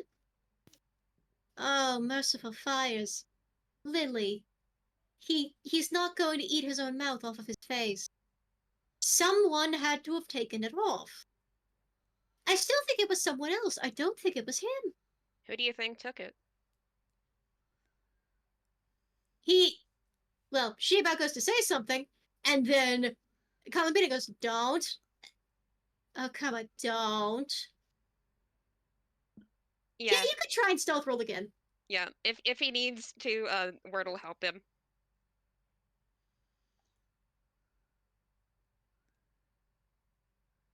So I rolled this with advantage or just normal? You roll with advantage. And luckily, we are close to the end here, because you don't have to wait to make day 2 report. Shit's going to ramp up for day 3 here in a real... Hey, I got a, I got a nat 20. Yeah. So you help Pantalone up, and then you start getting into a bit. They're philosophizing. La Signora thinks it's nonsense, and that the plate, the pot couldn't have been dropped down from that high up, let alone that the body couldn't have disappeared like that. So clearly, the real criminal must have run by and taken the body and scampered off. While Pantalone is scolding her because clearly the real criminal is among the people here. And they are just having an argument. They refuse to let this poor other guy go. He's like begging for help, but Luz just sneaks up backstage as they're playing tug of war with each other. Yeah. Luz just sort of like searches for Word and the other. Yeah, you just go behind stage and he's right there. Awesome. Hey, kid. He just sort of waves. Not really doing any noise, just sort of waves his way in. Hey, kiddo. Hey, real quick. Have you seen our ringmate around here? The spider lady. Have you seen her yet? No, I have never seen her. How does she look like? Oh, she's a cute little thing, just has this dusky, purplish blue skin. Has this, all this fuzz over her that makes her look all cute, that kind of thing. Very fluffy, very huggable look. Not a very huggable personality, but very fluffy. He just shakes his head. It doesn't ring a bell. Ah. Do you think she could steal somebody's mouth?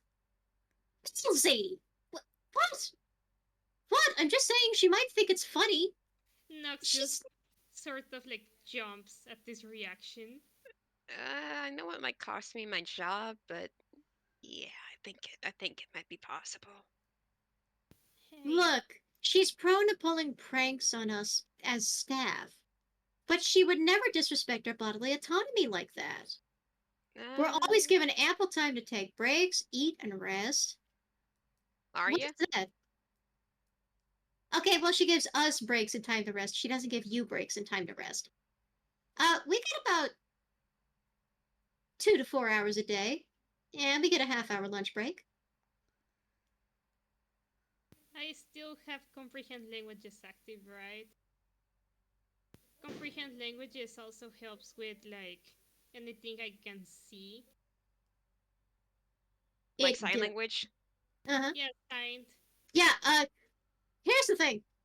Columbina has not been understanding all of the sign language or it's not even like, proper American Sign Language or anything. This is like wildly semi-accurate, semi-inaccurate Grolix Toonie Sign Language. Yeah. That he's basically been trying to wildly gesticulate, but he's been like mistranslated so often he gave up. He's trying to say, I think my mouth was stowed away somewhere. I just don't know where.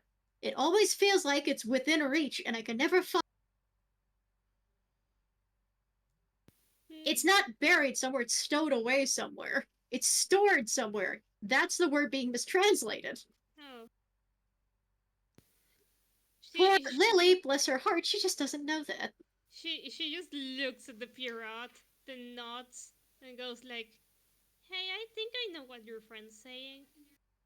Oh, you do? Yeah, they are saying that they feel like the mouth got stored somewhere. They don't know where, just like in some place. It feels really close.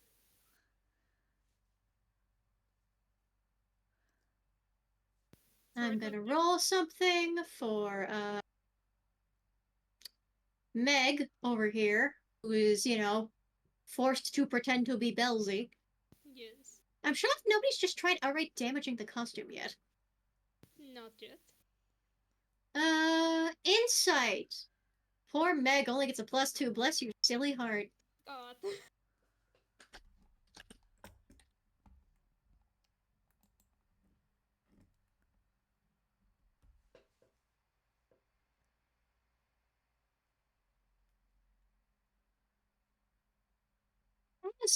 Yes. The Pietro, is continuing trying to gesticulate. Meg, or Belzy in the mask, is just kind of looking over, watching. And as Lily's kind of trying to debate with you in this whole thing, because, yeah, we do some pranks all the time, and the zombies will steal and rearrange each other's body parts for, like, fun.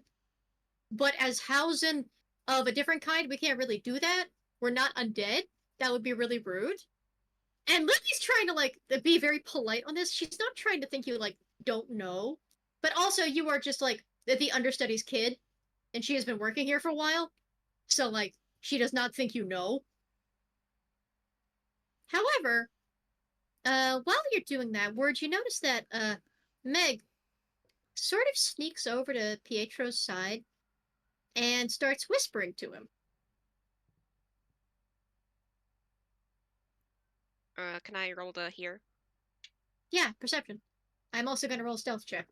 We are temporarily using Belle's dice for this one. Okay, 15 plus Are Belle's dice going to be nice to his sister Meg, or are they 17. I doubt it'll beat a 17, but let's find out. That's a surprise. Stealth. Okay, that's not shabby. Well, 17 does not beat a 19. Man, Can I try to do perception? please. Yeah, go ahead for it.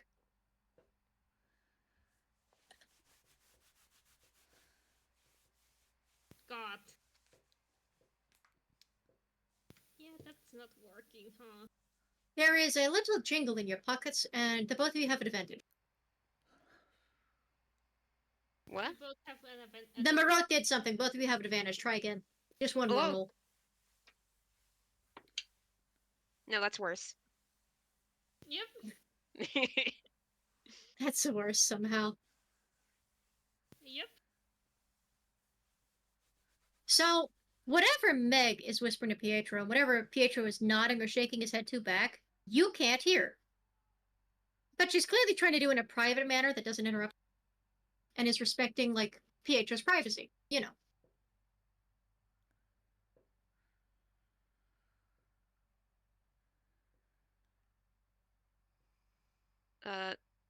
Okay, a word is like debating doing something that might be kind of like risky, but at the same time, it's like, maybe. Nox just looks at where it sort of like tries to wave a hand in front of his face. The what? And slowly nods, just like points at the Harlequin. Hey, Bellsy, come here. You got some stuff on your hat and mask. Can I get it? No, hang on a moment. Sorry.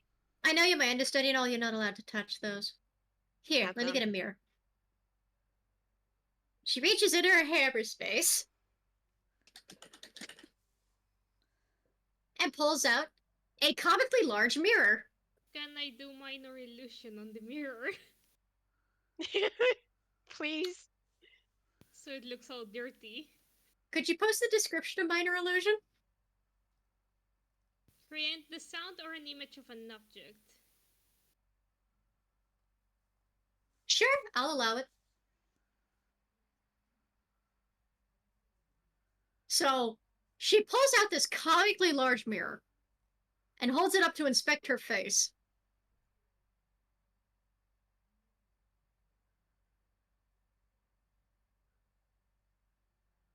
And you notice, by the way, for the record, now, Word, you're the only one that notices. You're the one stuck with the Marotte vision. The reflection magically changes to make it look like young Belle is looking in the mirror in costume. But that is Wow. distinctly not young. That is not young Belle. That is Meg. And then suddenly the mirror looks dirty, and she's like, "What? Well, what just happened?" Ugh.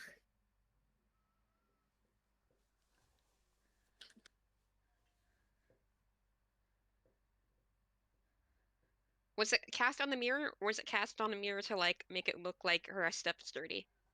It's cast on the mirror to look like she's dirty, yes.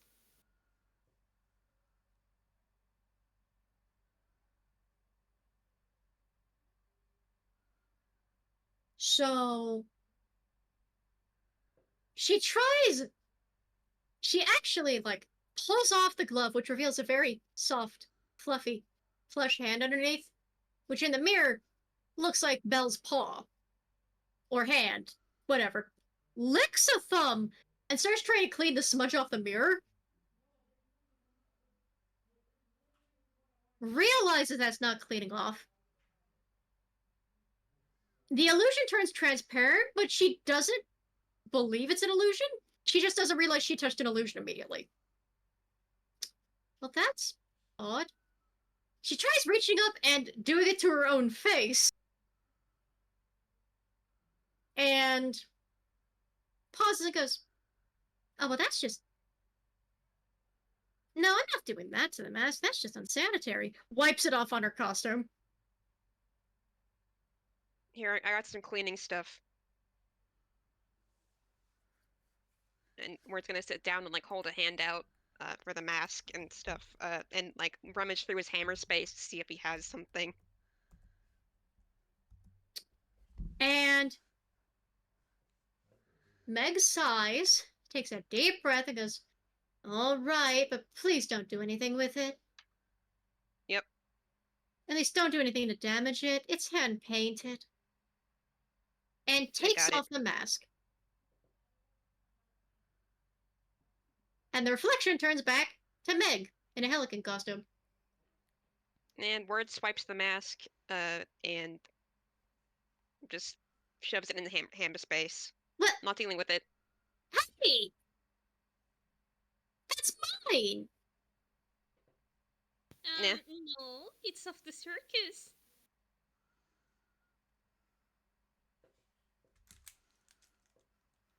It is What is your wisdom save, Meg? Let me double check.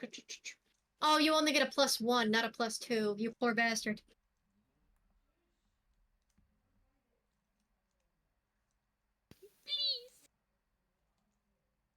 Please. A 12 does not break it, sadly. Come on! Come on. Look, I told you you could clean it. I have a fabric. You don't have to store it in your pocket. Wait. Okay, I know this is gonna sound insane, especially to you guys. And he like points back to the other two in the room, Lily and Pietro. The ringleader of this place does not have your best interest at heart. Costumes you're wearing, messing with your head. Ah, Pietro, come the fuck on. Wait, you have advantage. That's right. That's not because you're not wearing a mask. That's just because, like, you had more common sense. Rolling that again. Wait, can I use what is it called? Bardic Inspiration for this? Well, not for that one, no. That's a 6 and a 9. Nice. Question mark. Can I say something? That's Nox. Uh-huh. I'm gonna try persuasion on the Harlequin. Mm-hmm. I would say that your impression is rather on point. I don't think you would need the mask anymore. Persuasion at disadvantage. There's a reason. And with you, look, I have my own issues when it comes to the ringleader. But that doesn't mean anything is strange about the costume. It really doesn't. How come? Okay, I know, like, Belle, and it's not. Okay, you said you had a sister. Yeah, I had a... And I'm gonna roll her another wisdom save.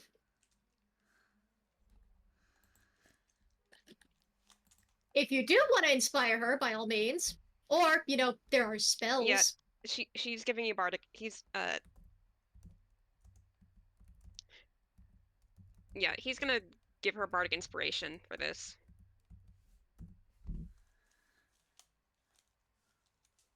I actually need to pull up bardic inspiration because I don't have it on.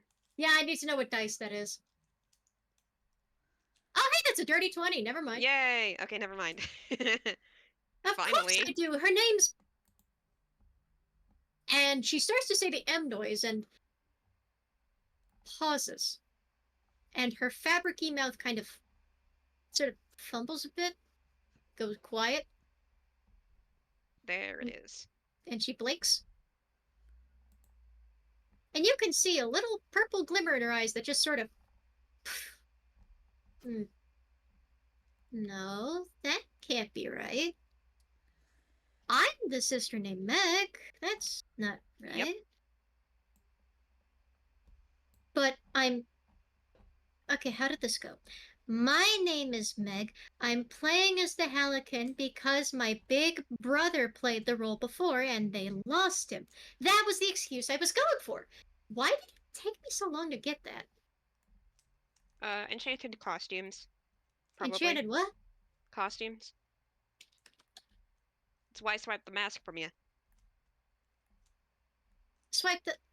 Oh, but the mask is delicate. Can't you at least give it back? I don't want it to break. No. Look. Okay.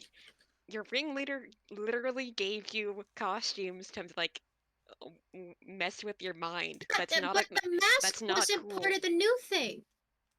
The mask is an old thing. It's an antique. You could Oh, break okay. it. Well, go get a change of clothes or something. Well, I mean, and she goes to pull off the hat, and it sticks to the fabric. Well, stick. Okay, hang on, let me help you with that. I'm gonna try to get a pair of scissors from my hammer space. Scissors? Hang on, why are you getting scissors for the hat? What's You just wrong with you? It's it's stuck. stuck.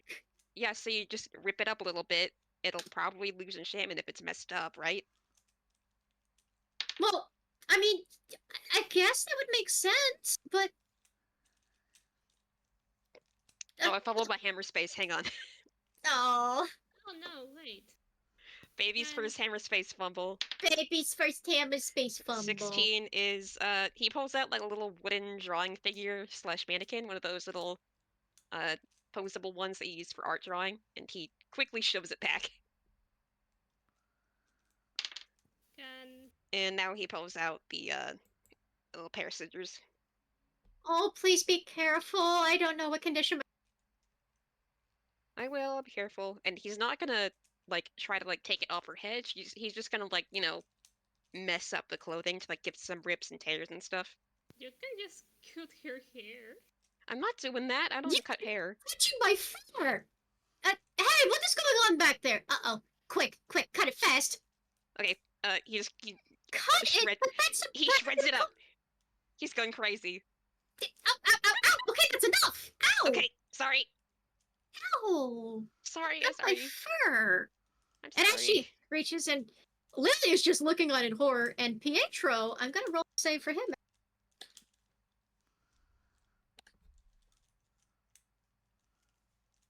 Can oh, 14. God, you were so close. You could practically taste it, buddy.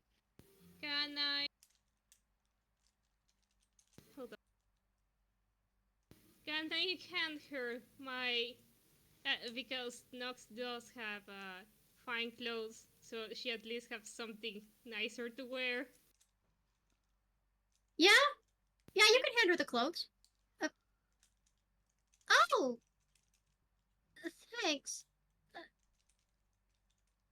Yeah, sorry for that. It's just like my friend here, and it just kind of like gives a nudge to wear it with like the elbow.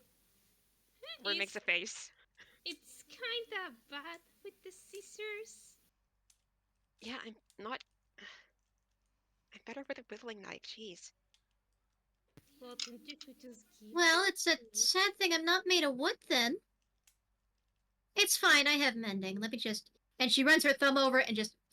The fur just grows right back in. There we go. Good as new. Okay, do you guys... Okay, and... Sure, that... You are not touching my costume. Now, hang on a minute, Lily. Don't you Lily me. You just had him shred what was probably a 5,000 gold costume.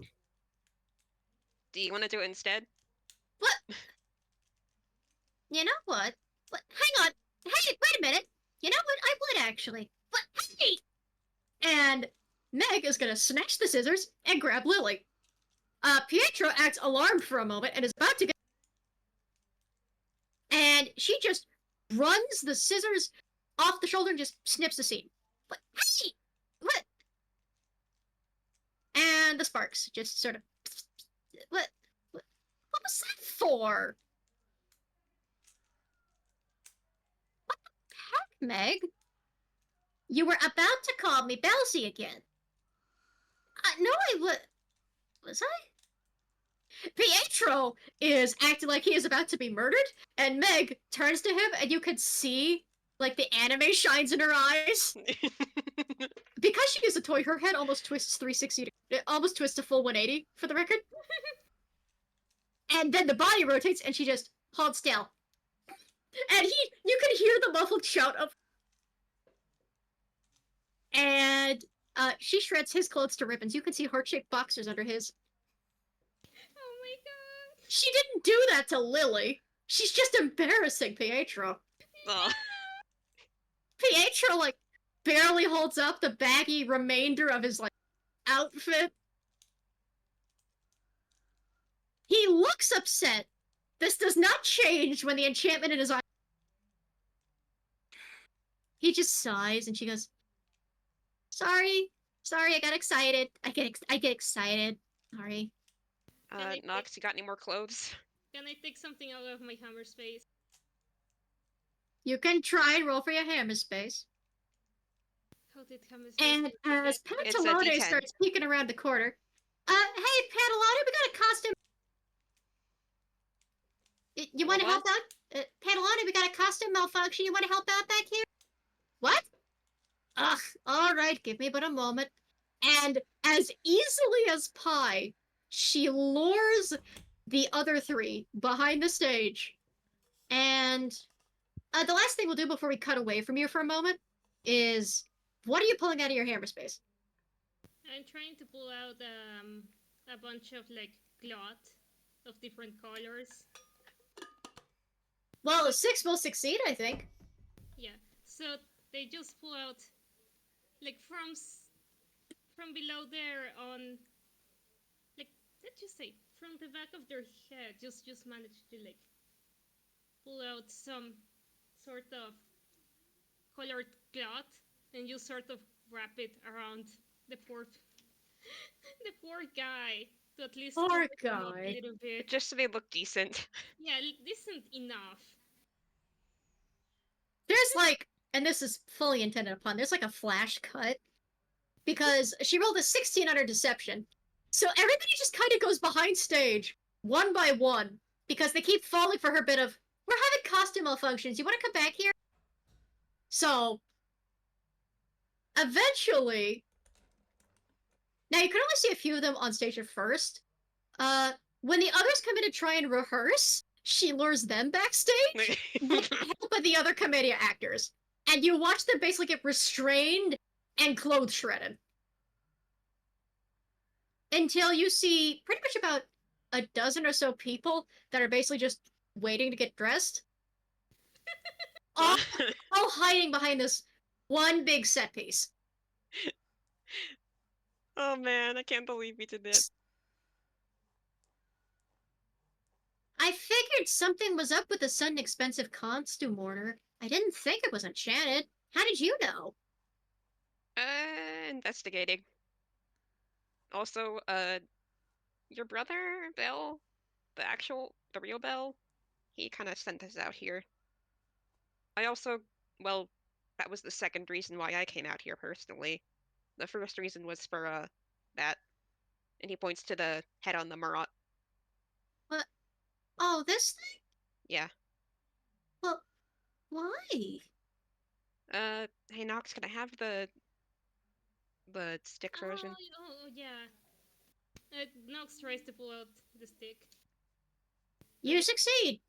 Although it looks pretty sad, and then it sees its head. And the head, also looking sad, perks up a little.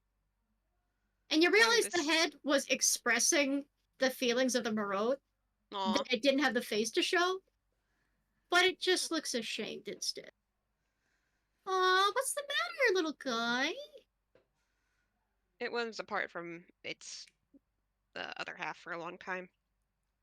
Also, People don't want me no more. Belle's got a lot of stuff going on. And he's not really into We performing. always had stuff going on. And he, like, flips between the distant fake accent and also the probably fake accent of for Belle. Just... But it doesn't mean we ever parted over it. We always bounced back with a smile on our face. I don't know where his smile went. Yeah, you could talk to him about it next time you see him, and hopefully it'll be tonight, yeah? Hopefully. I don't know who else I'd fit with if he won't take me. He made me. Word looks to Nox. Nox raises the hand again. You two seem to be getting well. They look very happy. I mean, when I was sending him messages before I joined the circus, he seemed to not be in a really good place. Then I lost contact with him for a long while, so I was trying to figure out what happened to him. I figured hopping in with the circus would get me info. Yeah, from the sounds of things, I think the ringleader, spider lady, like, tried to drown him? No, I'm aware of that part. Okay. He told me about that over call one point. I have sending. See? And she actually is going to cast it before we cut away. Nice. As she pulls up the spell for sending, I pull up the spell, I mean. As she pulls up, reaches into her pocket because she's a Muppet born, not a Toad, pulls up a short piece of fine copper wire, extends it like a fucking antenna, and holds it up to her head like a phone, and goes, 666, number of my brother the devil, can I get him on the phone? Oh, yeah, sure, give me just a second. Aw, gee, thanks. Also, hi, Flunky. Hi, Meg. And as it cuts away, the last thing you hear from that group before we get back to Nightmare, and then, of course, to our cliffhanger, is, hey, Belle. Been a while, huh, bud? Meg? The slow sound of pouring tea is heard.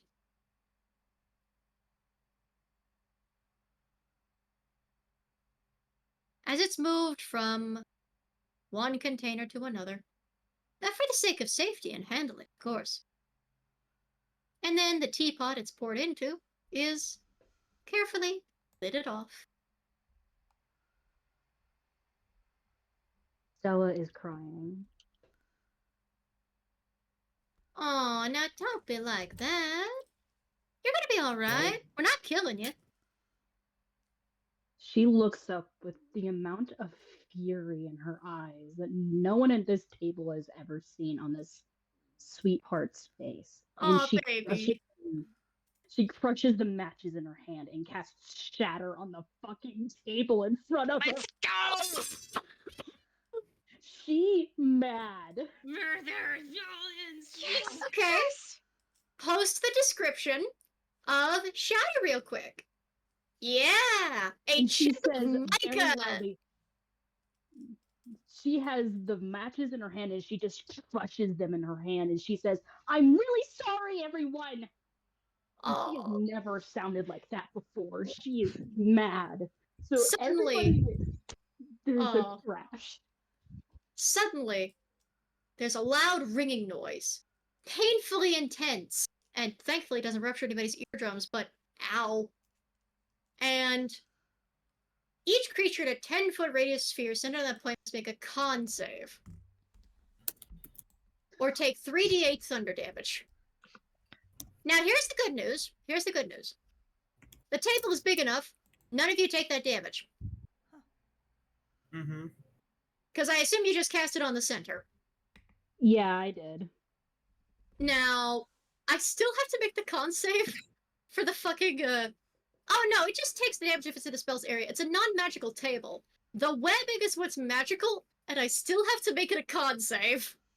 And the chairs would take damage. Yeah, no, we're getting to those. Unfortunately, the stuff on the chairs is magic. The chairs Ah. themselves aren't. So we're gonna do 2d. Hang on. Okay, so 1, 2, 3, 4. So no, we're gonna do 6 because there were supposed to be 6 here. So 70-20. This is including the table. 70-20 con saves for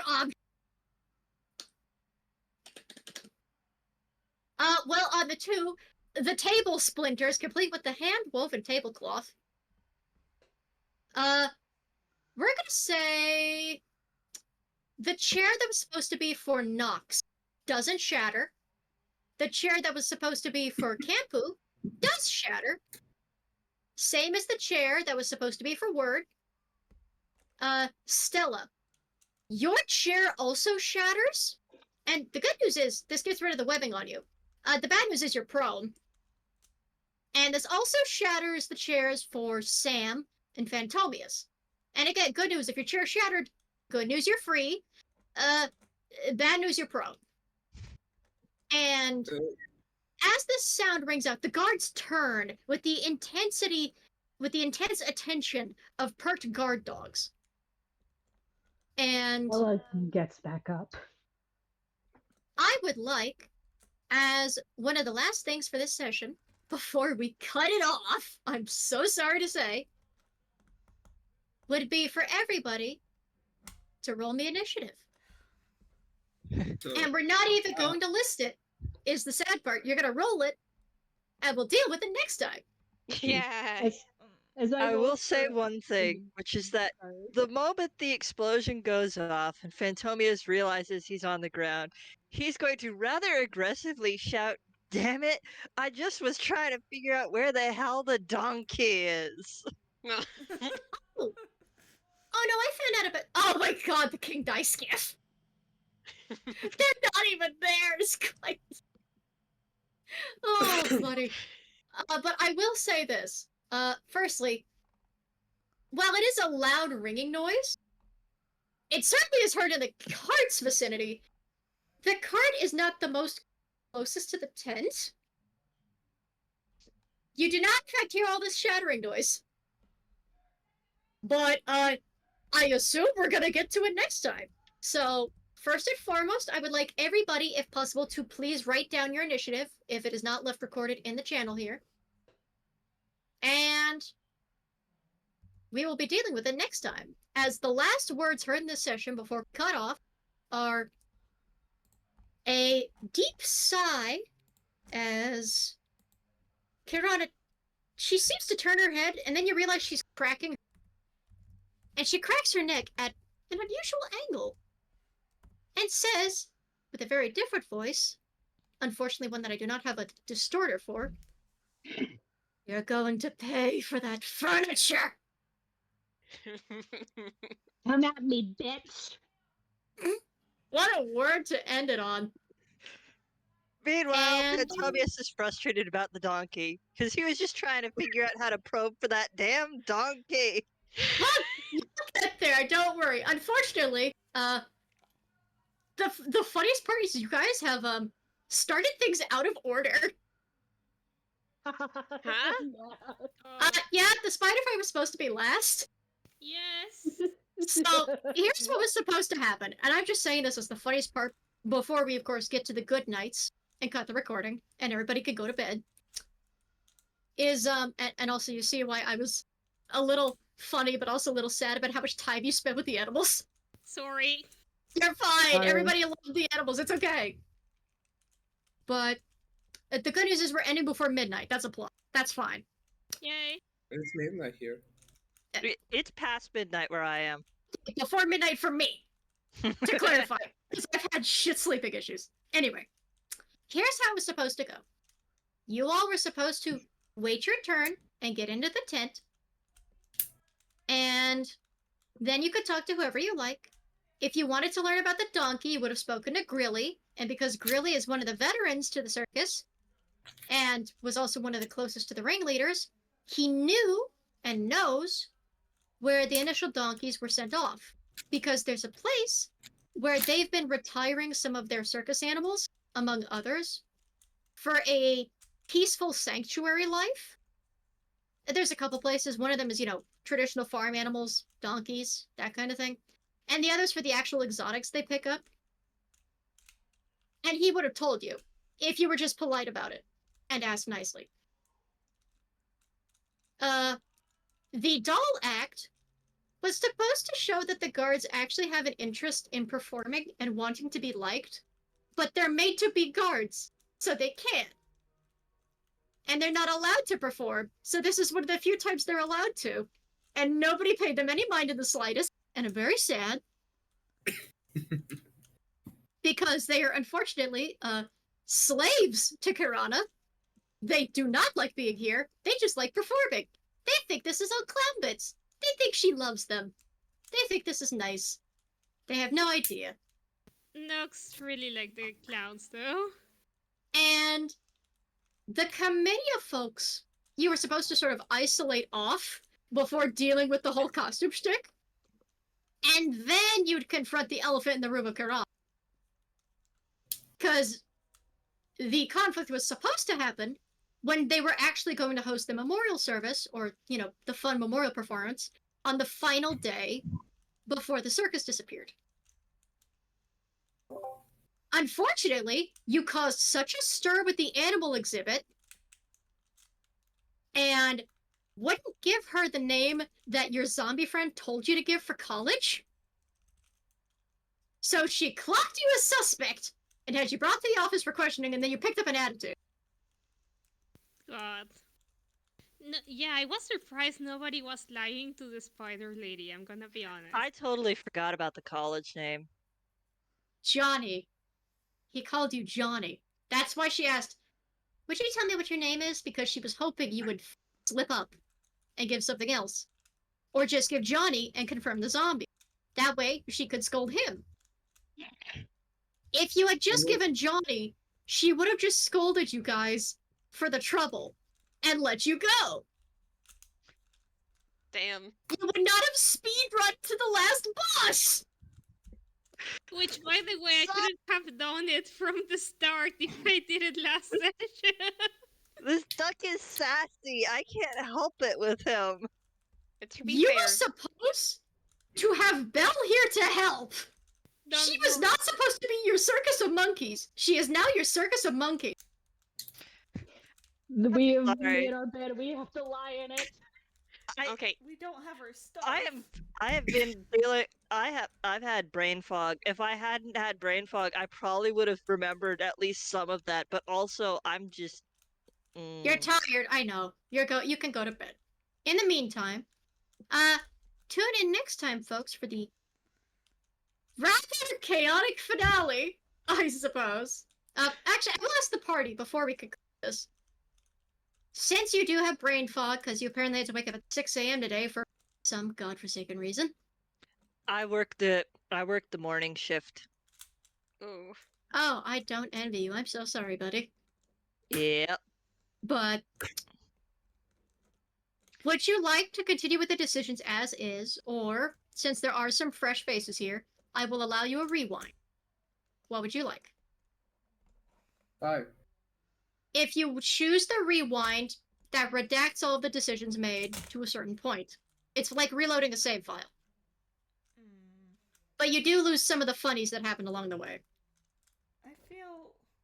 For me, I feel. Or do you like- want to stick with your decisions?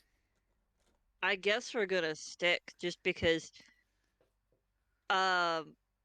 we did a lot, and yes, this is blowing up in our faces, but at the same time there's a huge swath of progress that's been made by the two people I mean, who got stuck can- behind. I mean, if you only rewind to the like saying your jack part, that could be the only thing you need Yeah. to redact. I Okay. think Saying your that would be Johnny? appropriate. Johnny. I was about to say, I Johnny. never said Jack anywhere. What did Johnny. No, yeah, like Wirt and I and Nox, they were very separated from the group. So even if you did rewind that part, I don't think that would affect us. Yeah. Yeah. Would you I like feel to like just saying- rewind to say that you would say Johnny then?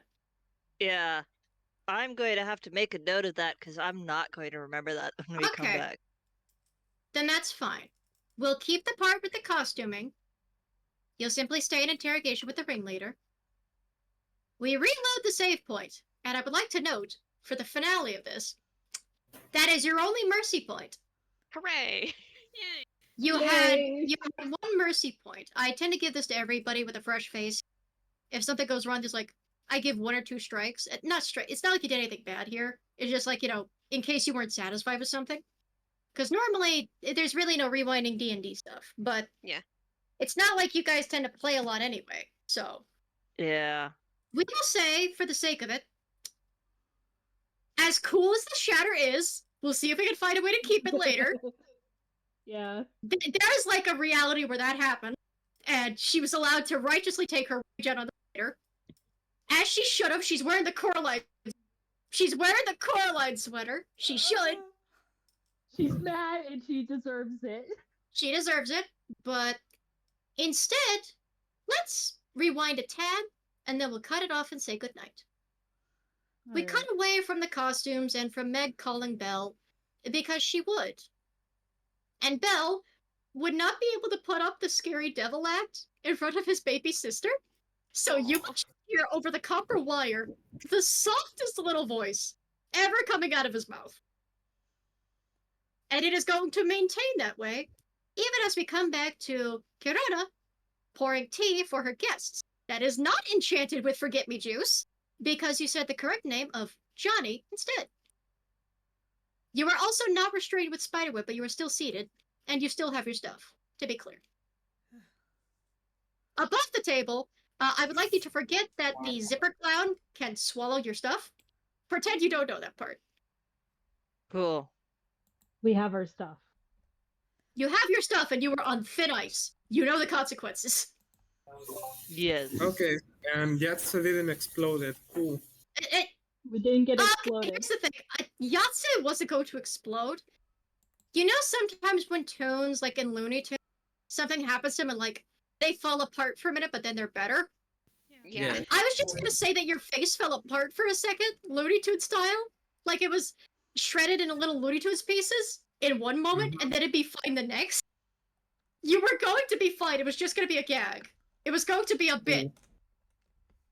It was Just like a you question. ran through the cheese grater, was all. Yeah. Just a question: do we get better rewards if we actually fight? Are you testing the water? Yes. Okay, I appreciate you being bold enough to say yes. Okay, here's the thing. On the one hand, if you decide to take her on, you are also taking on her 4 souped-up guards. We told you If you somehow succeeded that, then maybe you could rob her caravan blind. But the problem is that's a whole lot of murder.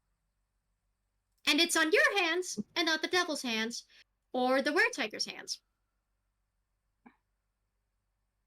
So on the one hand, you could try and kill her and rob her blind, but you would be dealing with you would be dealing with 4 killer clown dolls from several carionettes and her. And no items. Cool. And unless you have unless you have a couple 4th level fireballs packed in your pocket, that sounds dangerous. No, I don't. The odds are against us. Your better Yeah. chances of dealing with her are on the last day when she is isolated in the big top, as you will find out in a moment. We are about done here. Let's go over what has been changed. She pours you your tea and sets it. It smells smoky sweet and rather nice. You are not restrained. You still have your things. The guards are still kind of nearby. They haven't relaxed any like normal guards would. But she takes a seat herself and crosses her multiple legs, like a cute fuzzy jumping spider would, you know. And she takes a sip first, to show you the tea is good and safe. She is not playing Russian roulette with your tea. Stella takes her cup and says, "Thank you, ma'am," before sipping. Of course. I would hate to be inhospitable to possible guests, even if they are possibly committing crimes on my property. "I'm just following their lead," she says quietly. Oh, no, you're fine, dear. You're fine. Sometimes people get roped up in things they don't mean to. It happens to the best of us. Happens to the worst of us, too. Now, Johnny, that's what you said your name was, right? Yes. You were spotted at least around the same area. And 2 tent stakes have melted into strange little ribbons. Are you saying that you and your friends were not responsible for this? No. In mouse language, shaking his head. I mean, he's not technically lying because he wasn't the one who did it. Because if it wasn't you, you're still in the same area as whoever did do it. And I would appreciate if you would tell me whether you saw them or not. So,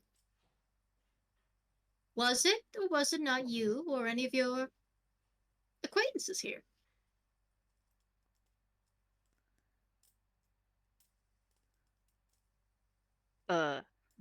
I'm sorry. I'm out of character. I'm having trouble thinking of what the correct response is. Okay. So, not Because answering I'm that trying question. to not get into a fight. Not answering You're that not, Technically, question. here, you're not soft walking into a fight, don't worry. listen. I have. Technically, here we can blame the tiger, because she had a very similar mission, right? If I remember correctly. But she's in a cage. She can't leave. What was that Wouldn't about? have done What was it. that about a tiger? We can blame I here, say something about maybe whoever sent her, which we already know it's the tiger that walks and speaks. I remember that's what she says.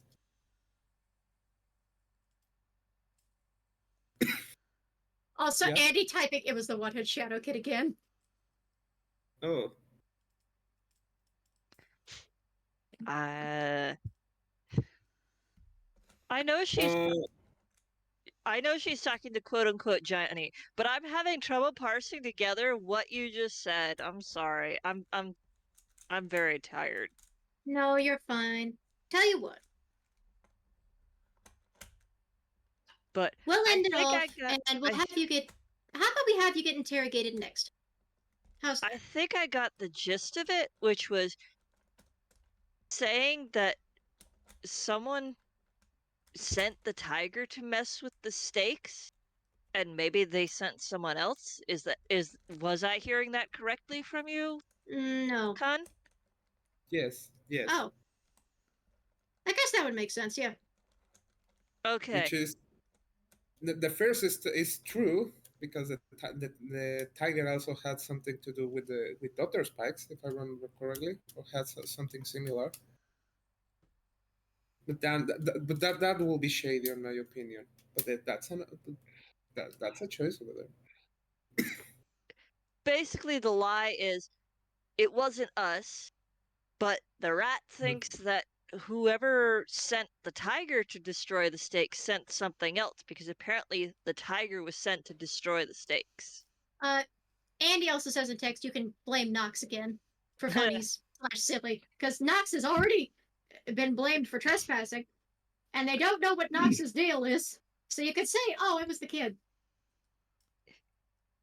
Okay, I'll guess I'll throw both the tiger and the kid under the bus. You could just throw the kid under the bus. You could make it easy. Sorry, Knox. No, I'm afraid I don't know who would have done that. The only thing I can think was that it would be someone that was banned from the circus, either because they were banned or they were sent here and got caught and were banned. Should I roll a deception? With an advantage. With an advantage. Cool. Please be nice to me, dice. Okay, there's that one. If they're not, it would still be a little funny.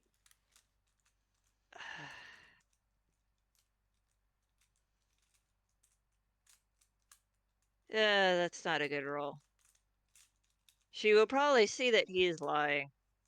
State the numbers.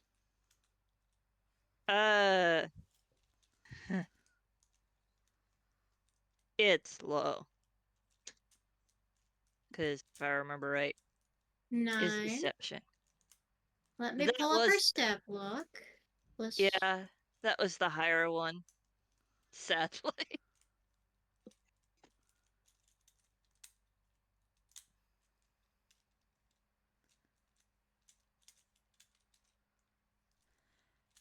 Well, lucky for you, she rolled like shit.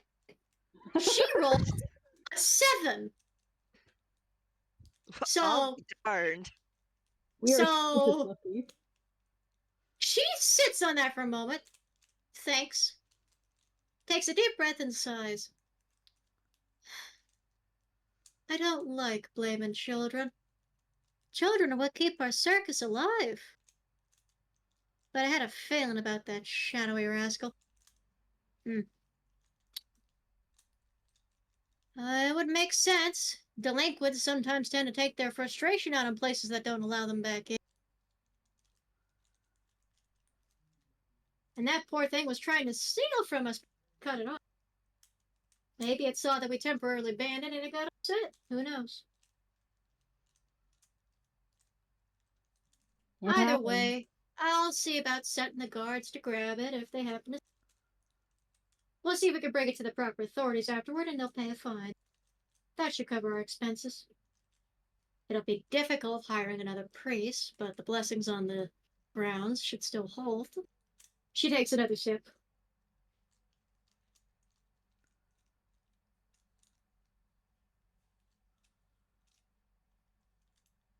So, why is it you were talking about steaks and blessings in front of the cotton candy stall anyway? Miss Kane was real confused about that.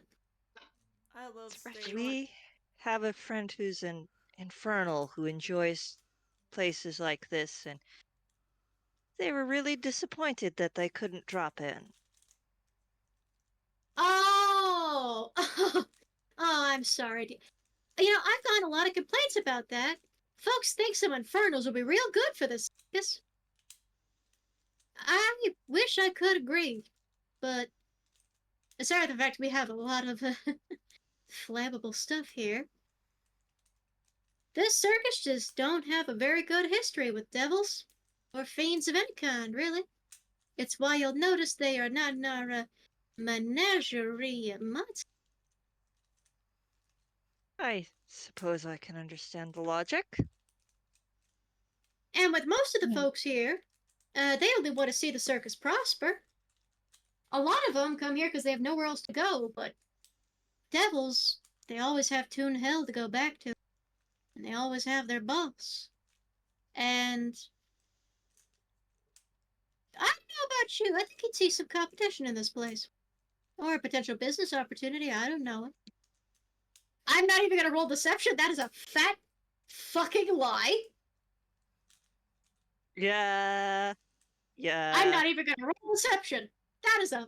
You could tell purely based on you talking to Belle. That is a fat lie. Oh, well, Yep. I'll just tell the guards to keep an eye out, and we should still have enough blessed objects around the fences and with the other tents. Nothing should be able to get through. Well, I certainly hope that you're right about that. I'd hate for anything to happen. As would I. It would be Although, terribly awful if something happened here. it would. It was difficult to bring the circus back here, you know? Normally, we try and pick places closer to civilization. We don't tend to stick to the wilds much, as well as it fits our image. But the place we were supposed to go was blocked off.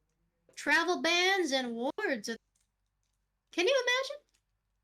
Apparently, they were dealing with some sort of black flooding situation. Couldn't get there for Halloween. What a tragedy. Yeah, I'd heard. They've apparently shut down from pretty much everyone and everything.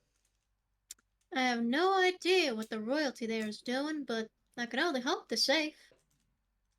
We tried going to the northwestern forest next, but that was closed off too. There was apparently a real harsh blizzard up there. Of course, no snow for us, otherwise we'd be able to leave by now. I'm going to roll deception for the fact that she would like to hide the fact she's nervous. But, deception is a solid. How are you not? I'm giving you proficiency in that because that's ridiculous, honestly. 20.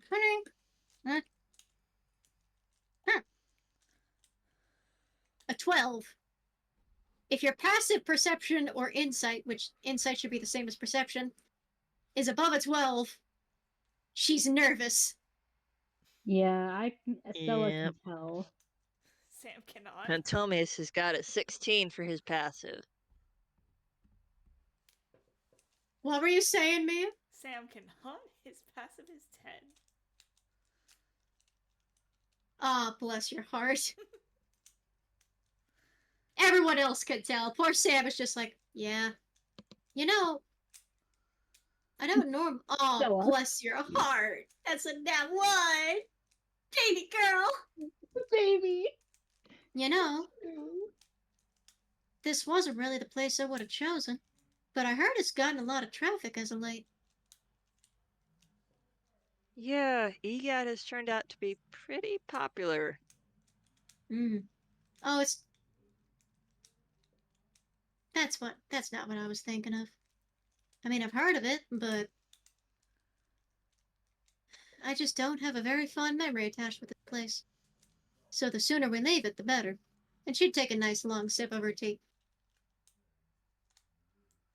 What does the tea taste like? Because Stella has been sipping it. It tastes like some sort of foreign vanilla, powdery sugar, snowfall, mint, and something else you can't place. Stella kind of looks confused. And then kind of sips it again. Lingers on the taste of snowfall. And looks at the lady and says something in primordial. Can you understand what I'm saying?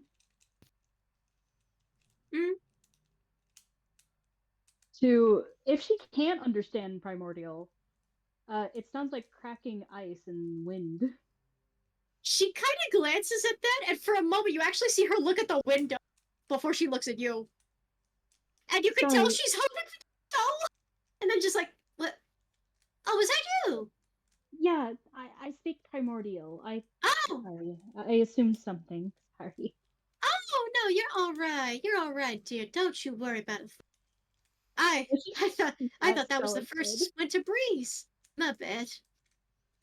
No, that's just what primordial sounds like for me. Sometimes it's sounds like fire crackling, winds, different things for different the sorts.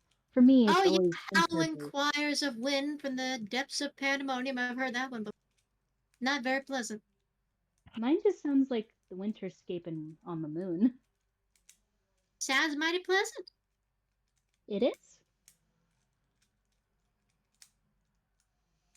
Well, I'm sorry to have inconvenienced y'all with the questions. I just didn't want anyone sabotaging the circus before the big finale tomorrow. Understandable. I tell you what. How's about this? Once you're done with your tea, I'll give y'all some tickets, and you can all take it easy with the carnival. And get yourself some prizes. And I won't bother you again about this whole... Sure. That sounds reasonable. Thank you. That babe. sounds Wonderful. that sounds very kind. Alright. ZZ. And ZZ kind of turns over. Would you mind going over to the ticket machine? They point to something in the wall and go, not that ticket machine, dear. The central ticket machine? The backup? And again, making a sound of a zipper that just vaguely sounds like a, oh, goes over and starts massively cutting out tickets out of this machine. Just massively just printing tickets. And as the as with sound of... all of I was saying as this was happening, Stella says, "Well, I hope your acts go well next tonight, tomorrow, was it?" Well, we have some comedy skits going tonight. We have some featuring our Helican actor, giving them some spotlight along with the others, showcasing the bond they've made over the years. We also have a tragedy with a bittersweet but somewhat happy ending coming from the clouds. And we're doing something a little different with some of our dolls, seeing how they like the spotlight. Tomorrow is most reserved for the big finale and the other final acts. So tonight is just hoping to go out on a rather sweet and fun note. Well, break a leg, Stella says as the performer that she is, knowing that is good luck saying that. Much appreciated. Oh, by the way, on your way out, she says as ZZ starts handing you each at least 100 tickets. That's a lot. Please be mindful of any other spiders you see. All the spiders around the circus are all my friends and neighbors. I'd hate to see anything bad happen to them. They're no harm to you. They help me keep the circus in shape. Keep an eye on things. You know.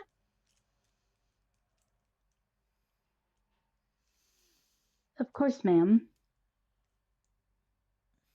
I love the fucking silence that followed me revealing that. I could hear the arachnophobia. As long as we aren't covered in real spiders, I'm good. Sam is internally screaming. If she wants, she can insight that. She's not gonna. Okay. She's used to it. Okay. Each of you gets 100 tickets that you can only redeem at the stalls here. Okay. These are mostly for use for like prizes. 100 is a lot. There are bigger prizes, but again, this is like just an initial coverage for you just being inconvenienced. So you just get 100 each. Okay. Do you want me to include I don't believe your rodent friend is included, are they? Not. Oh, you're. Oh, all right. Zizi, could you go print more tickets? The zipper hesitates and then goes and prints 100 more tickets. Holds them up to It's the sentient. comics. Oh, they were about to hold them up to the comically small rat, and then just hand them to you instead. To me? To Stella. Stella said give those to me instead. So I assume Stella will give them back to Yahtzee once you're outside. Yeah, of course. Yeah. So hands them over to Yahtzee. All right. You all have a pleasant evening, and please be mindful we do have a blizzard in the forecast, so we're hoping to get our performances out and get moving before bed. Hope you enjoyed the tea. I did. Have a nice night. You And too. Stella just leaves. The moment she's out of the room, her face falls from the smile she hated in there. Oh, I don't. Yeah, Phantomius is kind of. He does a polite nod on his way out. Sam tips his hat. Rat does. Rat waves by with his small arm. She makes one of her little toys wave by in exchange. As you turn around and leave, Yahtzee, roll me a perception check. I actually keep the perception, so it will be 1d20 plus 5. Yours is the last roll, by the way, for the evening. This is the final roll. 17. 17. As you're leaving, the doll that she makes wave mouths the words, "Help me," as the door closes behind you. Nice. Oh no! As the door closes, and you all, of course, eventually are escorted away, and you see her watching you from the window before, you're out of sight. Only then can you relax. She turns to her personal door guards and sighs.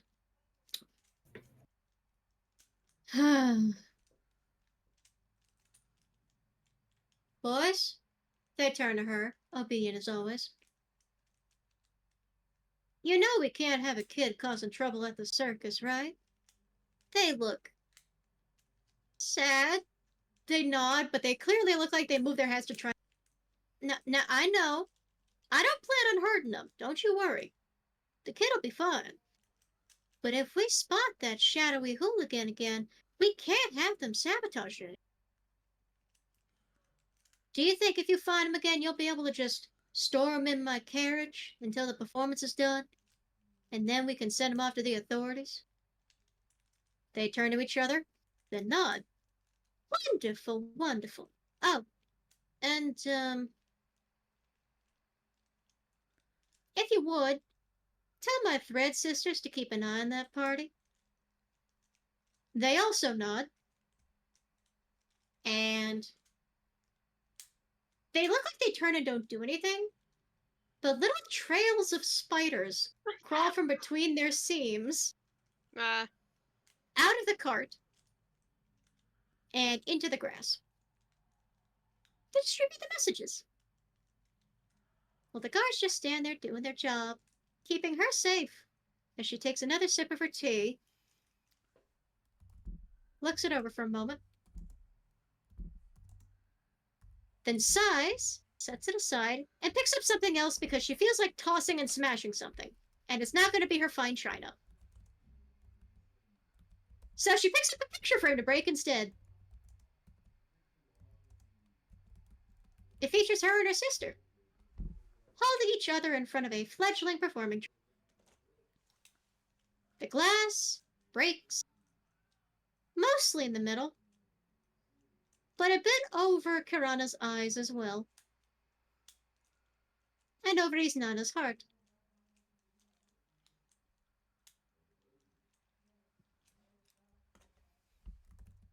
As the rest of you leave,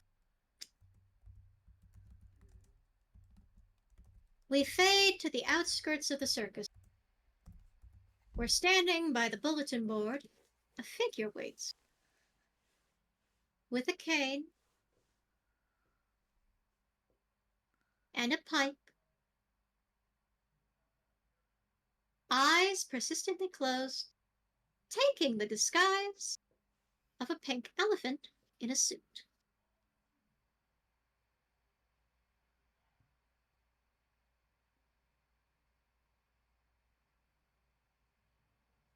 We cut to black. And the last thing that reflects before it fades off is the reflection of the circus lights off of the little copper wire that he's using to send sending as well. Because he can't get into the circus, but he can sure talk.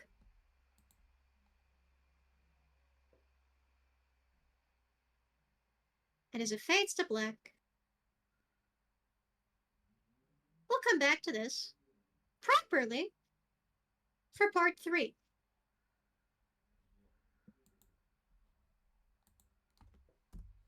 This concludes part 2 of this particular circus carnival adventure. Believe it or not, because of the fact that you did take a while to get to the committees, you have still not cemented your ending. So, there still is time to change things in part 3. Yeah. But Yay. in the meantime, of course, this took long enough to get here. It's getting late for you. We're going to say goodnight to our audience. So remember, folks, we hope you enjoy listening. Try to stay safe. Stay 6 feet apart from each other. Mind your health. Mind your health insurance. If anybody denies it to you, whatever happens, happens. It's not a crime if you don't get caught. And we hope to see you live to see another episode, because we'd still love to have you. On the count of 3, we're all going to say good night. Ready, everybody? Okay. Ready. On the count of 3. 1, 2, 3. Good night. night. Night.